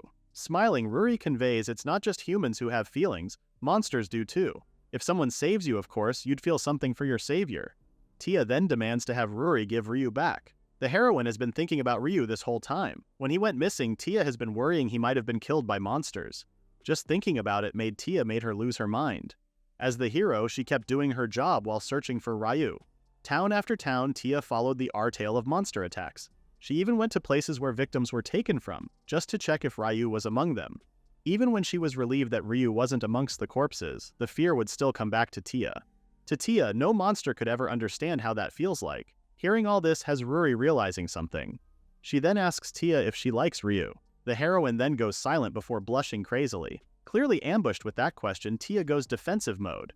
Tia stutters as she says there's no way that would happen. It's nothing romantic, just that Ryu's her childhood friend. She then frustratingly asks Ruri to stop looking and giggling like she knows something. Bumping her shoulders with Tia's, Ruri believes they're both more alike than the heroine thinks. Tia is still in denial of it, saying Ruri shouldn't lump her with monsters and she'd never fall in love with someone like Ryu. Teasing Tia, Ruri then claims she'll take Ryu all to herself. She smiles at Tia as she reminds the heroine that Ryu and Tia are just childhood friends. In that case, there shouldn't be any problem if he ends up as Ruri's mate. Furthermore, Ryu can totally live in the Great Forest with Ruri. After hearing that last bit, Tia has had enough and angrily tells Ruri not to mess around like that, and there is no way in Highway that she'd ever let that happen. Tia then expresses taking down Ruri will be the first thing she does once she wins the duel. After telling Ruri to go and wash her neck and wait for that time, Tia throws the Fenrir outside. It was just for fun, but it seems that Ruri teased Tia way too much. And it's not like she plans on giving Ryu away either. Crossing her arms, the Fenrir doesn't know what to do now. She has to get those two to talk and make up, but how? Ruri knows she has angered Tia. At this rate, the heroine won't probably talk to her anymore. Taiga soon barges into Ruri. He instantly recognizes her as one of Ryu's monster companions. Ruri also recognizes him as one of Tia's party. Suddenly, a bright idea forms in Ruri's mind. Approaching Taiga, Ruri asks the sage if he also wants Ryu and Tia to make amends. Of course, Taiga would want that, especially that they're his childhood friends. Inching closer, Ruri whispers in Taiga's ear how she wants him to help her a bit. The next day, Ryu is wandering off in town looking for a specific place. He scratches his head in confusion. He's out here because Ruri had asked him earlier for some alone time. Just the two of them. Yesterday, Ruri had come back to their room to ask him if they could spend some time together since they haven't done that. Karen and the others have always been with them ever since, so it's been hard to hang out just them two. Wow, sure sounds like they're a couple or something. And since Ryu agreed, Ruri amps up tomorrow's plans by deciding to try meeting up for a date thing. They might be able to relax a bit while they're at it too. Ryu expresses his agreement to Ruri's plan. In his mind, Ruri might have noticed the stress he's been having from having Tia and the others in the same castle as them. To him, this is Ruri's way of being considerate. Sigh, if only you knew of Ruri's plans, Ryu. While Ryu stretches his arms out, he now thinks this a nice change of pacing. He's already ready to relax and enjoy today when he notices someone from behind. Believing it's Ruri, he tells her she's late, laughing as he does so. However, as he opens his eyes, Ryu discovers it's Tia in front of him. Tia is also confused as to what is happening right now while Ryu realizes he was being set up on this fixed date with his childhood friend. Tia is also confused why Ryu is here when it was Taiga who she was supposed to go shopping with him. Ryu also tells the heroine he was supposed to meet up with Ruri instead. An awkward silence passes by before these two realize they've both been set up. And boy are they furious about it. Even Taiga got chills even though he's spying far from them. The plan was to have both Ryu and Tia make up, but right now they're just sitting in awkward silence. On the other hand, Ruri and Taiga are worried to see them not talking at all. After that big argument yesterday, both parties split up. It makes sense why meeting right now would make things awkward for both of them. Taiga hopes they don't start arguing again soon. Meanwhile, Tia is looking away from Ryu as she's flushing a beet red. She doesn't know what to do, and on top of that, she can't even face him. Now that yesterday's frustration has subsided, Tia doesn't know where she got the courage to talk him up yesterday. Now she's overthinking to what kind of facial she made when they met yesterday. She then blames Ruri for putting such malice in her friendship with Ryu. That's why Tia's being awkward right now. Thinking what Ryu's doing right now, Tia sneaks a peek at the beast tamer who's actually walking away. Tia quickly stands up to catch up to Ryu, asking him where he's headed to. Ryu immediately tells her that he's going back to the castle since he knows both Ruri and Taiga aren't coming anytime soon. So there's no point in wasting time waiting. As soon as Ryu tells Tia there's no point for them to be there together, it's like the heroine is being stabbed right in the chest. Slumping to the ground, Tia realizes they're still fighting and haven't made up for yesterday's quarrel. But if she backs off now, they might not talk again for a while. So Tia stands back up and runs towards Ryu. Hesitating, Tia is about to reach her hand towards Ryu but stops at the very last minute. Ruri is becoming frustrated with how things are going. She just wants them to go and talk already. On the other hand, Taiga asks her not to push them too hard. After all, patience is a virtue. Meanwhile, Ryu is just observing Tia's reaction. He doesn't know what she's doing and probably doesn't even want to look at him right now. And if she has something to say, Tia should just be out with it. Sighing, Ryu relates to her. It's the same feeling for him. Ryu knows he said too much yesterday. However, if he forgives Tia so easily, she'll just tell him to go back home again. Being apart is probably for the best for them right now. And truth be told, it's not easy to be the one to apologize first. Ryu just hopes Tia at least regrets what happened yesterday. Turning back around, Ryu sees that Tia isn't following him anymore. As he looks around for her, he sees that Tia is being surrounded by weird men. Screaming at them to let her go, Tia tells them she has no time to deal with such people as of the moment. But these men aren't budging, especially seeing that Tia is all alone. One man even says she might be lonely like them and invites her to play with them. Now Ruri and Taiga are worried, seeing that Tia ran into some typical creepy men again. If no one intervenes, this is gonna get ugly. Ruri mistakes this for Tia getting hauled by those men. Pointing out Tia's rank as the heroine, she tells Taiga matter-of-factly that Tia can easily wipe those men in a second. And that's exactly what Taiga is on about. Because Tia is the heroine, she can't lay a hand on these people. If she hurts ordinary people, her reputation will tank and it'll make traveling harder. Usually her party's always with her, so being alone isn't an issue. Being famous sure is tough, huh? One of the creepy men grabs Tia, forcefully pulling her towards him. Taiga is about to step in and intervene when he hears another voice and sees that Ryu has stopped the creepy man from doing bad stuff to Tia. Ryu then asks the man not to lay a hand on his precious childhood friend.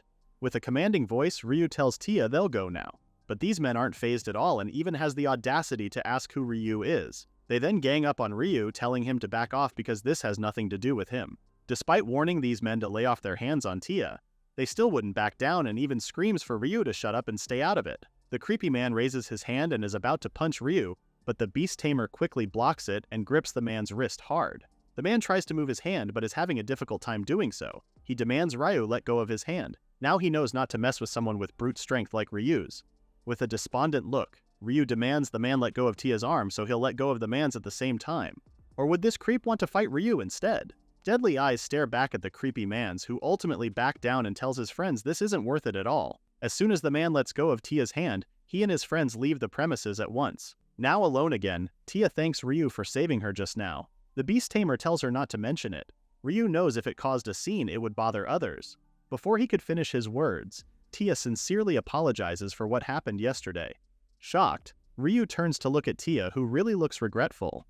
The heroine then explains she did say those things for Ryu's sake, but the truth is, Tia was only thinking of herself. She really wants the both of them to talk again, if that's okay with Ryu. But she also doesn't want to pressure Ryu to anything, so if he doesn't want to forgive her just yet, it's totally okay. But Ryu does want to make amends with Tia. He then tells her he should be the one apologizing. He should have understood that Tia was just worried about him, but instead he let his temper get the best of him and pushed Tia away. Hearing this makes Tia so happy. But then Ryu suddenly bursts out laughing, saying he's never seen Tia act so meek before. Now Tia is blushing, especially when Ryu says it's weird seeing Tia like that. An embarrassed Tia goes on to playfully attack Ryu for being so mean when she finally swallowed her pride and apologized first. Although Ryu apologizes, he tells Tia how being bold actually compliments her. A smiling Ryu then expresses how he likes this version of Tia better. This statement does wonders to Tia's heart and she's now flushing red. Meanwhile, Taiga is relieved to see his two childhood friends are making up and finally talking things out. However, as he turns to look at Ruri, he's confused with the reaction he's seeing. Ruri looks like she's been possessed by the green-eyed monster as she conveys this is not the outcome she expected. Seeing Ryu happily talking to Tia wasn't her goal at all.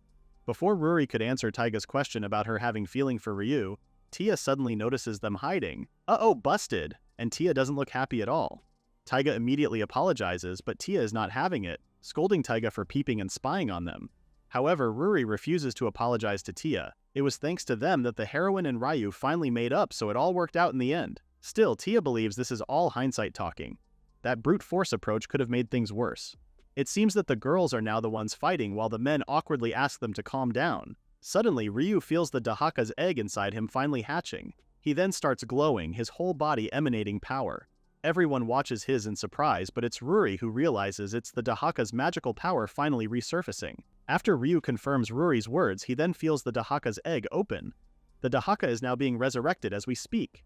A loud noise then resonates all over town. It's not just Ruri and the others covering their ears from the screeching sound, but also the townspeople. Not long after, a huge man reanimates in front of Ryu. The man immediately greets Ryu, complimenting the beast tamer for looking well. Confused, Ryu stares at the man before asking for his identity. The man casually replies he's the Dahaka that Ryu called for moments ago. Of course, Ryu would be confused. The Dahaka he knows of was a mighty dragon. When asked as to why he looks human, the Dahaka says he was advised to change his appearance. Uru had told the Dahaka that his true form will cause panic amongst the people, so taking on a human form would be most ideal. Looking up the sky, the Dahaka is pleased to feel the fresh air outside. He never thought he'd be able to revive this quickly. Changing the topic, the Dahaka eyes Tia and asks if she's this era's hero. Ryu is surprised that the Dahaka can tell. Smiling, the Dahaka explains how Tia gives off the same presence to the heroes of the past. Approaching the still confused Tia, the Dahaka asks if he can test the heroine's strength. A frantic Ryu tries to hold the Dahaka off. It seems that the dragon has renewed his strength from the last fight. Changing plans, Ryu tells the Dahaka he needs to explain who this might dragon is to everyone. So for now, they need to head back to the castle for now. At the castle, Ryu fills them in with the details as well as the identity of the unknown man with the beast tamer. Everyone is surprised to learn that the Dahaka has been resurrected. Tia's party couldn't believe what they're hearing. Is Ryu for real? Like the Dahaka as in Azai Dahaka, the evil dragon? The one that was sealed away for being too powerful to defeat? Furthermore, isn't the Dahaka dangerous? Awkwardly chuckling, Ryu tells them the Dahaka means no harm now, and explains how the dragon only wanted to fight those equal to him. Ryu assures them the Dahaka won't attack people indiscriminately anymore. Hanging his arm around Ryu's shoulder, the Dahaka smiles as he agrees with Ryu's words. He also calls Ryu his buddy and he swears on Ryu's name he won't harm anyone. Hearing all this has Tia shaking, cause what do you mean Ryu is buddies with the Dahaka? Watching Tia breaking down like this, Lord Dwarf fully understands. He even says if one gets surprised at everything Ryu has done and will do, they won't really survive living it at all. Makes you think that Ryu is some kind of exotic beast now. Tiamat also chimes in, assuring everyone that if something does happen, once the new weapon is complete, Ryu's power will increase, so it should be fine. Upon mentioning Tiamat's fang, Lord Dwar then reveals a slight issue on the matter. Even if the weapon is finished, it might be too temperamental to handle. Weapons made from high-tiered monster materials sometimes choose their wielder. If the weapon doesn't accept the user, it might reject them or cause recoil.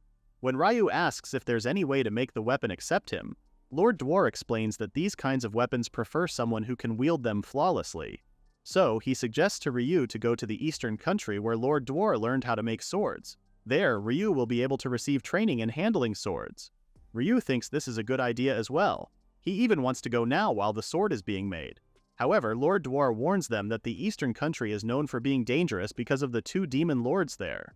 There are 7 demon lords in the world, each with their own territory. To reach the eastern country, one must have to pass through the space between the territories of the 2 of them. Normally the demon lords don't interfere outside their domain, but Lord Dwar has heard rumors they've been more active lately, and he believes Ryu, traveling with strong monsters, will surely stand out. In the worst-case scenario, a demon lord might come to investigate. Ryu himself doesn't want to risk it and opts to just stay here. Azai Dahaka then volunteers to train Ryu so the beast tamer will have the power to fight a demon lord. If Dahaka can teach Ryu the needed magic, he will surely be able to take on a demon lord. Of course, Dahaka is very much willing to do this much for Ryu. Besides, if Dahaka is going to travel with Ryu, he needs everyone to trust him too. Suddenly, Karen chimes in and happily expresses her interest in training with Ryu and Dahaka. She wants to get stronger so her Papa Ryu and everyone else can travel safely. Karen's enthusiasm has Ruri wanting to join as well. Ryu, as polite as ever, asks Dahaka if that's really okay with him, to which the dragon says the more stronger allies, the merrier. He also asks Ryu to battle him out once the beast tamer is stronger. Sigh. Some habits never change. Jumping on Ryu, Uka also wants to join in, saying it's unfair they get to have all the fun. She then turns to Dahaka and reminds him not to get the wrong idea. Uka hasn't forgiven him for what he did to her grandmother, and she's only using him for her own goals. Dahaka holds no resentment whatsoever, saying it'll be fun training someone with a bit of a rebellious spirit. Tia, who's been keeping her thoughts to herself, thinks this is all so dangerous and she still hasn't been able to talk to Ryu about what matters most. Without much thought to it, Tia volunteers to do the training too, shocking everyone in the room. Taiga immediately protests, but seeing Tia's determined face, he knows the heroine won't accept no for an answer. The training soon starts and Dahaka is quite excited to test Tia's power and skills. Tia makes the first attack, her sword facing towards Dahaka. However, as soon as she closes proximity with him, the dragon swiftly dodges Tia's attack, grabs hold of her sword, and throws her away oh so casually. Their fight draws worry from Taiga, who's now shouting Tia's name. Both Ruri and Ryu are dumbfounded that Dahaka is going all out. This scene also reminds Ryu of when he was training with Tiamat, giving deja vu feels. When Tia proclaims she wants to join Ryu in training, both Ryu and Taiga corner her to ask why.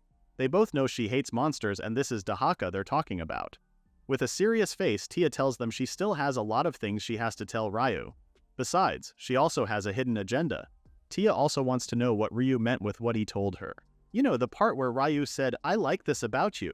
As Tia blushes at the thought, she also feels Ruri staring at her begrudgingly. Lo and behold, the Fenrir definitely is. Tia quickly looks away, still blushing. In her mind, Ruri and the hero's party have already sensed Tia's feelings for Ryu, and are now teasing her for it. In order to keep face, Tia crosses her arms as she takes back what she just said, and confidently says she's just here to keep an eye on Dahaka. Although it doesn't make any sense, Ryu has no other choice but to agree. However, everyone else is already suspicious with Tia's decisions. They already feel like something's up. Anyways, Lord Dwar suggests they use the arena for training since it's strong enough to handle practice magic. He also gives Ryu his wolf back since it's already done with its repairs. So that's basically what happened before they headed to the arena for training. In present time, Tia is already slumped on the ground, being called weak by Dahaka. This ticks Tia off, who bites back saying she's not done yet. Watching them fight, Ryu is tensed up. Nun apologizes at Tia and says Ryu is just being a worrywart for nothing. Ryu understands Maria as he knows he left their hometown without explaining anything. Despite the argument Tia and Ryu had, everyone is relieved that they made up. Nun is one of the people who's glad too. Tia's been worried sick about Ryu the whole time, according to Maria, who casually calls him Ryu-chan. This has the beast tamer curious if the rest of the hero's party aren't afraid of monsters unlike Tia. Maria gives it a thought before she answers him. To her, she isn't really scared of them as long as they don't cause any danger. That's enough for Maria. Gran chuckles and asks Maria if it's really okay for a person of the church to say such things when she preaches wiping out monsters. Gran does have a point, but Maria also believes a lot of people die even just trying to reduce casualties. Gran also expresses his opinion on the matter. He doesn't really hate monsters, but he also doesn't love them too. If monsters hurt someone, then he'll wipe them out, but he has co-grudge against those monsters who don't harm people. It's also the same for Captain Taichu. Now the hero's party has a full-blown conversation about monsters and humans living in harmony. It would be nice for them to see both kinds living in peace. They also express how it would be a lot happier if such way existed. Hearing them say this has Ryu thinking as well. The beast to me wears a glum look as he thinks of a world where human and monsters coexist. It's not that he doesn't like the idea, but there's only one way for it to happen, and it has something to do with the Demon King, who's the only one who can control monsters. Before he could delve into the matter, Ryu snaps back to reality when Dahaka calls for him next. As soon as he's in the middle of the arena, Dahaka tells Ryu they'll start off with the basics of magic. Ryu sheepishly tells Dahaka that he's not really sure he can use magic at all. When asked why not, the Beast Tamer explains it's because he has too much mana in his body. If Ryu tried using magic, the amount of mana he releases will literally blow him up. However, Dahaka believes this is impossible. He saw it with his two own eyes when he fought with Ryu before.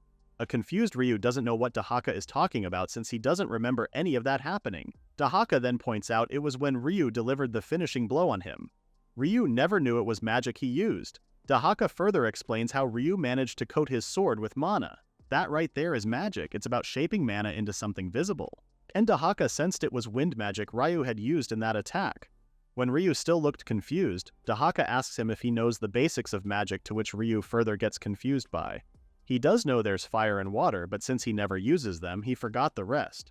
Dahaka then orients Ryu about the basics. Magic is composed of the 4 basic elements: fire, water, wind, and earth. As long as one has mana and the understanding of the nature of these elements, anyone can use magic. But to shape magic, one must really know each element well. Like, how does fire start? How does water well up? It's basically all about the image in the user's mind. Dahaka then shows Ryu exactly what he's talking about and produces fire in his hand so easily. This is the image of frictional heat in Dahaka's mind. Ryu is curious though. If magic depends on his imagination, how was he able to use magic during the fight when he wasn't thinking of wind or anything back then? Dahaka theorizes it might be because Ryu formed the image unconsciously. Something must have triggered it before that moment. Dahaka then asks the beast tamer if he remember ever using magic before his fight with the dragon. Ryu initially thinks there was never a time he did so, until it hits him hard. He did use magic. When Ryu was fighting the cockatrice, he mimicked the shockwave from its wings. Ryu even managed to launch a magic attack from his weapon. Now it all makes senses to Dahaka, saying this explains a lot, including why Ryu's body's been just fine despite using magic. Dahaka then has a theory that Ryu's sword acts as a medium. That's why he's able to cast magic through it. Inspecting Wolf, Ryu believes Dahaka since his sword is made from Fenrir's fang, so it channels mana easily. With that explained, Dahaka instructs the beast tamer not to ever let go of the sword during training. If Ryu's grip slips mid-cast, Ryu could possibly explode. That's one heck of a motivation right there. Even Ryu's gripping Wolf even tighter than ever. After that discussion, Dahaka also calls for the others to come over. He'll be explaining something important that concerns everyone else. So Ruri, Karen, Uka, and Tiamat approach the middle of the arena to where Dahaka is. Meanwhile, Taiga is quietly asking Tia if she's okay. The heroine immediately assures him that it's fine and a wound like hers is nothing compared to those they got on their travels before. Smiling, Taiga tells her he's actually talking about something else. This is when he talks about the old Tia who would never even think of talking to monsters. The sage is curious as to what changed now. Tia's eyes look forlorn. Her expression right now has Taiga explaining he's not saying anything like it's a bad thing at all. He just noticed Tia's become softer or like a weight's been lifted off her shoulders. And Taiga honestly thinks it's a good thing for her. One of Taiga's guesses is that maybe the heroine is now relieved after seeing Ryu safe and sound. But Tia knows that's not the reason why. On the other hand, Dahaka tells the girls Ryu has affinities of fire and wind. Ryu is surprised that Dahaka can tell stuff like that with just looking. Of course, sometimes you're born with it. But in Ryu's case, Dahaka says a tamer's affinity actually depends on the type of contracted beast. Dahak further details out that a Garuda is a wind type while a Fenrir is of fire. Dragons on the individual, but Dahaka believes both Uka and Tiamat are fire types too. Upon hearing this, Tiamat shares how she thinks it doesn't matter since she's not contracted with Uka. Dahaka is shocked to know and expresses his disappointment. He calls it a waste. Apparently, if Uka and Tiamat had a contract, fire spells would be way stronger. Dahaka then compares Uka to Karen, saying a tiny dragon's barely worth mentioning in comparison to a Garuda. This doesn't bode well with Uka, who looks like she's ready to start a war right now. Good thing Tiamat is keeping her granddaughter on a tight leash. Dahaka seems to be enjoying teasing Uka like that too. Anyways, Dahaka also says Ryu doesn't have to fret about which element to use from now on. Since he and Ryu made a contract, theoretically speaking, Ryu should be able to wield all four main elements. Now Uka is furious, she's never heard of that happening. Ryu himself is also confused. He also didn't know he formed a contract with Dahaka. The beast tamer didn't even name him. Dumbfounded, Dahaka explains that a tamer's contract is a ritual that binds a human and a monster's soul together. Naming is just a ceremony to give identity to nameless monsters. Looking at Ruri and Karen, he says that both girls probably bonded the very moment Ryu named them. However, with Dahaka, he placed a fragment of his soul into Ryu. That's what formed the contract. So basically, Ryu and Dahaka are soul besties, a phrase Dahaka likes using at all times. Hearing all this, Uka doesn't know what or how to react. With that being the last bit of explanation Dahaka had to say, it's high time for practical training. They don't waste time on warm-ups and get bustling with combat training. Dahaka throws in a kick to which Ryu quickly blocks with his sword. From what Dahaka observes, Ryu is able to awaken his power better in live combat. So, Dahaka instructs the beast tamer to start imagining fire. Seeing Ryu's hardened face, Dahaka tells him to do it gently, like offering his hand out. In the corner, Karen is cheering for her papa. Now realizing they're a bit too close, Ruri tells her they'll move back. As the fight between Dahaka and Ryu ensues, Tia watches on the sides. She thinks about Taiga's words earlier. Deep inside Tia's heart, she knows she hasn't changed at all, contrary to what Taiga had said. If something had changed, it's not the heroine. It's Ryu. Meanwhile, back to the training at hand, Ryu swiftly launches a wind attack using his sword. Although initially surprised, Dahaka manages to cast a magic circle to block it. Dahaka also explains what he used as non-elemental spell useful for shields and barriers, but pretty weak otherwise. Smirking, Ryu thanks his instructor for the warning. Seeing how Ryu interacts with the monsters he calls friends, Tia admits she hates monsters, but not because she's a hero. She just wanted to protect the people she cares about. When Tia realized how dangerous monsters were, the first person she thought about was her precious childhood friend Ryu. In this world, if you can't fight, you die. Tia didn't want Ryu, a beast tamer, to go through the same hell she did. That's why Tia trained to become stronger. Eventually, she became this generation's hero and left on a journey. Her goal is to one day defeat the Demon King and build a world where her childhood friend could live in peace. But now, Tia doesn't have to worry anymore. Because seeing Ryu training like this, she can now finally accept the fact that Ryu has gotten strong. As Dahaka lunges in with another attack, Ryu manages to ignite his sword. This shocks not only him but everyone around him, including Dahaka. Ryu was so surprised Fiery really came out of his sword. Dahaka himself is very much impressed because the beast tamer managed it in such a short time. Even Karen is excited, asking her pap to do it again and again. But Ryu says it's too dangerous when people are around. Seeing all this, Tia smiles warmly. If what Taiga said is true, that she looks like a weight had been lifted off her shoulders, then it's all thanks to Ryu's hard work. Ryu notices Tia and quickly turns toward her and flashes her with a dazzling smile. As he waves to Tia, the heroine thinks of that one thing she needs to say to him. Stepping forward, Tia then formally challenges Ryu to a duel. This time a real fight with everything he's got. Ryu stares at her in silence, listening to the rest of Tia's words. Tia then tells him that he's got stronger to catch up with the hero, so it's only fair to personally test it herself. Tia will be the judge of it, if Ryu's strong enough to stand beside a hero as one of them. A small smile soon forms on Ryu's face, fully determined to prove himself. Doing their secret handshake, Ryu happily accepts Tia's challenge. They then discuss the mechanics of their upcoming duel. The duel will take place 1 week from today. In the meantime, they'll treat the time until then as their training period. Before turning away, Tia expresses her excitement for their duel, and she also reminds Ryu she won't go easy on him just because they're childhood friends. As soon as Tia leaves, Dahaka also conveys his excitement for the duel between a beast tamer and a hero. At first glance, it seems like the outcome is obvious, but it'll be a good fight and the crowd's gonna love it too. Taiga also calls for Ryu's attention to tell him the rest of the heroine's party will head out to Tia's place now, so they'll catch Ryu later. With Wolf in his hand, Ryu plans on giving his magic some shape. Just being able to summon fire isn't enough. If he can't fully control it by the time of the duel, he'll end up disappointing Tia. Still, Ryu is amazed with that fire blast. He never expected it to be way bigger that it scared him as well. Guess the blessing from a Garuda really is something else. Scratching the back of her head, Karen happily chimes it's no big of a deal. Captain Taichu, who was supposed to be leaving, stops his tracks upon hearing the word Garuda. He then asks Ryu if he really made a contract with one. Did they forget to mention that part? Ryu formally introduces Karen to him, saying she's a Garuda who used to look like a little bird, but she evolved into this human form. Captain Taichu's face morphs into despondence. When asked if there's something wrong, Captain Taichu doesn't say anything. Ryu also changes the subject, remembering the captain selling him out, which is why he ended up arguing with Tia. Captain Taichu awkwardly laughs and denies it. Meanwhile, Maria is outside the arena with her messenger pigeon. With the message tied to its foot, the pigeon flies out as Maria orders it to head to church. Maria prays to please let Ryu stay on their side. What exactly did that paper say? The arena rustles in noise of all the people coming in to see the hero getting into a duel today. Everyone's bustling so they can get good seats, even wagering bets on the hero too. When one asks who the hero's opponent is, his friend tells him it's that trainer guy. Hearing this has the man looking bored, saying that's not even a real match if the opponent's just a trainer. However, an elf chimes in and calls the man an idiot for not knowing who this trainer is. The elf then shares how this trainer had tamed a Fenrir and Garuda to settle the fight between the king and his brother. The trainer even stopped the kingdom from falling apart, making him a true hero.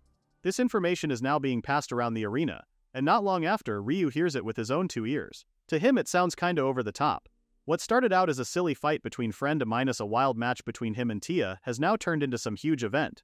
Jen booms in laughter, saying a battle between the hero and the hero who saved the kingdom is a spectacle the people come running to watch. Ryu then realizes that Jen's with him right now instead of being at the stands like everyone else. When he asks Jen this, the man remembers he had something to talk to Ryu about. Moving closer to Ryu, Jen whispers something in his ear that shocks the beast tamer. After a while, the announcer apologizes for keeping everyone waiting.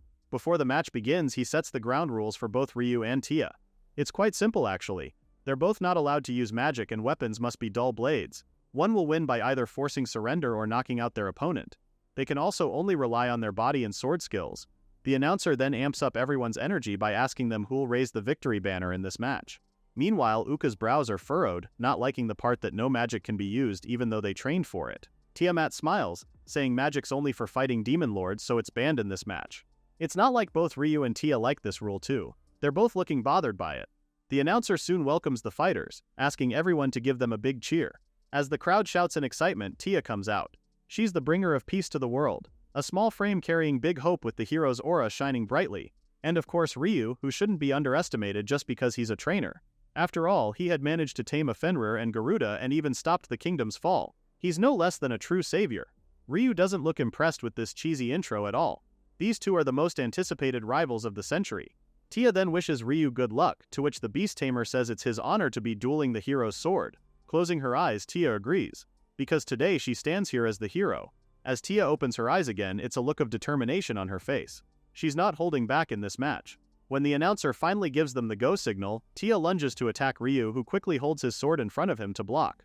The crowd cheers in pure joy, chanting the hero's name. They're all telling the two fighters to keep pushing and keep the pressure. Meanwhile, the two friends are busy attacking and dodging each other's attacks. Tia seems to be a different person when in battle. She's attacking Ryu non-stop with her sword like a predator stalking her prey. On the other hand, Ryu is quick to block her attacks with her sword. Tia's strikes are becoming heavier, something Ryu didn't expect. However, it's not enough to stagger him. He just needs to stay calm and attack carefully. Just then, Tia calls his name and flashes him a smile as she tells him how exciting this duel is. Ryu is obviously taken aback. With his current reaction, Tia immediately draws in to attack him again. Although Ryu manages to dodge it at the last minute, he complains to Tia about how they're kinda in the middle of a serious duel. Well, Tia doesn't look like she's being serious just now. She then explains how she's never fought with Ryu like this before, so this is quite refreshing for her. Hearing this, Ryu thinks about how everyone around him is a battle maniac. But Tia explains this is just pure happiness, because she never thought the day would come when she could fight Ryu like this. This has Ryu surprised, but then he gives her a smile as he agrees. It's the same for him. Meanwhile, Corinne is sitting next to Taiga and asks him as to why he chose to become a hero. Before Taiga could answer, she follows up her question by asking if it's because Taiga hates monsters. Taiga doesn't really want to lie and tells her it's part of his reason, but mainly because he fits the job well. At first, Taiga had the same ideals as Tia. However, seeing Tia right now has Taiga thinking maybe he's wrong. Before, Tia always had that scary face, always tense like she's chasing something, like she wanted to wipe out all monsters. But since meeting Ryu again, she's changed. Now Taiga realizes she may just wanted to protect what's precious to her, and that's Ryu. Otherwise, she wouldn't forgive the monsters. Smiling, Taiga knows Corinne and the others don't hurt Ryu and that they have a bond with him. While Corinne agrees, Riri is doubtful, especially remembering what Taya had said about exterminating them all if she wins. Of course, Taiga clarifies how he hasn't asked Taya about this matter yet, so this is all just speculation. Joining in on the conversation, Maria agrees and says maybe Taiga isn't wrong. Taya's totally different when she's with Ryu. Totally different compared to her being them. Also agreeing, Gran says Taya's expression now changes like a kid. While Gran sees her that way, it's different to Maria, because Taya looks like a girl in love. Back to the battle at hand, Ryu is trying to delivering a high kick which Taya quickly blocks with her sword. However, Ryu manages to break through the block and with a lunge of his sword he aims it at Taya. Although Taya manages to step back and dodge the attack, that sure was a close call. Everyone roars in anticipation, saying how this is turning into a good fight. Hearing their cheers, Ryu can't help but think about the hype they're getting. If this drags on, people will get bored, so they need to wrap this up soon. He internally apologizes to Tia, but he really needs to proceed as planned. Tia then shares to Ryu how she really wanted to play more with him when they were kids. She only joined the knights to become the hero, but all she did was practice swordsmanship and attend magic lesson. Tia never got to play. Just now having Ryu around made her feel so lonely. With that, Tia slowly takes a step forward before launching herself towards Ryu. Before he knows it, Tia's sword is already an inch towards his face. It's a good thing his reflexes are quick enough to dodge it. He's so stunned that Tia can suddenly speed up like that. Tia then continues looking back to their childhood. There was a time she saw her life flash before her eyes when she got seriously injured during night training. And all Tia could think about were Ryu and Taiga. That's when she realized it. These two are the more than just family to Tia. They're even more important. Ever since the church gave Tia the title of the hero, people only saw her as a hero and not as Tia. But unlike them, Ryu didn't treat her like some distant idol. He stood beside her as her friend. With that, Tia confesses her love for Ryu. Finally, Ryu stands still, taken aback from the confession. While he's dazed, Tia raises her sword with a smile and reveals how this is the first time she's glad she became a hero. Ryu can totally feel the atmosphere shifting. He begins to think that falling back and observing would be the ideal plan right now. But then Tia speeds up and catches up to him. Ryu is on his toes as he tries blocking her attack. The thing is, Tia is very determined not to lose today. Smiling at Ryu, she tells him how she doesn't want to disappoint Ryu as a hero. The two then begin their soiree of swords. Meanwhile, Ruri and everyone else is shocked to see Tia suddenly getting stronger. The Dahaka then reveals that Tia is having an awakening. It's a power only heroes possess, which temporarily sharpens the senses and boosts physical capabilities. Tiamat now realizes why Tia seems like a totally different person now. Still, it's really amazing to be able to tip the entire fight in a flash like that. Seeing her papa Karine can see that Ryu is having fun with this match. Just look at that smile on his face right now. Taiga believes it's because Ryu is happy because Tia is going all out, meaning she recognizes his strength. Honestly, Taiga thinks they don't even look like they care about winning anymore. Just out there having serious fun. With that, Karine cheers for her papa and Tia to go for it and have even more fun. And fun is what they do. Ryu can't even see an opening for a counterattack right now. He's really stunned that Tia was hiding this kind of power all along. Even dodging takes everything he's got. At this rate, he knows he'll be overwhelmed. Ryu tries to stay calm so he could see Tia's sword movements better. If speed is the threat, then he has to just need to restrict her movements, right? With that, Ryu plans on forcing her blade into the ground the very moment she swings it down. He can't give up now. Not when he trained so hard for so long. Even if it's just one blow, Ryu has to try. And then he sees the perfect opportunity to execute his plan. However, as soon as he swings the sword at Tia, the hero quickly deflects it and sends Ryu's sword flying into the air. Ryu could only stare at Tia as she aims an attack on him. The last thing he remembers is praising Tia for how fast she is before falling unconscious. Sometime later, Ryu wakes up in a room in the castle. Jen immediately greets him, joking about how close Ryu was during the battle. It's then revealed why things happened earlier. Technically, Jen had to let Ryu lose to keep things clean for Tia. Everyone else are in the next room waiting for Ryu to wake up as well. With that, Jen thanks Ryu for heeding his request. Before the match even began, he had whispered to Ryu about something. Jen had rigged the match so Ryu would lose on purpose. Ryu knows his friend would flip if she hears that, but Jen just wants to make sure things will remain the same after the match. If Tia were to lose, things would have gotten messy. Thanks to Tia, the Light Nation's getting support from other countries right now. If word got out she lost to a beast tamer, that support might disappear. Jen then apologizes, but they really don't want Ryu to win and risk that support. After hearing that, Ryu couldn't possibly just ignore it. It's not like he thought he could have won too. But Taiga assures the beast tamer that he did hold his own pretty well against an awakened hero. Ryu really was doing pretty well up until halfway through. This has Ryu realizing he really was fighting Tia properly. It sucks to lose, but on the brighter side it means he can still get stronger. With that, Ryu is determined to train even harder for next time. If only monsters stopped attacking people, Jen wouldn't even have to think about annoying crap like politics and appearances. This has Jen wishing for Ryu to become the Demon Lord and command all monsters so they can finally have peace. Hearing this just makes Ryu want to say stupid stuff. And yet he's got one of those magic cores. Not only that, there's the whole Uru thing too. Seeing Ryu's penchant face, Jen takes it back and says he isn't recommending such things, since the church alone is scary. Jen then reveals that the church is planning a full-on extermination of monsters right now. They've always had extreme views and anyone who sides with monsters is their enemy. With that, Jen warns Ryu to be careful, especially that the church already got their eyes on their friends. If they ever find out Ryu is with monsters, Jen tells the beast tamer of their fate. The church will kill Ryu and his friends. Even if he used to be human, doesn't matter to them. The next day, Lord Dwar presents Ryu with a sword forged from Lady Tiamat's claw. As he instructs Ryu to hold it, Lord Dwar asks if it feels off to the beast tamer. Holding the sword up close, Ryu notices the blue blade and is immediately mesmerized by how beautiful it looks. Lord Dwar then says he was also shocked to find its color. One doesn't often see a sword that turns out as gorgeous as this one. Curious, Riri asks Ryu of the sword's name, to which the beast tamer thinks about for a short while. Because of its blue color, Ryu decides to name it Soryu. Riri compliments it, saying it's better than his first sword, which is plainly wolf. At least this sword gets a unique one. Hearing this, Ryu apologizes for being so basic with giving out names. By then, Lord Dwar shifts the topic and asks Ryu to try and pour some magic into the sword. Ryu immediately heeds his instructions but doesn't really feel anything different to it. He can tell magic flows through easily though. Same as wolf. Expecting such outcome, Lord Dwar reminds Ryu of what he had told him before about weapons made from high-tier monster materials can sometimes choose their owner. If this sword's really made from Lady Tiamat's claw, it wouldn't be strange if it had some kind of ability. Pointing to Ryu, Tiamat tells him to be strong enough to stand beside the hero. She'll be waiting as always. The two then make a fist bump. Ryu promises to definitely catch up and stand next to Tia. Before leaving, Tia turns to Ruri and says she was wrong about the Fenrir. Tia admits she always thought all monsters were bad but admits she's wrong. She now realizes these bunch are different from the others. Tia gets that now. But if they ever do anything bad, Tia won't hesitate to cut them. When Ryu says it's about time they get moving, Alice comes rushing in, panting as she asks what had happened while she was gone. Alice went looking for the hero's friend and shares how Jen had just suddenly vanished. The next thing she knows, Ryu and the hero are dueling. She's been completely left out in the dark. Ryu gives Jen the side-eye. It seems the captain had forgotten to give Alice the 411. Thrashing, Alice asks for a proper explanation, which has Jen covering her mouth as he promises to do so later. For now, Ryu and the others should get going. They all look at Ryu and his friends depart Fallcrown with Jen praying Ryu will be cautious out there. When Jen had warned Ryu about the church planning a full-scale monster extermination operation and that he and his monster friends are already on their watch list, the Beast Tame had been completely puzzled as to why the church is involved when it's supposed to be the hero's job. Although Jen agrees, he explains that the church is the biggest backer of the hero, so technically they outrank Tia. I know now the Pope and the Saintess have started moving. The Pope used to be calm guy, just didn't like monsters, but lately he's been pushing things real hard. When Ryu asks about the Saintess, Jen shares how she's the Pope's prized pawn. She's got power but no authority of her own. If it's the Pope's orders, she'll follow them, no questions asked.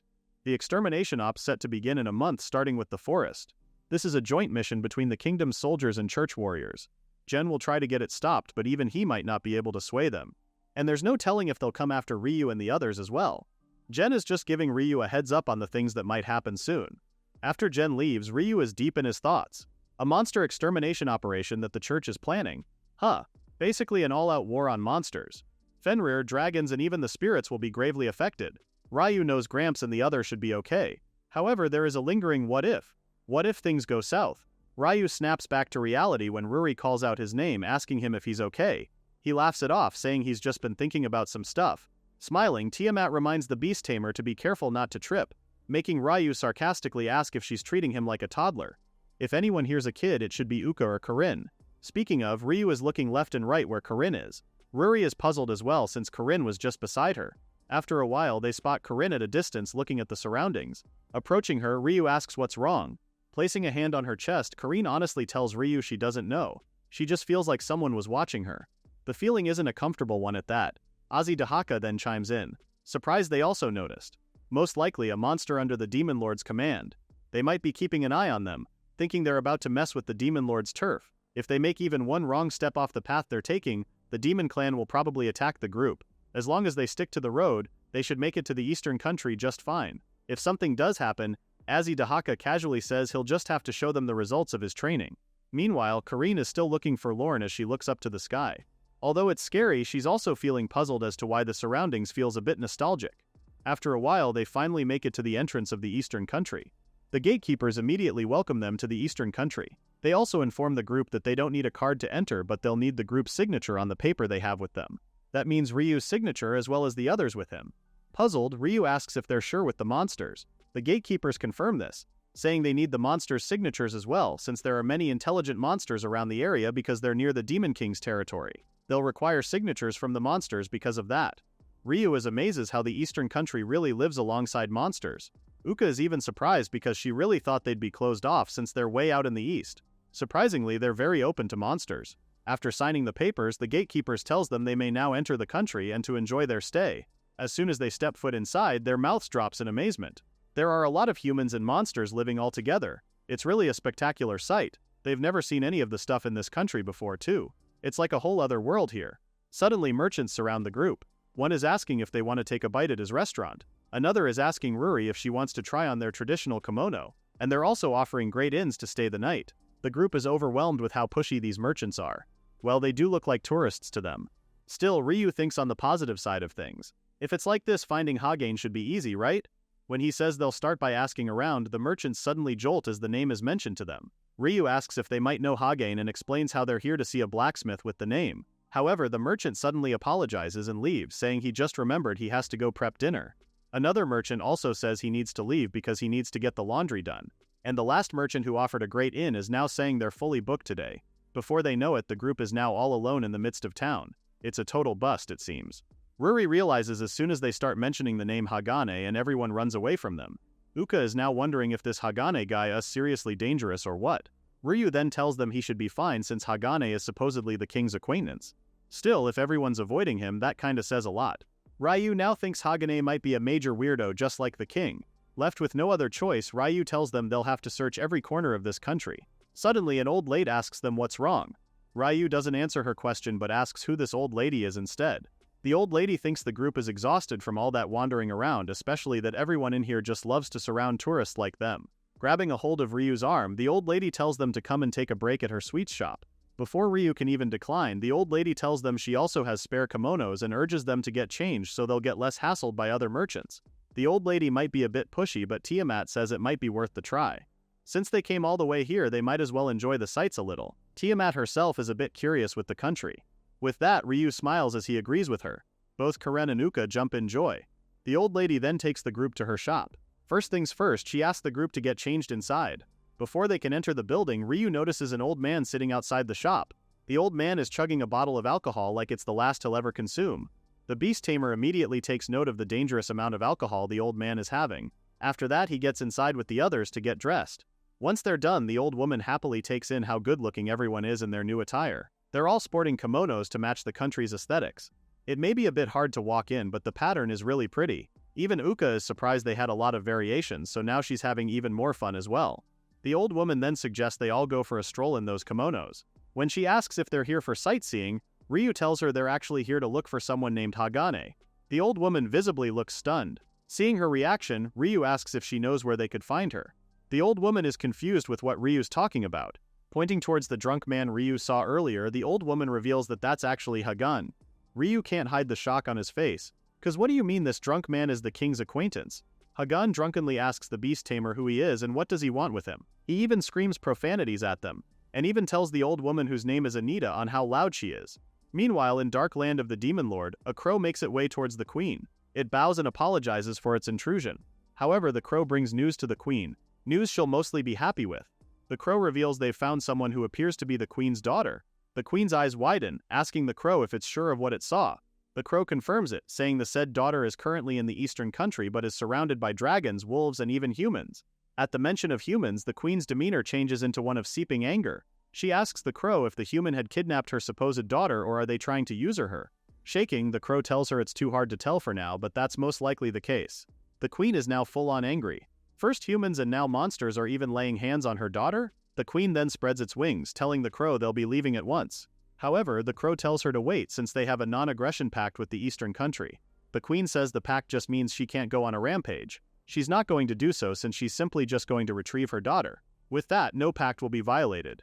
And if the queen's being honest, the humans were the ones who broke the promise first. She then mentions those church people who are still preparing for war against monsters right now. In that case, they have no reason to hold back either. This is only rightful payback. The queen thinks her daughter is being done dirty, which she considers outright betrayal.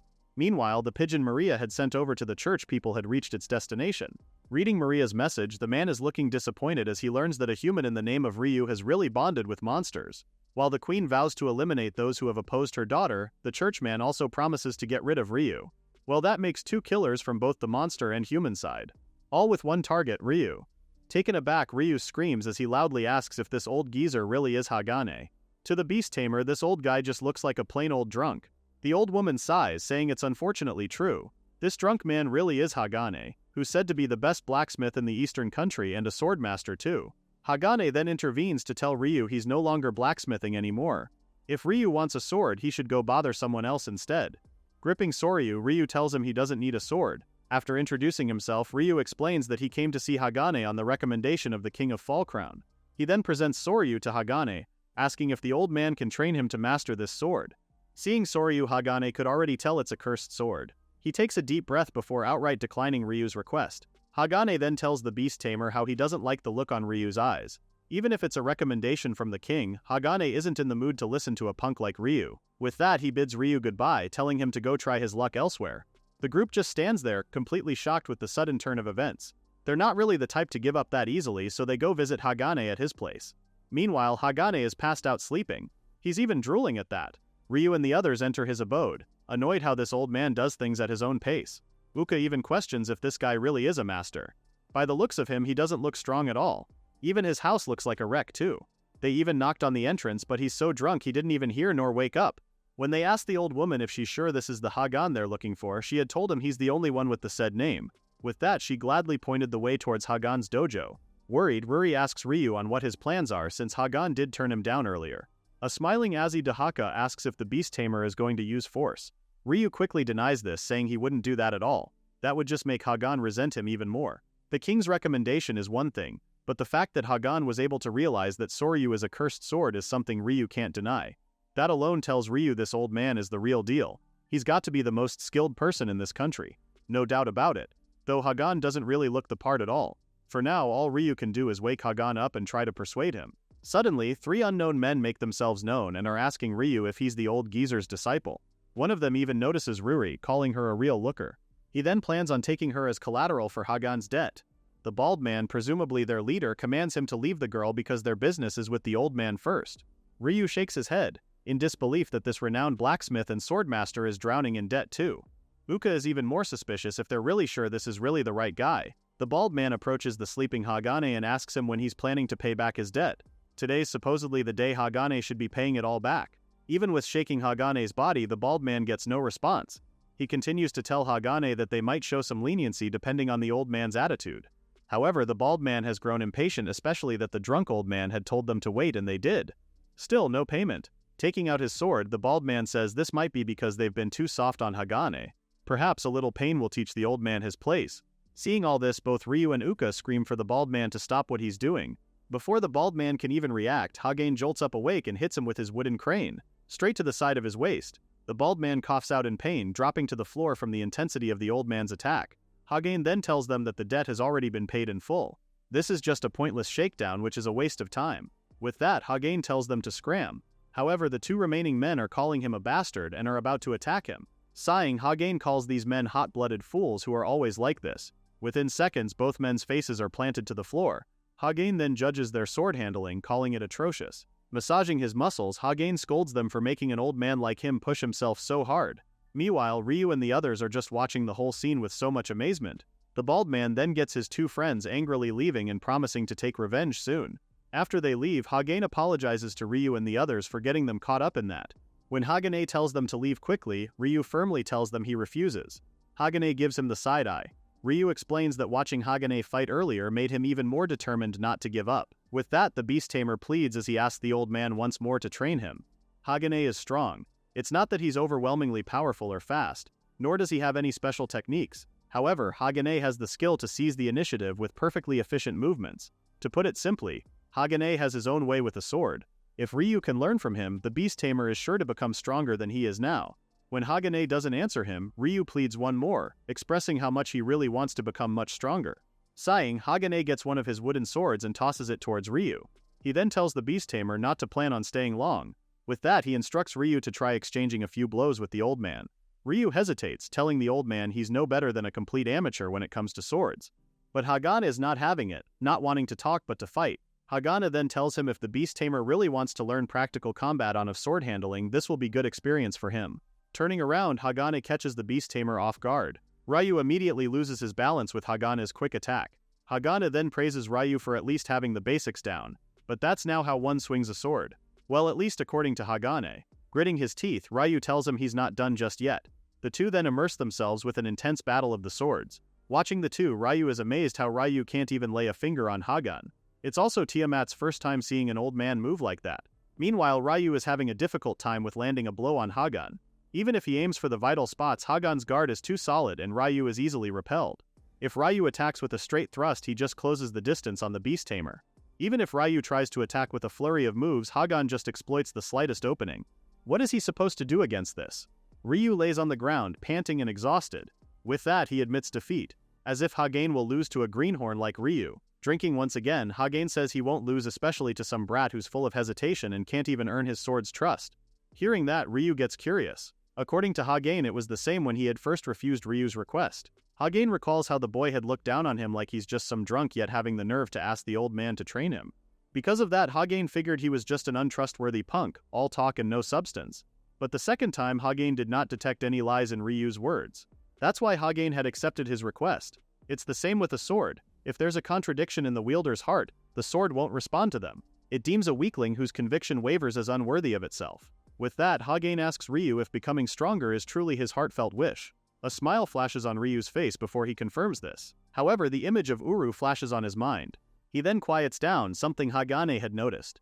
The old man then agrees to training the beast tamer, but in return, Ryu needs to clear up that hesitation of his, and quickly at that. If he doesn't, Ryu will never be able to master that sword as long as he lives. Ryu needs to think it over carefully. Ryu sits there in complete silence, clenching his fists as he thinks of it. A few days later, Hagane is reminding Ryu it's been 5 days since they started training, yet the old man hasn't seen any growth in Ryu. Panting, Ryu asks to battle one more time. As the two fight again, Tiamat asks Ruri if she's not going to join the training right now. Uka and Karin are already sparring in the corner. Ruri knows she should be training as well, but she's been deeply worried with how Ryu's been acting strange these past few days. When Tiamat asks about it, Ruri explains how Ryu seems somewhat desperate, or rather like he's forcing himself to train. This has Ruri worried. Even when she tells him to rest, Ryu just insists he's fine. Tiamat thinks it over. If Ruri can't get to him, no one else will be able to. Tiamat then tells Ruri that Ryu probably has times when he wants to think things through alone. For now, she suggests waiting until Ryu is ready to talk about it himself. Even if it's frustrating, Ruri quietly agrees. In Tiamat's mind, there's someone else she's curious about. On the other hand, Hagane's question 5 days ago has constantly played in Ryu's mind. Is wanting to become stronger really his heartfelt wish? Of course it is. He did set out on this journey to catch up to Tia and the others in the first place. Is there any other reason for him to want to get stronger? But then, another question has plagued him internally. If he becomes the Demon Lord, will Uru be able to get out? Sweating? Ryu thinks about the pressure he's been in. When Gen had suggested for Ryu to become the Demon Lord and command all monsters, it was really an idea that Ryu had been thinking about. If he becomes the Demon Lord, Ryu won't be able to stand by the hero's side though. Humans and monsters are in opposition. And a Demon Lord who commands monsters is nothing but an enemy to humankind. Even if he becomes a Demon Lord and try to create a world where humans and monsters can coexist, will people all over the world accept that? The thought is impossible. Humans are already invading the Great Forest and on the verge of starting a war with monsters as of now. But then, if Ryu doesn't become the Demon Lord, Uru can't be free. Is this the contradiction Hagane was talking about? One thing's for sure, Ryu is at a loss. He doesn't know what his true wish is at all. Suddenly, Ryu is brought back to reality when Hagane hits him on the head with a wooden sword. Hagane scolds him for still having second thoughts with his answer. The reason why Ryu can't bring out his true strength is because his head's full of useless crap. Hagane says, if Ryu just lets all these useless thoughts distract him in a real fight, the beast tamer will surely die. Sporting a huge lump on his head, Ryu grumbly says he knows that already. Hagane gets angrier, saying Ryu doesn't get it at all because he's always been plagued by his distracting thoughts ever since. With that, Hagane cancels sparring training and announces training will be Zazen until Ryu finds his answer. Until then, all other forms of training are strictly forbidden. This completely shocks Ryu, but he has no choice but to comply. Alone, Ryu deeply mulls over the weight of the questions plaguing his mind. Just then, Tiamat is about to approach him when they all hear a loud noise from outside. Outside, the citizen are running and hurrying to get inside the building quickly. Ryu rushes to where Uka and the other are and asks what's going on right now. Uka says she doesn't really know for sure, but the people SW birds over there and suddenly started panicking. Hagane rushes towards the group, scolding them for just standing around and gawking. Confused, Ryu asks him what's wrong when it's just birds, right? Hagane then screams, saying if they're just ordinary birds then it wouldn't cause this kind of uproar. This can only mean one thing. That's the Demon Lord approaching. The non-aggression pact has been broken and Hagane instructs everyone to get inside. If it spots any of them, there's no telling what it'll do. Ryu is about to run inside when he turns to see Corinne standing in the middle of the streets. While everyone else is panicking, Corinne is staring at the sky as if talking to someone. Ryu calls her attention, asking her what's the matter and to hurry inside. Corinne is torn on what she has to do, especially when the Demon Lord is saying she's here to take Corinne back. Before Ryu can ask her what that means, Corinne has already spread her wings. The Demon Lord is calling her and she has to go. With that, Corinne flies out to the Demon Lord and leaves everyone behind. Azidahaka then says Corinne is heading towards the grasslands. If he's correct, that area is supposed to be the Beast Demon Lord's territory. On the other hand, Ryu is panicking. He thinks Corinne is in danger. He quickly gets his sword and tells everyone they'll go after her. Hearing this, Hagane opposes. If Ryu antagonizes the Demon Lord, everyone will die. Ryu apologizes, but he can't just abandon their friend. He then tells Hagane they'll be right back once they catch up to Corinne. Hagane doesn't get to have another say in it because Ryu has already zoomed towards the grasslands. They soon catch up to Corinne and tell Here how dangerous it is here. Ryu then tells Here to head back quickly. In his mind, the Demon Lord is still far off. If they return to the Eastern Kingdom now, they might be able to do so without getting noticed. However, Corinne tells her papa how she's been hearing a voice for a while now. It's been telling Corinne how she's been searching for her for so long now, and it wants Corinne home. Even now, the voice is still talking to Corinne. Suddenly, they hear a huge flap of wings coming at them. The Demon Lord has made its way towards them. Landing on the ground, the Demon Lord transforms itself into human form. Right before them is beautiful lady who's known to be the Beast, Demon Lord. Seeing that the Demon Lord has taken human form, Ryu believes she might be willing to talk. The Demon Lord cuts off Ryu's words, demanding he return her fledgling. Confused, Ryu asks who she's talking about. The Demon Lord then asks Ryu not to play dumb. She introduces herself as Enka, pointing to Karen. She reveals she's her mother. Karen is supposedly Enka's fledgling whom she's been searching for a long time. Right now, Enka wants her child back. Ryu is speechless to learn that Karen is the Demon Lord's child. Enka then accuses Ryu of kidnapping her fledgling, saying if he returns Karen obediently then she'll spare his life. Ryu tries to explain how this is all a misunderstanding since he and Karen only met in Fallcrown. When Ryu asks if Enka may be wrong about Karen being her daughter, the Demon Lord explains there's no doubt to it since Karen's magical power is the same as hers. Going into detail, Enka reveals how humans had stolen the egg she laid a year ago. She had her subordinate monsters and everyone searching for the egg and the human who took it. But until this very moment they haven't been able to find them. This means the missing egg is Kareen. Enka expresses how precious Kareen is to her and to their clan. She only wants Ryu to hand over Kareen quietly. Ryu stares at Kareen, understanding the situation. Kareen is just a child. Normally, returning her to her parents would be the right thing to do. Ryu doesn't want to tear a parent and child apart either. However, it's not Ryu to decide on the matter. He then says Kareen herself must decide what she wants to do.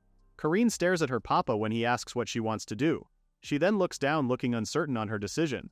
Enka then asks her if she doesn't want her mother. After all, Kareen is the princess of the Garuda clan. Kareen stands at the pinnacle of all monsters, ruling over others. Enka then says Kareen was never meant to be with humans in the first place. Before Kareen can say anything, Enka continues to say how she wants Kareen to succeed her someday. If she returns to Enka's side, the Demon Lord guarantees her a life without any hardship. Enka thinks this is far better than being a drifter. Kareen looks back to all those times she was alone. She had always looked for her mama. Karen was always hungry and worse, lonely. Yet a gentle voice had guided her to trust her papa Ryu. All those difficult times suddenly became better because of Ryu's reassuring smile and supportive aura. With that, Karen apologizes to her mother and tells her she doesn't want to leave her papa.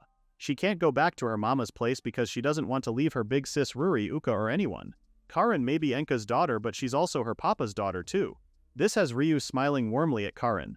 Besides, Karen still wants to continue her journey too. Rather than staying here and being a princess, Karen wants to go to all sorts of places with everyone and see all sorts of things. So Karen can't return to Enka. Enka's face darkened before she screams bloody murder. She can't understand why Karen would choose that man over her own mother. Above all, choose humans. It's unthinkable for a noble Garuda to side with humans, she says. Not allowing such a thing to happen. Enka transforms back to her monster form and is planning something unthinkable. Ryu tries calming Enka down, assuring her that Karen only wants to travel. But things aren't looking good as Enka tries to squash Ryu with her foot. Luckily, Ryu manages to dodge her attack. A smiling Azidahaka then jokes and asks Ryu why did he anger the Demon Lord when he was told he'd die if he became her enemy. All along Azidahaka had been itching for a fight. Ryu defensively tells him it wasn't on purpose.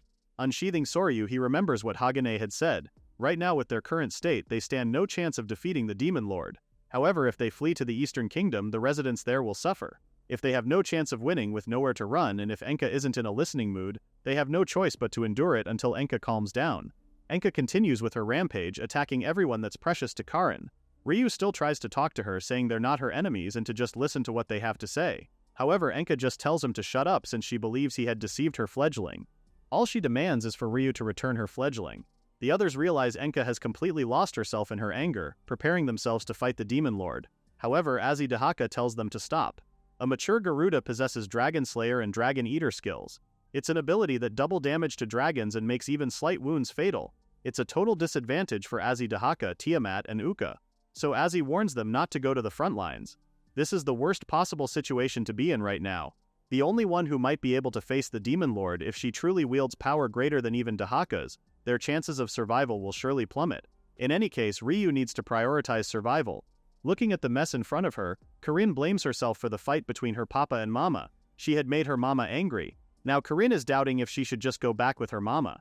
If she had said that, would everything have been resolved peacefully? Even now, if Karin tells her mama she'll go back, maybe everyone won't get killed. Before Karin drowns in her guilt, Ryu calls her to say she's done nothing wrong since she only said what she wanted to do. It shouldn't be a bad thing for Karin to want things, and there's absolutely no reason for her to feel responsible. Smiling, Ryu expresses how they all feel the same way as Karin, so he wants her to believe in them. Karin finally smiles and agrees with her papa. Meanwhile, Enka is furious, accusing Ryu of bewitching her daughter and still dare to speak such lies. Repeating what he said, Ryu tells Enka how this is all a misunderstanding. It's fine if Enka doesn't like them, but if she's truly Karin's mother, she should at least accept her daughter's choice. Enka then turns to Karin, telling her to open her eyes because Ryu is only trying to use her.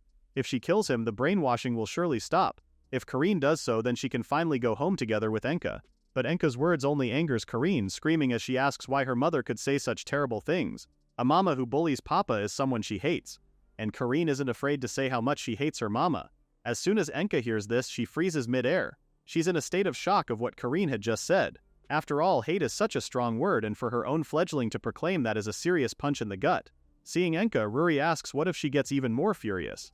Ryu awkwardly stares at the Demon Lord, saying she did brought this to herself. Enka did ignore her own daughter's opinion. Suddenly they hear Enka crying as she mutters a sincere apology towards her daughter. Enka didn't realize Karin disliked conflict, so Enka makes a proposal. Pointing her wing towards Ryu, she wants to settle this with a single blow. If Ryu can withstand Enka's full power attack, then he wins. If he can't withstand it, Enka wins. Confident, Enka asks Ryu of his answer.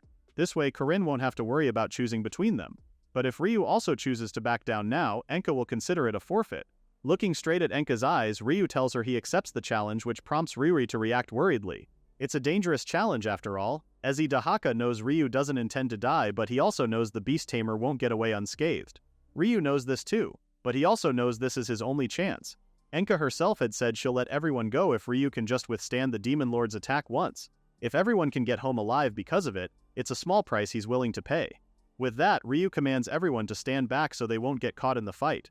Karin tries to dissuade her papa not to do it, but Ruri stops her from approaching Ryu. Enka then flies above Ryu, telling him she'll show him a true full-powered strike by a Garuda. Positioning himself, Ryu is determined to take it with all the magical power he can muster. He doesn't know how long his body will hold out, but he needs to try. Enka then flaps his wings, and suddenly Ryu is getting face to face with a huge ball of fire. In Ryu's eyes, it almost looks like the sun is falling. Ryu can only stand there and stare at it. Meanwhile, Karin manages to escape Ruri's grasp and heads toward her papa. She knows her papa is going to die. Karin doesn't want that. If it means she can protect her papa, then Karin will give her own life. Just as she's about to reach Ryu, a hand takes a hold of Karin. Suddenly, Karin is in a whole other world. There, Karin looks around for her papa. She then hears someone apologizes for calling her in this world. So suddenly, approaching Karin, Uru introduces herself as someone who dwells within Ryu and explains that Karin is in a place which is like Ryu's spiritual world. Karin is curious why Uru knows her name and quite confused as to what she meant by spiritual world. Uru quickly tells Karin they don't have much time and will just explain everything later. For now, Uru asks the child if she really wants to protect her papa. Karin immediately says yes. If it means her papa will be safe, she will do anything. She then remembers that she needs to go back and help him quickly. Watching Karin, Uru smiles as she realizes the child really loves Ryu. With Karin, Uru is sure she'll be able to unify without any problems. When Karin asks what that means, Uru explains that that's the only possible way to protect Ryu right now, and that is to merge Karin and Ryu's souls together. Presenting her hands, Uru explains that this is a technique usable by forming a familiar contract. However, it's a state unattainable through mere master-servant relationship. It's a state only those who have formed a true bond can reach. Uru didn't really want things to turn out this way. Before she could finish what she was meant to say, Karin interrupts to say she'll do it. No questions asked. Knowing she can protect her papa if she uses it, Karin presses Uru to teach her the spell. Smiling, Uru agrees and says Karin's soul will respond if she truly wishes to protect Ryu. Closing her eyes, Karin thinks about her papa. She'll protect herself and everyone she loves. She'll definitely protect her papa. If their two souls synchronize, then surely this will work. Meanwhile, Ryu's vision of the huge ball of fire in front of him changes. It's now a blinding light with wings. Before he could respond, a loud crash booms the surroundings. Even Ruri and the others had to protect themselves from the blast. When the smoke clears, Ryu is surprised to see himself unscathed. Ryu looks at his glowing hand, wondering why Karin's magical power is overflowing from inside his body. Not long after, light glows from beside him and reveals an unconscious Karin. Ryu quickly catches Karin when she suddenly loses her balance. Opening her eyes, Karin happily hugs her papa as she sees him safe and sound. Teary-eyed, Karin expresses how happy she is that her papa is alive and safe. A smile forms on Ryu's face as he hugs Karin tightly. He has no idea what just happened, but he knows Karin protected him. With that, he sincerely thanks her and apologizes for making her worry. On the other hand, Enka is crying and wondering why this is happening. This isn't how it was supposed to be. Sadness is evident on Enka's face, questioning her worth and why her own child didn't choose her. All she wanted is for Karin to come back to her. After all, as tears continue to fall from her eyes, Karin approaches her mother and apologizes for saying she hated her earlier. Karin understands that her mother got angry because she cares deeply about her child. When Karin got hit by Enka's flames earlier, Karin had remembered. Enka's magic was the same magical power as when she held the egg so preciously. Forlorn, Enka knows Karin still won't stay with her. Karin calmly explains how it was her papa that was with her when she was all alone. If papa hadn't been there, Karin would have just died all alone by now. Karin expresses how she's truly grateful to her papa and that she loves him so much. That's why she wants to go with him. However, Karin also knows that she only has one papa. With that, she also has one mama. Both of them are precious to Karen. Smiling at Enka, Karen thanks her mother for caring for her even from afar all this time. Karen really does love her mama and wants to talk properly. The tears finally stop and Enka is now smiling happily upon hearing her daughter's words. Meanwhile, Ruri and Ryu both watch from nearby. Ruri is happy that everything is finally settled, and Ryu can finally breathe in peace. He's so glad the misunderstanding is all cleared up. Watching both Enka and Karine happily hugging each other has Ryu smiling. Monsters, just like humans, have love for their children. Even though they're the same, why is it that they can't understand each other? If there's a future where humans and monsters can coexist, is a future Ryu wishes for. Suddenly, something surges within him and Soryu begins writhing. Meanwhile, two monsters are speeding the terrains while talking about the news of the Demon Lord of the North breaking the non-aggression pact. The cheetah explains he only went to pick up his own kind and there was contact saying it wasn't an invasion but something else. The unknown monster angrily scolds the cheetah, telling him to stop causing a commotion in his territory and if he wants to be taught a lesson for saying nonsense things. The cheetah calmly tells the prince to calm down and to stop trying to solve everything with using brute force as it will only make things worse. The prince assures him not to worry because he'll protect the cheetah if things got serious. Not long after, the cheetah stops and tells him that they're here already. Peeking down the cliff, the prince wants to see these so-called troublemakers. However, his eyes widen as he sees Ruri, a very familiar face to him. On the other hand, Enka has transformed back to her human form and is already calm as she coddles Karine for being such a good girl. While she gives Karine a hug, Enka bursts into tears of joy when Karine calls her beautiful and cute. Watching the mother-daughter, Ruri and Ryu can't believe the two reconciled almost immediately and things change so much. Ryu then intervenes to ask Enka if it's alright for Karin to stay with them now. Enka tells him he won the battle fair and square so it's only natural to do so. But Enka does ask if she can go and visit Karin sometimes, to which Ryu says he's okay with it as long as Karin wants it as well. Karin happily says she'd be very glad to meet with her mom. Ruri then says this would be somewhat a problem since Enka is still the Demon Lord. If she flies back and forth it'll cause a huge commotion. If that happened, it would basically give the church justification to wage war against monsters. Looking sorry, Ryu's face gives his final answer to Enka's request. For now, they'll have to just hold back. Enka then chimes about an easier solution to all this commotion. Without a second thought, Enka suggests for Ryu to become the Demon King. Ryu jolts in shock. Enka explains how the Demon Kings gather regularly for meetings. If Ryu becomes one, she can openly meet Karine. There are some conditions to becoming a Demon King though. One of them is being able to subdue and bring 10,000 monsters under his control. Enka already heard from Karine that the Beast Tamer has made connections with other races. It's not the orthodox path, but if Ryu is someone who can build trust with monsters, he might be able to achieve it. Stuttering, Ryu says that's not possible since he's human. He's never heard of such a thing. Besides, he's thinking of Ryuri and the others too. Even setting that aside, the human side will hate him. While it's true that Ryu would prefer if they didn't have to fight, but he's also torn apart. Aside from his monster friends, he's also thinking of what Tia, Taiga, and the other will think. Chiming in, Tiamat also says there's the position of Tia being the hero to consider minors, regardless of her true feelings. There's no guarantee they'll gain complete understanding at that. By the looks of it, Enka believes Ryu is afraid of being hated by his own kind. He's more than what she had expected of him, calling Ryu arrogant. Seeing Ryu's shocked face, Enka continues to say that the Beast Tamer believes something is true as if he heard it directly from their own mouths. It's irresponsible and foolish to use false images of others as an excuse for his own indecision. With that, Enka thinks Ryu doesn't trust Tia at all. Ryu defensively denies this, saying he can surely talk to Tia and the others. If Ryu really believes that, then Enka wants Ryu to abandon his doubts. From the way he's talking, Ryu really does intend to become the Demon King. Enka is now asking the Beast Tamer which path does he really truly want. Ryu looks down, obviously indecisive. If he becomes the Demon King, he can't stand beside the hero. A world where humans and monsters can coexist is something he wishes for. But if his precious people abandon him, if he ends up in conflict with a hero who slays monsters, not as a hero at that but as a friend standing beside Tia, that's what Tia had told him before saying she loves him. Ryu suddenly has a realization. A smile forms on his face as he thinks about it. That's right, they're friends. Even if one of them becomes the Demon King, that won't change. His wish isn't to become stronger or to stand beside the hero. Ryu just wants to protect Ruri and the others along with Tia and everyone else. Ryu wants to see a world where humans and monsters can hold hands. A world where humans and monsters no longer hurt each other. He'll definitely create a future where they can all coexist. For that reason, Ryu is now sure he'll become the Demon King and stop the church's war. He'll become the bridge that connects humans and monsters. A triumphant smile etches on Enka's face before she goes to detail out how there are currently 2 empty seats among the Demon Kings.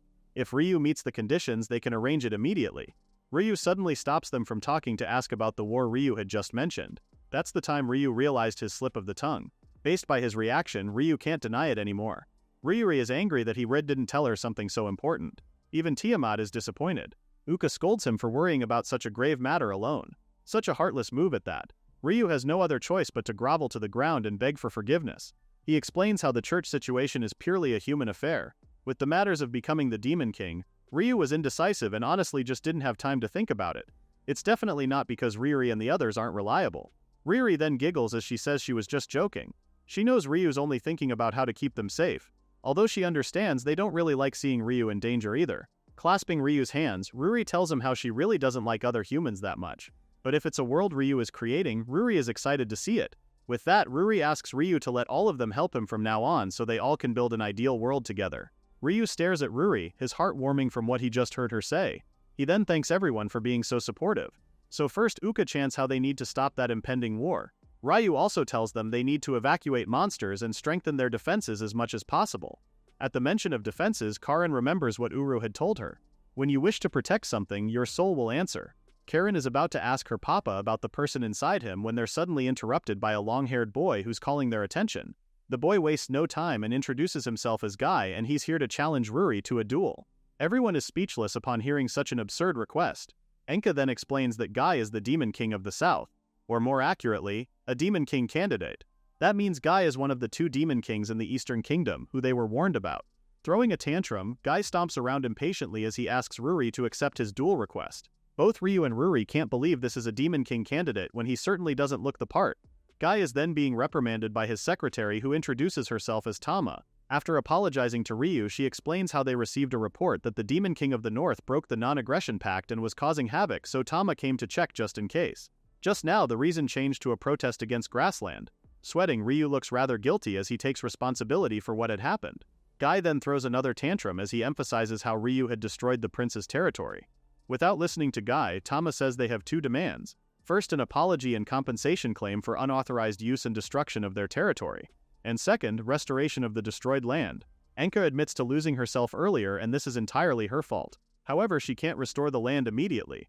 She can, however, agree to make the apology and pay compensation. If those are their terms, then Ryu is confused why Guy is asking for a duel. There's no need for such thing, after all. Guy confidently points out that it's his personal reason. Remember when he saw Ryuri earlier? Ryuri's all too familiar face is the face of the girl of his dreams. Guy proclaims he fell in love at first sight with the girl, pointing to Ryuri as he asks her to become his bride. Guy then bows down to say he's a prince of a country with enough power to be called a Demon King candidate. If Ryuri responds to his advances, Guy promises to give her anything she desires. He'll even promise her a luxurious lifestyle. With that, Guy asks Ryuri to become his bride if he wins this duel with Ryu. Seething with venomous impassiveness, Ryuri rejects Guy right there and then. Guy collapses to the ground, faintly breathing from such rejection. Instant kill. Face planted on the ground, Guy stutters to ask why Ryuri would reject him. Sighing, Ryuri says the answer is obvious. She then embraces Ryu's arm as she tells Guy that she already has a subordinate contract with the Beast Tamer. So Ryuri can't be his. Guy feels like lightning had struck him with the hurt he feels. Ryu on the other hand scolds Ryuri for making such a misleading statement. Well, Ryuri is kinda telling the truth though. Guy is now writhing with anger. He calls Ryu the weakest human even in the midst of other strong races. He can't believe Ryuri would choose such a human and won't accept such decision. Pointing to Ryu, Guy once again challenges him to a duel. Tama explains that in their kingdom, the Beast King Kingdom, if one duels with someone of the opposite sex they like and win, they can marry them. However, if that person already has a mate, they can duel that mate instead. If they win, they can become the new mate of that person. Ryu calls this muscled abduction love, to which Azi Dahaka says aligns with the principles of offspring proliferation. Guy then asks Ryu if he's accepting the duel or not. Because if Ryu doesn't, it means Guy will have uncontested victory. Tama tells Ryu it would be best to accept the duel here. She says Guy won't listen once he's like that. But Ryu is reluctant to do it since Guy, even though he's still a candidate, is still considered a Demon King. Tama assures him the prince is alright. And so Ryu accepts the duel. Tama is there to be the two's referee.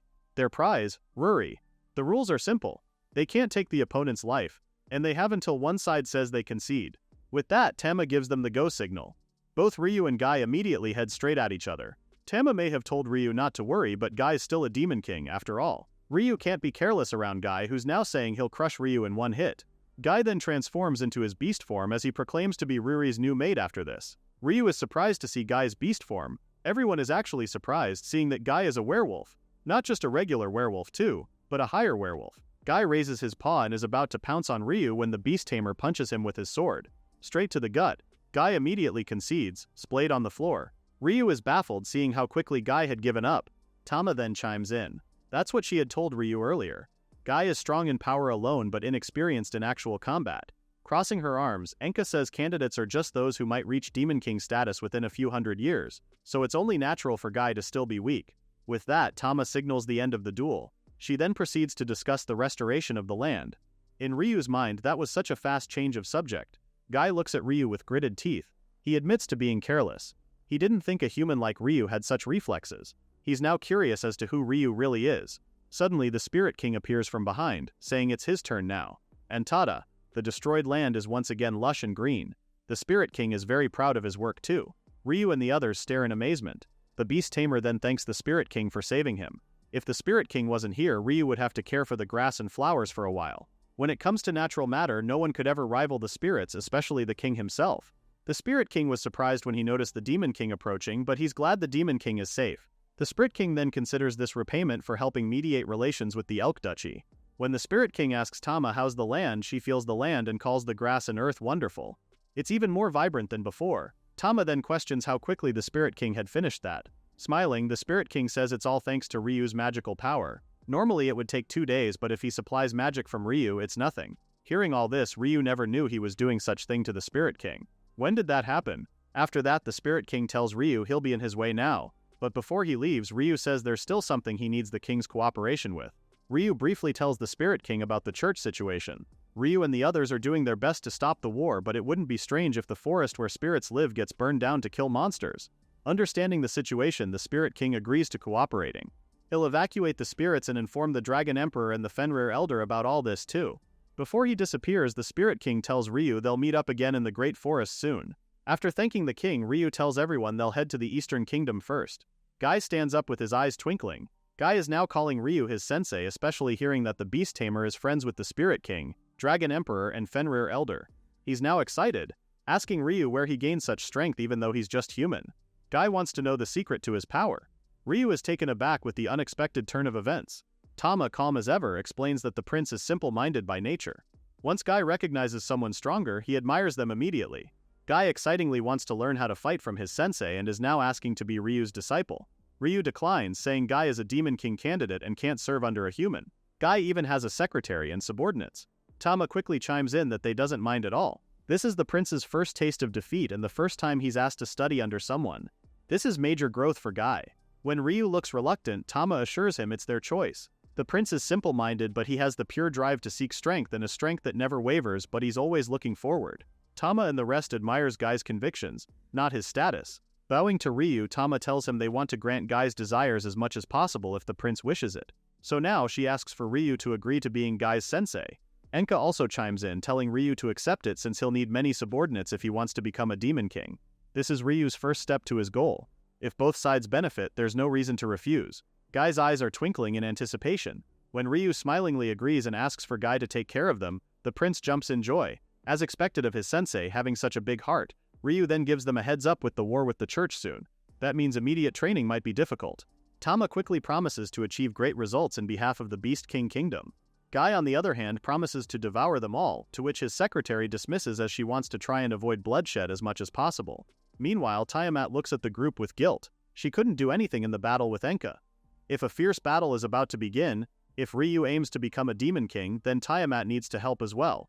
Realizing where her train of thoughts is headed, Tiamat shakes her head. She had originally came on this journey for Uka's sake. To prioritize herself would be selfish. Ryu then tells everyone they'll go to Hagane first before they leave here. So they need to return to the Eastern Kingdom first before heading to the Great Forest after. Everyone excitingly cheers on. Ryu looks up to the sky. He won't waver anymore. He'll become the Demon King and stop the war. He's sure Tia and the others will understand. Meanwhile, Tia and Taiga have been summoned to the church. When Tia asks His Holiness about it, he tells Tia and Taiga they don't need to participate in the upcoming monster subjugation operation. Instead, he has another task for the two. His Holiness is ordering them to subjugate the Demon King. To protect people from the monsters, they will create a paradise for humans, one without a single monster in it. That is the end of the recap at chapter 28. Please read the pinned comment about the next part.